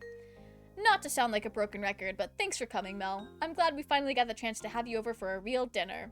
What? Did I hear that right? This is the first time Mel has ever had dinner here? Why in the world haven't you invited them over sooner? Cove was always the one going over to Mel's house until now. I mean, how was I supposed to reject the generous offers of the Lee's family to host my kid? Kyra shook her head, but the amused smile she was sporting told you that she wasn't actually mad. This guy, honestly. The three of you looked at Cove in unison, his small sound being more than enough to get the focus on him after his silence. By now, he'd stopped fiddling with his fork. I mean... Would it be alright for Mel to stay over, like, for the night? I did not ask my parents about this. He shot you a shy glance, then smiling a little. If you're cool with that. Mr. Holden's shoulders stiffened. He sat up straighter, eyes darting back and forth between you and Cove. His mouth opened, but not a peep came out. Kay! This is crazy! This is crazy! You've never seen Cove's dad say no to him before, but this was different than the usual request. It wasn't so simple, and Mr. Holden was lost. Cove, this wasn't discussed! No, okay. Yeah, you should probably call my mom's first, but, like, also, Kay, I feel like if this... I get that Cove and the main character have a special bond, and, like, they put up with more from each other, but just based on how Cove was reacting when his mom came to spend the summer at their house without, like, anyone telling him, I feel like if we were just, like, if the situation was reversed and we sprung this on Cove, he would not be happy about that at all. Yeah, the blonde one is Cove's dad. He looks very different in this stage of life than he did previously. Then Cove's mom reached out and took a hold of his shirt collar. She pulled him closer. She glanced at you before leaning in and bringing a hand up in front of their faces. The two adults whispered seriously to each other. I hate this. Cove's eyes opened wider. He leaned forward as if that would help him overhear his parents' conversation. Mr. Holden kept gesturing with his hands while Kyra made sure he didn't get too far away with all his movements. Every now and then, both of them would watch you and Cove out of the corner of How much time is passing? How much time is passing? It didn't seem like they were fighting to you. They looked more like some kind of tiny sports team having a private huddle. After a bit, they broke the group up. They moved back to sit properly in their chairs. You suck a look at Cove. He stared at them expectantly. You were eager to hear their verdict, too. They're such silly co-parents. I'm really glad that they are. Like, honestly, I'm really, really glad that they are. A million years, apparently. This is stressful. Well, we, Kyra and I, think that should be fine. But, he lifted a finger dramatically, his brows raising as he met Cove's gaze and then your own. We'll have to talk with Mel's parents to make sure they'd be comfortable with it. Yes. If they are, we can arrange for a sleepover to happen on a different night when everyone is more prepared. If Mel's folks don't like the idea, there's nothing we can do. He said, not tonight, homie. We gotta plan things. And I respect that. I really respect that. He finished the mini speech with a wide shrug using his full arms. He also checked out Kyra from the corner of his eyes and gave her a crooked smile. He's like, did I do good? She nodded approvingly and grinned back. You thought you saw her give him a thumbs up, but her hand was partially blocked by the table. He said, I will not get in trouble for this. Well, like, even if he did say yes, we still would have to ask my parents. Like, he can't speak for them.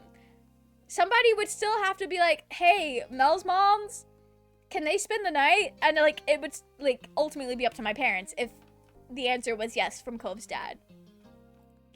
They looked so pleased with themselves over the answer, but they just passed the actual decision on whether it was all right or not to someone else, namely your parents. But, like, both parents have to agree. That's how this works. If it was a sports game, they would have punted the ball away. Cove hung his head, deflated. He had been hoping you could stay over today, not some hypothetical time in the future. I am not going to say that in front of his parents. Pat him on the back. It was a good try, buddy. You didn't say a word. Instead, you reached over and gave him an understanding pat on the back. Though he still appeared upset, the corners of his lips lifted a little in appreciation of your comfort. With that, dinner finally came to an end. Mr. Holden stood up from the table and began collecting empty plates. Cove was asked to help out, which he did with a little fuss.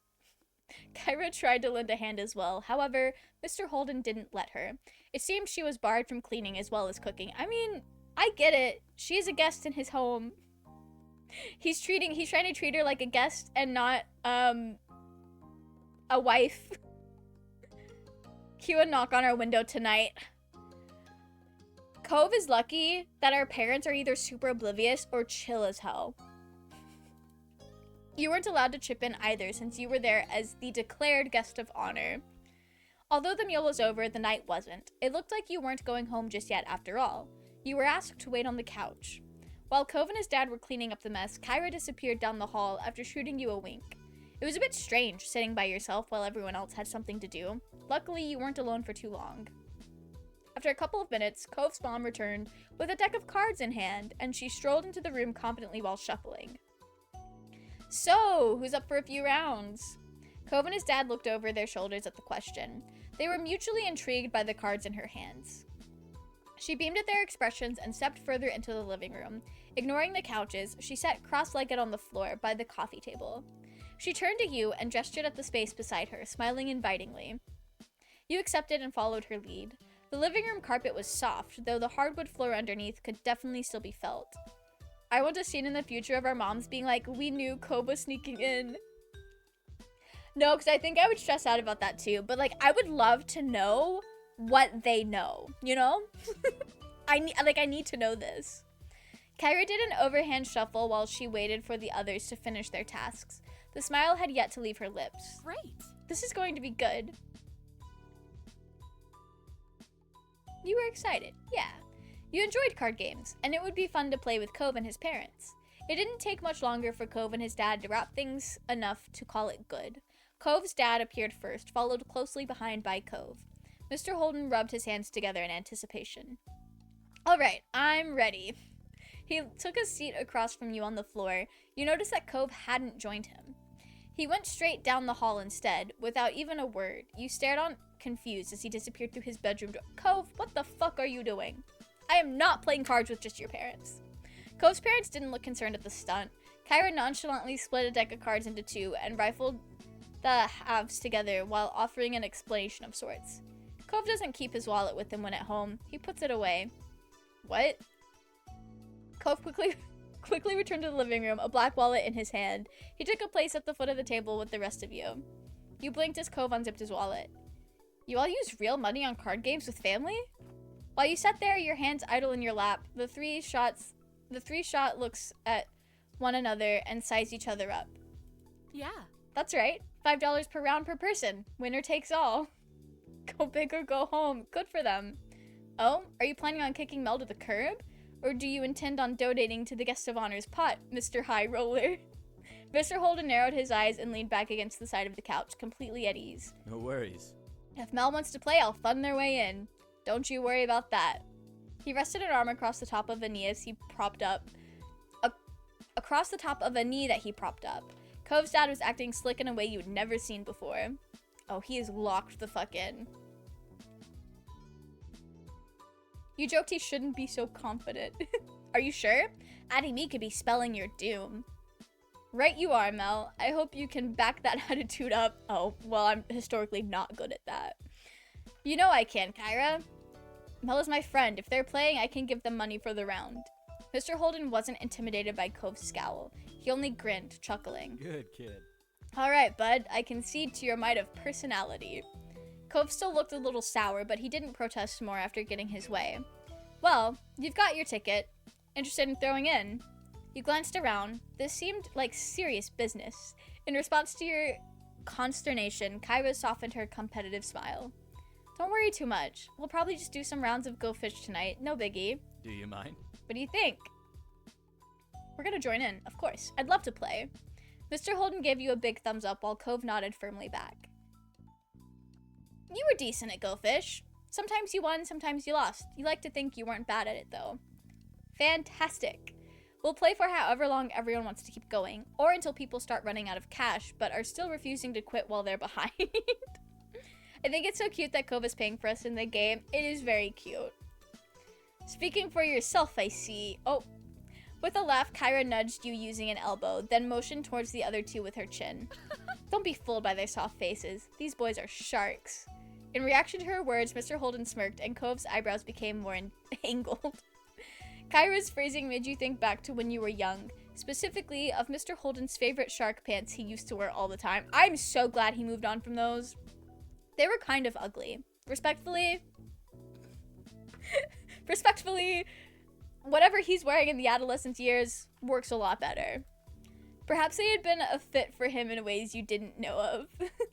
You could feel tension in the air. Cove and his parents glued their eyes to one another, then all placed $5 bills in an empty space in front of them. Cove dropped an extra one for you, giving you a tiny smile after he did. Once this was done, Kyra began dealing out cards to everybody. It was time to begin. The first round came and went quickly, with the group getting into the groove of things. You won right away, which meant you had money to keep playing the second round. You're a natural. Nicely done. You'd better keep those wits about you for the next round, though. As the night went on, so did the games. Mr. Holden would jokingly shake his fist whenever someone other than him got a pair. Kyra acted as a news anchor, reporting on every move everyone made by speaking into her curled fist. Cove was still a few words, but now it was because he was focused on the game instead of being overcome with awkwardness. Most of the time, you even spotted a smile on his lips. You won quite a few games, to your delight. You had a hefty money pile on your side of the table. They better not be letting me win. You must regret paying Mel's way in now, huh? No way. Mel might be beating me, but they're also beating you two. I love that. I don't know what it is about, like, group games, but it's like, if I'm not winning, there's at least one person that's like, well, at least I'm beating them.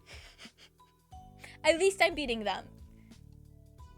This is very fun and wholesome. I'm glad that it went this way. Cove turned towards you and smiled, looking pleased at your ability to match his mom and dad. You grinned at him, touched by his speedy comeback. He said, what's mine is ours. He said, their victory? This is our victory. Against you guys. It became clear that where the money went in the moment didn't really matter. They ended up giving it back to one another in other ways, and not just through more rounds of cards. You sat back, looking over the scene. A tiny smile grew on your face. Cove's family was pretty cool, you thought. You were glad you got this chance to come over and spend time with the three of them. That's very cute. Unfortunately, I think I am gonna have to call it there. We'll have to road trip next week, I fear. But that was really cute. That was precious. Is this one of those games where quitting it closes the entire game? It is. Okay. I just have a Starian staring back at me now. Anyway, that was so fucking cute. I'm kind of sad that it's already been like over 4 hours of streaming because I want to play more. But I also don't need to keep streaming for too much longer. Road trip next week? I'm excited for what road trip could be. Do you want to keep these like visual novel dating sim vibes going? Because Amanda's playing Date Everything. I will say, for those who might be a little on, like, it should be fine, because we play Dragon Age and Baldur's Gate. Date Everything I don't think is explicit, but it is a lot more risque than some other dating sims we have played around here. But I think y'all should be fine with that. Yes? Okay, I'm gonna send you guys over to Amanda when I stop yapping and get this raid going. Oh, lovely. Zenith, have you seen anything about Date Everything? Because I feel like you would actually like it. I feel like you would like it a lot. It seems really fun and goofy. Is it? It is /raid. Okay. Not me forgetting how to be a streamer. Anyway, thank you guys so much for coming out and hanging out with me tonight. I hope you guys are enjoying our life as much as I am. I know Kay is. Kay's been telling me that this game is very good. I will see you guys on Saturday when we play Baldur's Gate with Roy and Moya. And we'll pick this back up again same time next week. I haven't seen Date Everything yet. I'm curious to see what it is. I'm excited for you, J-Train. It's a very silly game. Anyway, I'm going to send you guys over to Amanda. She's playing Date Everything. It should be a good time. I hope you have a wonderful rest of your evening, and I will see you guys next time. Good night!